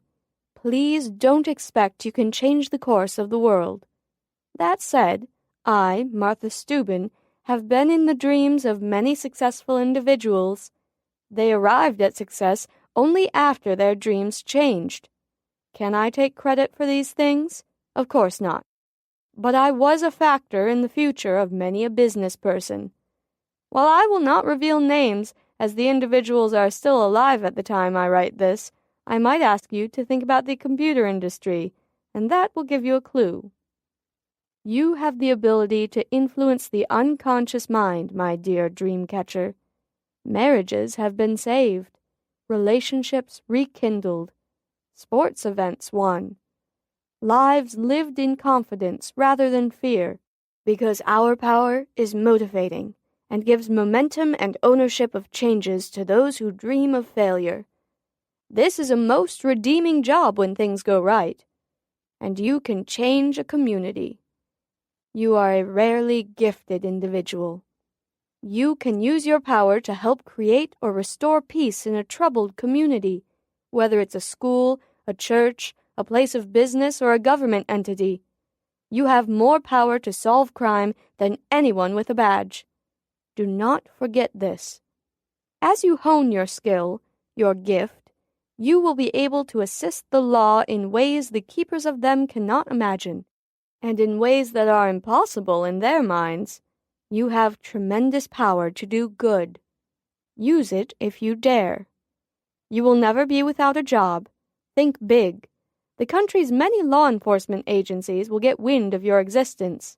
Travel the country, maybe even the world. Seek out others with various gifts who work underground like you. Let me take it a step deeper, into your own heart. With practice, you will master your own dreams. Some of you might not dream. That will come with time. You can dream to work out the problems you face, and you will dream to find the refreshing love you long for in an isolated world. And the loved ones you lose along the path of life will live forever if you use your power. You'll never say goodbye for long, just until you sleep again. You can bring them back to you. This has been the most redemptive factor for me. It's what has kept me alive beyond my years. I will die happy, even after a life of distress. Do not overlook the positives of this factor once you view the rest. And now, when you turn the page, you will find the next one blank. Following it are the things I wish I didn't have to tell you. Use your judgment right now to decide if you wish to go on. 4:19 p.m. Janie buries her head in her hands and goes on. Dread. My eyes water as I write this section.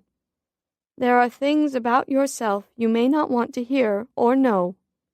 Will they help you? The answer is yes. Will they hurt you? Absolutely, yes. Rights and obligations. First of all, let us revisit how you change people's dreams.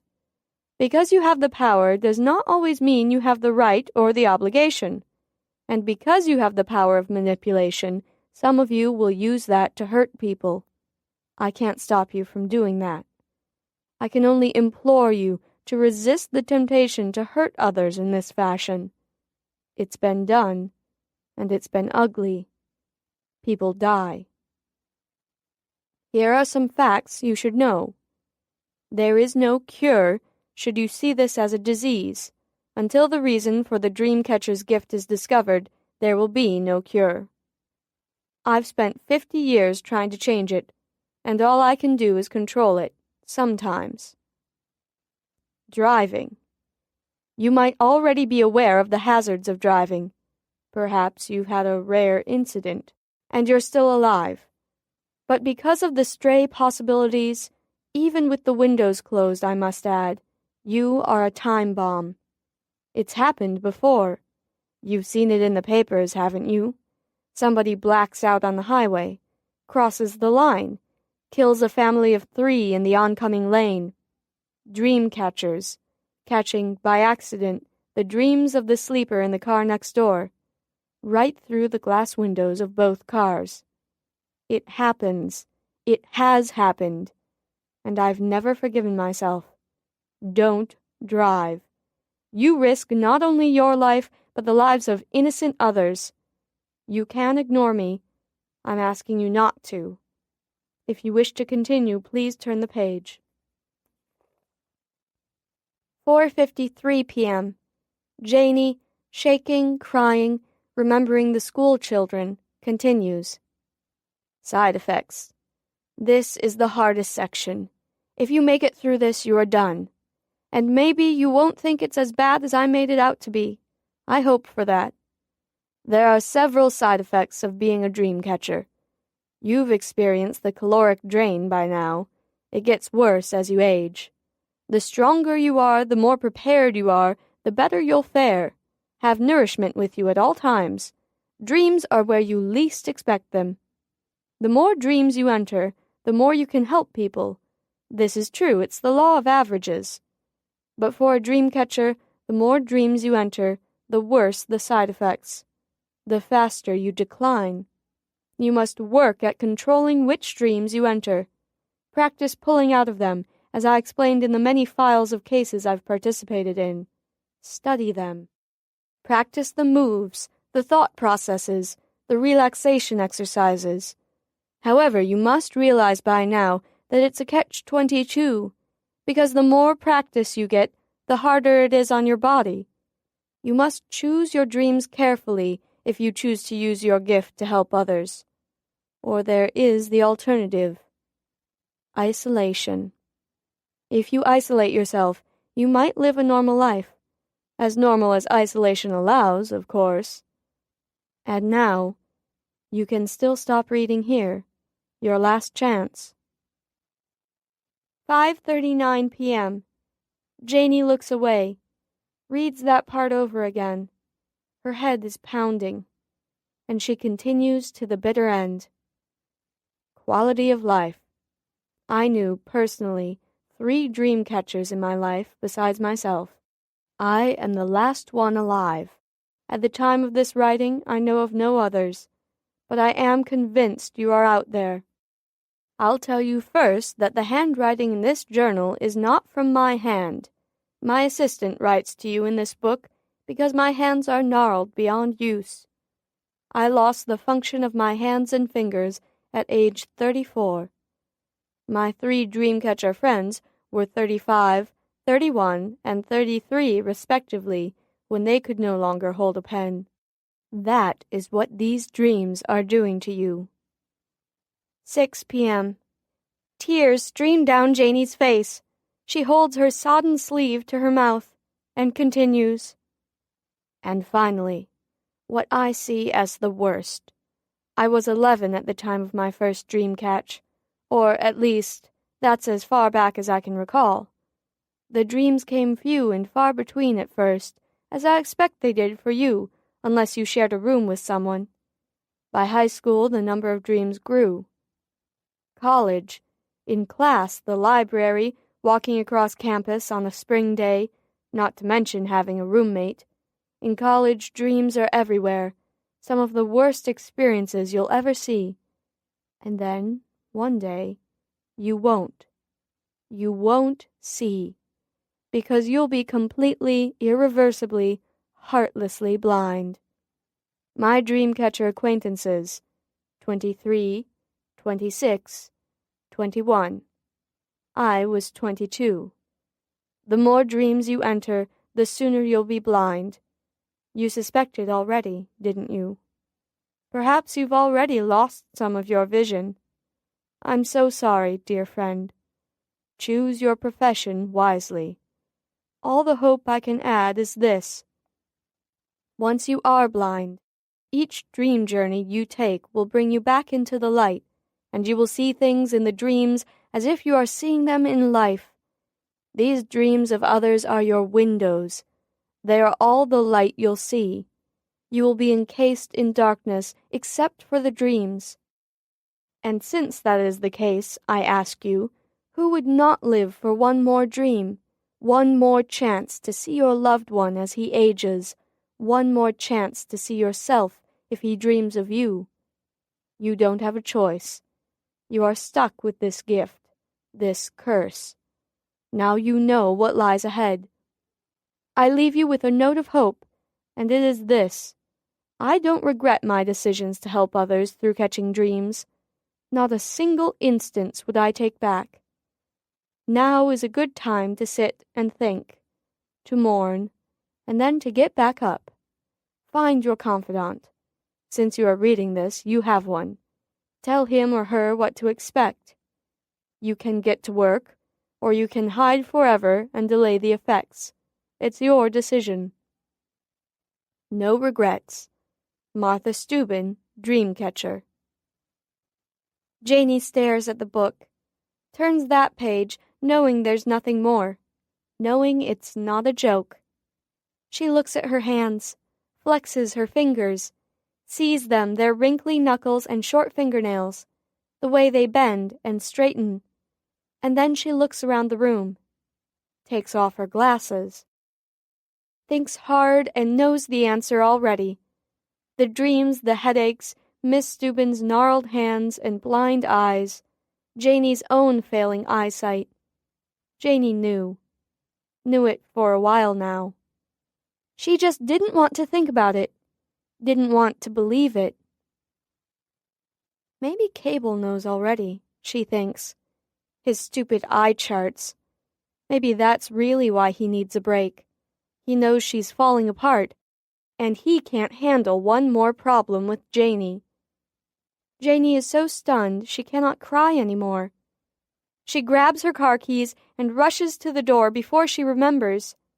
Miss Steuben killed 3 people in a car crash because of a dream.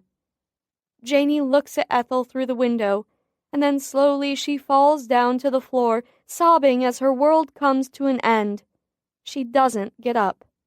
No, not that night. March 25, 2006, 8:37 a.m. Janie is still on the floor in the living room near the front door. Her mother steps over her once, twice, unalarmed, disappearing again into the dark recesses of her bedroom. She's seen Janie asleep on the floor before. Janie doesn't move when there's a knock on the door. A second knock, more urgent, does nothing to her. And then words. "Don't make me break open the door, Hannigan." Janie lifts her head, squints at the door handle. "It's not locked," she says dully, although she tries to be respectful. And Captain is there, in Janie's living room, and somehow in the small house she looks so much bigger to Janie. "What's going on, Janie?" Captain asks, alarm growing on her face as she sees Janie on the floor. Janie shakes her head and says in a thin, bewildered voice, "I think I'm dying, sir." Janie sits up. She can feel the carpet pattern indented deep in her cheek. It feels like Cable's nubbly burns. "I was going to go see you yesterday," she says, looking at the keys on the floor next to her. "I was going out the door, and then it all hit me. The driving, and the everything, and I just..." She shakes her head. "I'm going blind, sir, just like Miss Steuben." Captain stands, quiet, waits patiently for Janie to explain, holds her hand out to Janie, pulls her up, and embraces her. Talk to me, Captain says gently. And Janie, who ran out of tears hours ago, makes new ones and cries on Captain's shoulder, telling her everything about the contents of the green notebook, letting Captain read it herself. Captain squeezes Janie tightly when the sobs come again. After a while, Janie is quiet. She looks around for something to use to wipe Captain's coat, and there's nothing. There is always nothing at Janie's house. Did you call into school for your absence yet? Shit. No problem, I'll do it now. Does your mother go by Mrs. Hannigan? I don't want the office staff to know that I know you. Janie shakes her head. No, not Mrs., she says. Just go with Dorothea Hannigan. When Captain hangs up the phone, Janie says, How did you know to come? She scowls. Cable called me. Said you didn't show up at school, wondered if I'd heard from you. I guess he tried calling your cell phone. So I have to disappear in order to get him to call me. Janie doesn't say anything. She wants, with all her heart, to ask Captain why Cable won't speak to her. But Janie knows better than to do that. So all she says is, That was thoughtful. And then she thinks for a moment. Did you suspect this? Did Miss Steuben tell you any of this? I knew something was bothering you after you called me a few weeks ago, but I didn't know what. Miss Steuben was a very private person, Janie. She didn't speak much about herself, and I didn't ask. It wasn't my place. Do you think Cable knows? Have you thought about asking him? Janie glances up to read her face, bites her quivering lip to still it. We're not exactly on speaking terms right now. Captain sighs. I gathered that.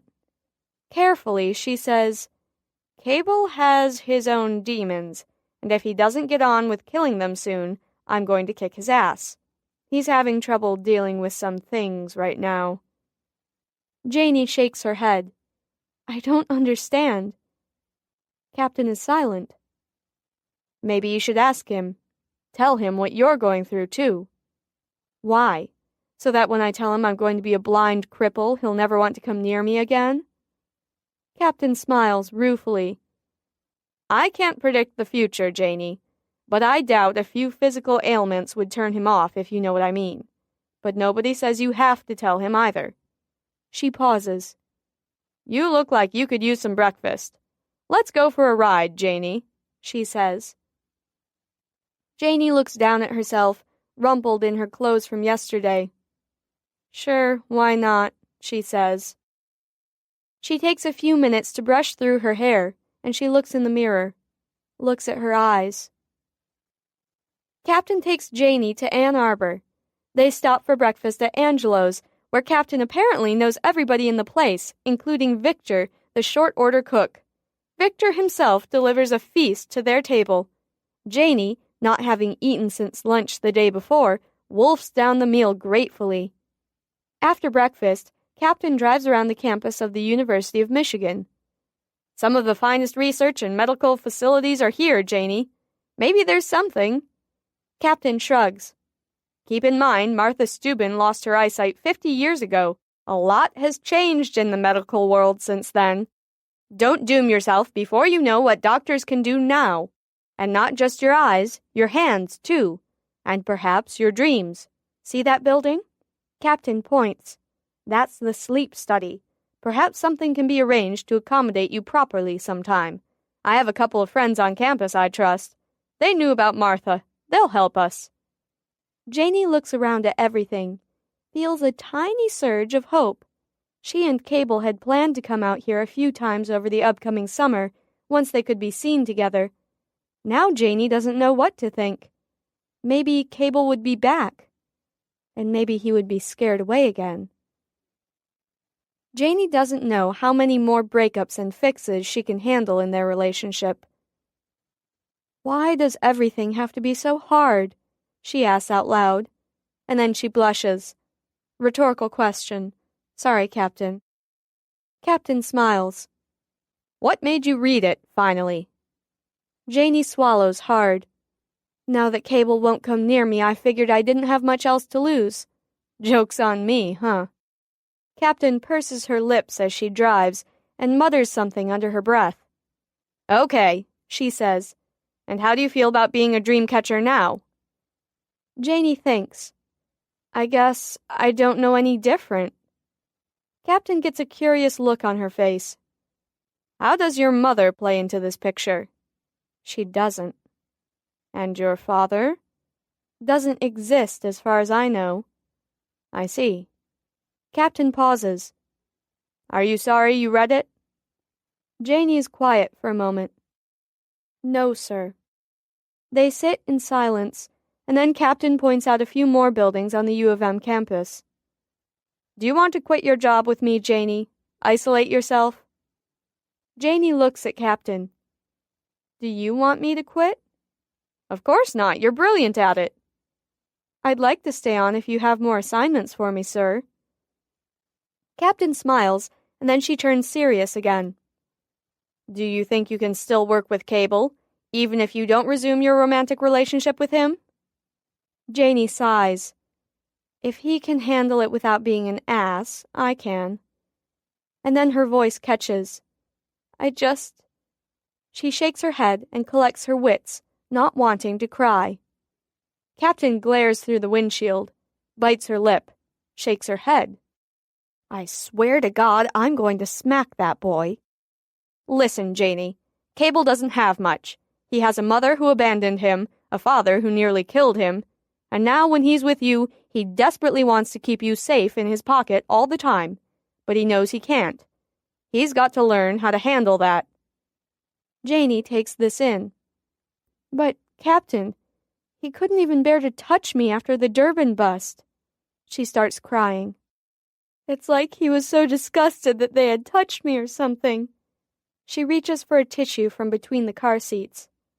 "Jesus Christ," Captain says. "Janie, listen to me.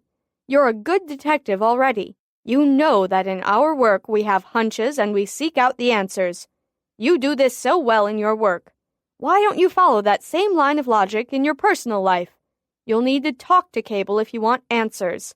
Endless speculation only leads to dead ends." Janie closes her eyes, rests her head on the headrest. I'm sorry, Captain. You're right. I swear I won't let this mess affect my work. Working for you is the best thing in my life. I feel like I can actually make a difference, you know? Captain gives Janie's arm a quick squeeze. "I know, kiddo. And I've got big plans for you if you're game." Captain? "Yes?" How am I going to get anywhere if I'm not supposed to drive? Captain sighs. "I haven't figured that one out yet." Did you know Miss Steuben had a car crash because of a dream? She killed 3 innocent people. Captain slows the car and glances at Janie. "I knew from her background check that she was in a terrible car accident once. I didn't know it happened because of a dream." Captain pauses. She was 16 when it happened. Janie sits in stunned silence. Captain continues. "She was convicted of vehicular manslaughter, Janie. She lost her license and did 3 years in a women's correctional facility. It would have been more if she hadn't been a minor at the time. This is serious stuff." Janie's stomach churns. I almost hit some school kids yesterday, she says softly. Some little kid on the bus was dreaming. Captain shakes her head resolutely. "Well, that settles it. If I catch you driving again, Janie, I'll write you a ticket myself, I swear to God. Meanwhile, if I need you somewhere, I'll drive you or send a car. I don't want you wasting dreams on some damn city bus." Janie feels like she just got put in a cage. What about school? She asks. I'll have to take the school bus. What am I going to tell people? Cable will figure it out. This is such shit. Captain gives her a hard look. "You know what shit is? Killing 3 innocent people. Think your life is bad now, try living with that." Her voice is harsh. Janie's quiet. They head back to Field Ridge. When Captain's cell phone rings, she glances at it and answers. "Comiskey." She pauses. "Yes, I've got her." Another pause. "Yes, she's just fine." She nods, glances sidelong at Janey with a grim smile, and then hangs up the phone. "Just fine," Captain repeats, her lips pressed tightly together in a thin line.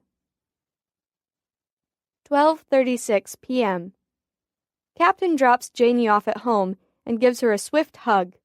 "You call me if you need to talk more about this stuff," she says. "Thanks, Captain." "And it's your call, what you want to tell Cable, if anything. Be assured it's not my place to tell him unless it directly affects your work as partners, and even then, I'd ask you to do it. As for you not driving, I think Cable will take that very well. He worries enough about it. Blame me." Janey waves weakly as Captain pulls away. She looks sadly at Ethel, quiet and alone in the driveway, turns and enters the house. Not quite sure what to do now. She goes into her room. The green notebook gleams menacingly from the place on the bed where she left it open. Carefully, Janey closes it and puts it in the box in the closet, drops to the bed and lies there, staring at the ceiling. 2:23 p.m.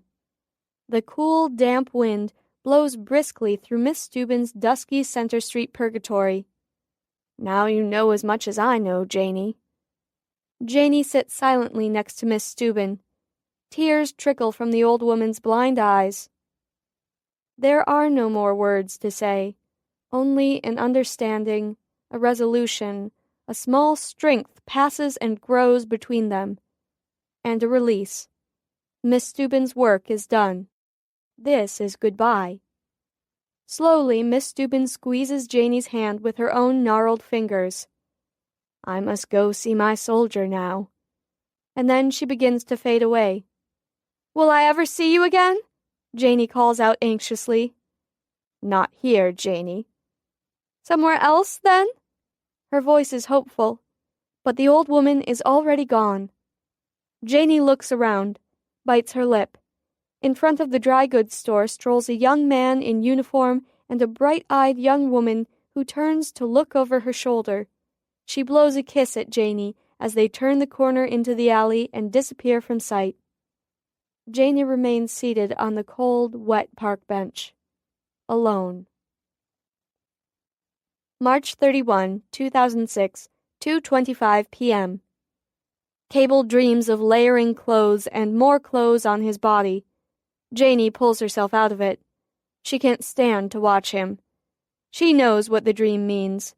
He's trying desperately to protect himself. His heart. When the bell rings, Cable startles awake. Janey watches him. He glances at her, looking worried. She pleads with him with her eyes across the vast library. He drops his. Turns. Goes. April 6, 2006, 8:53 a.m. It's spring break. Janey awakes to a late spring snowfall, 5 fresh inches on the ground. Vows one of these years to go to Florida for spring break, even if it means falling into dreams on the plane the entire way there, even if it means spending the whole week alone, watching other people having fun. She gets dressed and waits for the car Captain is sending, brushes off Ethel so that the "for sale" sign shows from the window again, shovels the sidewalk, and begins on the driveway. The snow is heavy and wet with the late morning sun shining on it.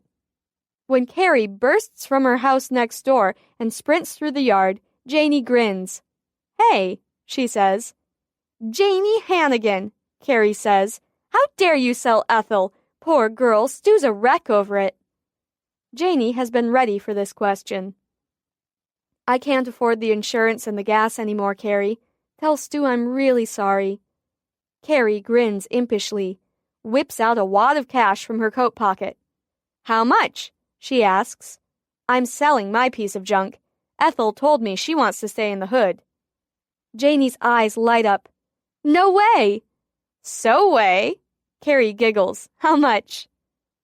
Janey hops up and down in the snow. "For you? $1,200. It's a bargain." Carrie whips out 12 $100 bills and shoves them at Janey. "Sold." "Oh my gosh, I can't believe you're really buying Ethel." "Stu lent me the moolah until my car sells. He's probably happier than anyone. Now take that sign out of the poor girl's window before she gets a complex. I gotta go call Stu and tell him we've got a deal. We'll figure out the paperwork later, cool? Carrie lopes back to her house without waiting for an answer, while Janie, grinning, removes the sign from Ethel's window and lovingly pats the snowy hood. It's Detective Jason Baker who picks her up, in his soccer mom van. "Hey, little dreamer," he says with a grin. "I saw what you did to those bastards out on Durbin's deck.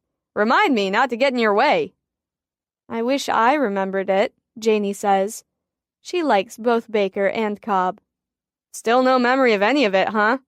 Yeah, that's the way it is with those date rape drugs. That's also why so many rapes go unnoticed or unreported. The memory loss allows sickos like Durbin and his ilk to get away with that shit time after time. You really saved the day, Janie."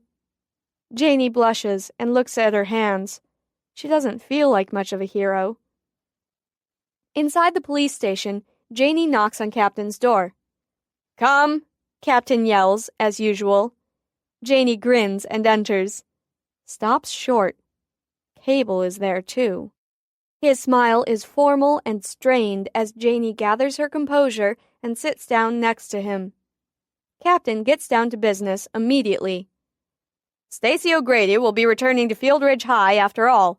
Her parents are now satisfied that all the perps have been arrested, and Stacy really wants to put everything behind her and come back to graduate with her classmates." Both Janie and Cable nod.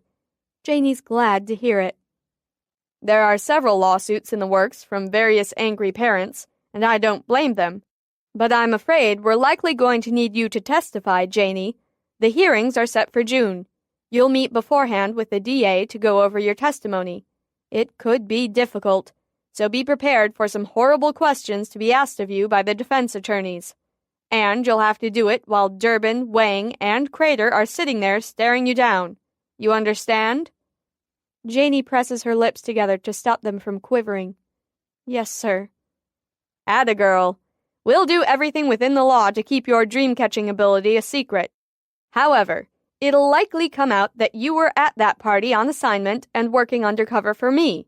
We'll need your story and your drug tester sheets as evidence. If the perps are too stupid to plead guilty once they see the pile of evidence we have, we'll go to trial and your cover for Field Ridge assignments will probably be blown. But you need to tell the truth if asked, and we'll deal with it." Janie's eyes widen. "So, if my cover is blown, will you..." Captain smiles. "You'll still have a job, no worries.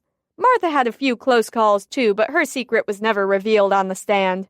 Defense attorneys don't know about dream catchers. They never think to ask the right questions. So let's not fret about that right now, okay? I want you to take a little time off to relax and rejuvenate until school's out." Captain swivels in her chair and continues seamlessly. "And Cabe, I've got some minor assignments for you starting Monday after school. Alone. Is that clear?" She looks at both of them. "Yes, sir," Janie and Cable say in unison. "Will you two be able to work together again in the future, or do I have to reconfigure my plans?" Captain asks bluntly. Janie looks at Cable. Cable looks at his shoes. "Yes, sir," Janie says finally, daring Cable to answer. "Of course," Cable says. He doesn't look at Janie. Captain nods and shuffles the papers on her desk. "Good. Janie, see if Cobb or Baker or Rabinowitz is out there to give you a lift home. I'll talk with you soon." "Yes, sir." Janie stands up, her face burning, feeling like a baby in front of Cabe.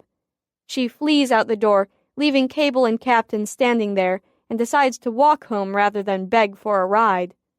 She doesn't get far before Cable's car whizzes past her, snow flying in his wake.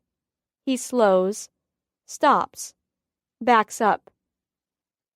Janie glances longingly at the bushes, wishing for a place to hide. Cable lowers the passenger window and peers out at Janie, smiles grimly, bites his lip. "How about a ride, Hannigan?" Janie nods coolly and gets in, knows they're going to have to talk sometime if they're going to keep working together. "I can walk from your house, so it's not too much trouble for you." she says civilly. They ride in silence the entire way. Cable pulls into his driveway.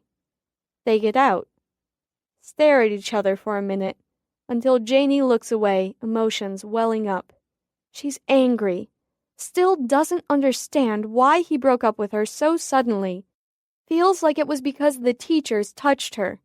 Wants to know the truth, but doesn't want to get shot down again. "Thanks for the ride," she finally says. When he doesn't speak, doesn't move, she turns slowly and starts walking home. Glimmers. "Wait," Cable says.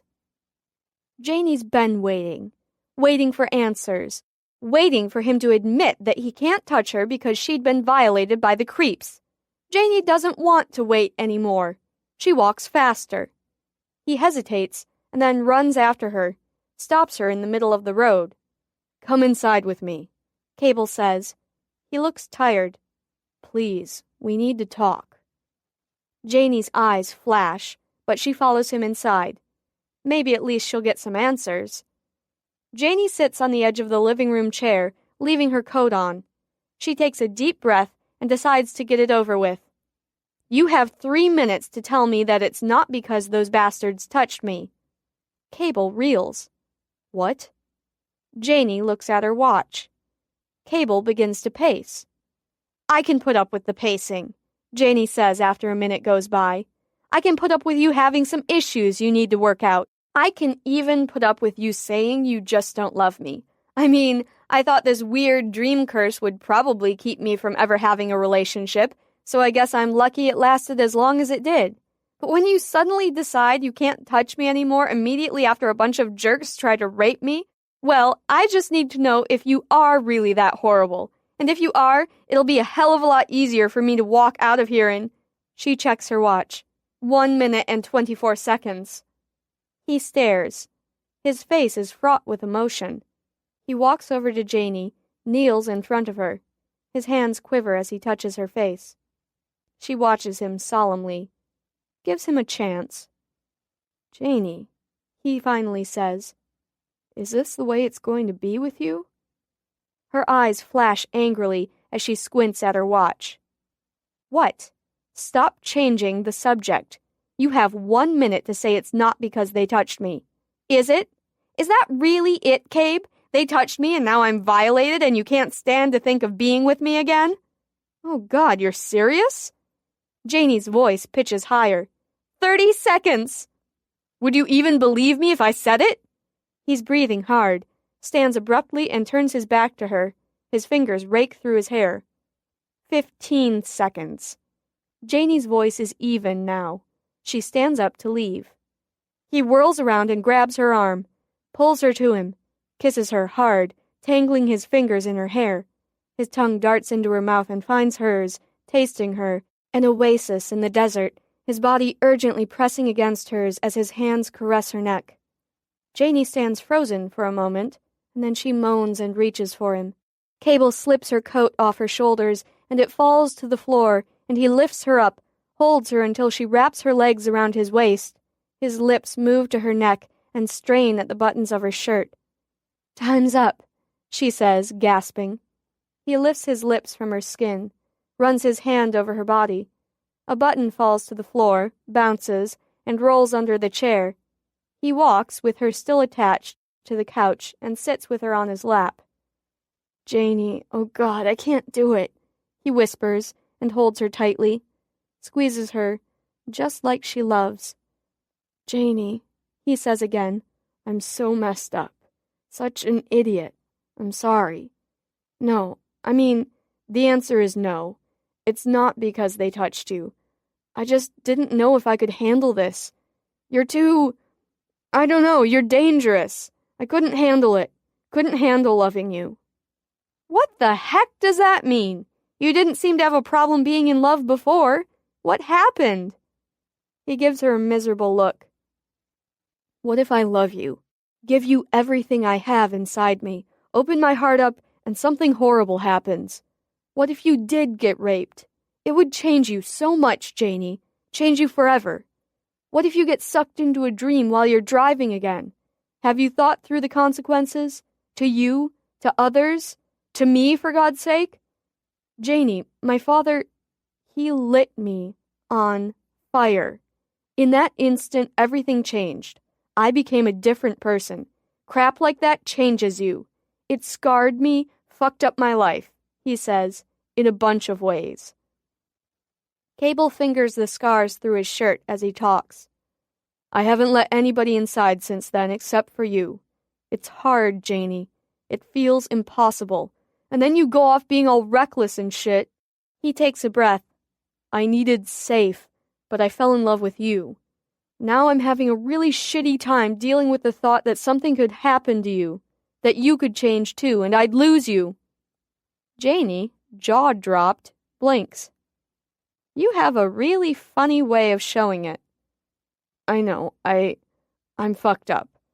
I thought it would be easier this way, to take a break. It isn't...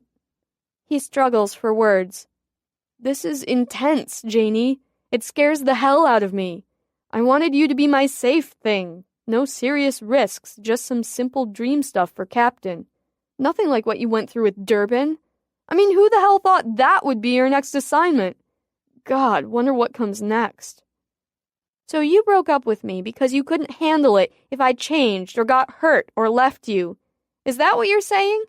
Doesn't everyone have to take that risk? Do you still love me or don't you? Janie's lip quivers.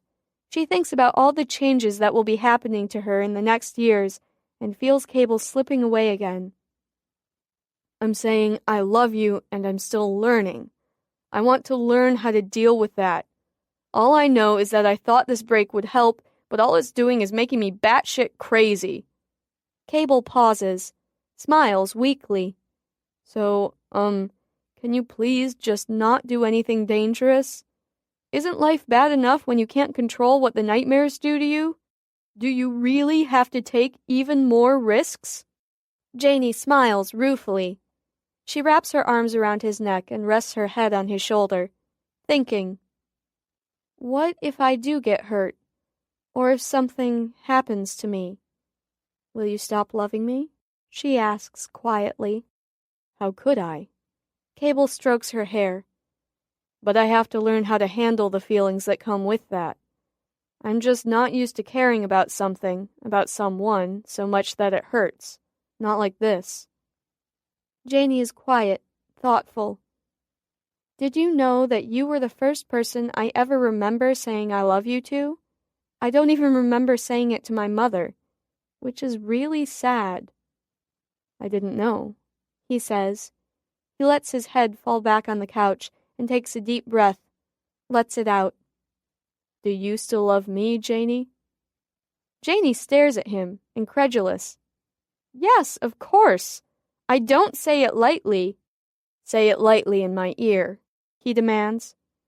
She smiles, rests her soft cheek on his scratchy one, and whispers it. I love you, Cabe. They sit, holding each other, and then Cable asks her, truth or dare? Janie blinks. Do I really have an option here? No, Cable says. Okay, Takes a deep breath. What's happening to you, Janie? I need to know. Please. He shifts her so he can see her eyes. They fill with tears. He straightens her glasses and takes a deep breath. Tell me, he says. Janie bites her lip. Nothing, Cabe. I'm fine. She can't look at him. Cable rips his fingers through his hair. Just say it.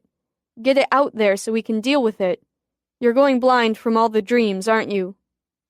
Janie blinks. Her lips part in surprise. He touches her cheek, stroking it with his thumb. What? How? She begins. You squint, even with your glasses on. You get headaches all the time. Bright light bothers you. It takes you longer to get your sight back after each dream you get sucked into. He pauses, anxious. And then, in the hospital, when you weren't sucked into anyone's dream, But you were having your own nightmare you couldn't see when you woke up. That was the first time for that, wasn't it? She sinks back into his shoulder. Doesn't remember that dream in the hospital. Also doesn't want to cry anymore. Damn, she says. You're a good detective. How soon? He whispers. She presses her lips to his cheek, and then she sighs. A few years. He takes in a sharp breath and slowly lets it out again. Okay. What else, Janie? She closes her eyes, resigned. My hands, she says. They'll be gnarled and ugly and useless in 15 years. He waits, stroking her back. Anything else? His voice is anxious. Not really, she whispers. Just, I can't drive anymore.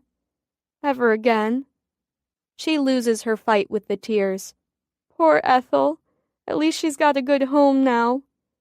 He holds her, rocking, stroking her hair. Janie, he says after a while. How old was Miss Steuben when she died? In her 70s. He breathes a sigh. Oh, thank God. Can you deal with this, Cable? Because if you can't... She chokes. If you can't, tell me now. He looks into her eyes, touches her cheek. 4:22 p.m. Cable calls Captain. Comiskey! Sir, any chance Janie and I can be seen together now? Under the circumstances, that would pretty damn much make my day, yes. Besides, the Wilder cocaine case got settled on Monday. He pleaded guilty. You rock, sir. Yes, I know. Go out to a movie or something, will you? Right away. Thank you. And stop bothering me. Goodbye, sir. Take care, both of you. Cable smiles and hangs up. Guess what? What? Janie says. We can go out on our first date. Woohoo! And guess what else? You're buying. Me? Why? Because you lost the bet. Janie thinks a moment, punches Cable in the arm. You did not fail 5 quizzes or tests. I did, I have proof. Shit. Yep. Don't look back. May 24, 2006, 7:06 p.m. Janie strides into Fieldridge High School auditorium, where hundreds of parents, grandparents, brothers, and sisters are seated in bleachers, folding chairs, and balcony seats, and waving programs near their soppy necks in 95-degree heat and humidity.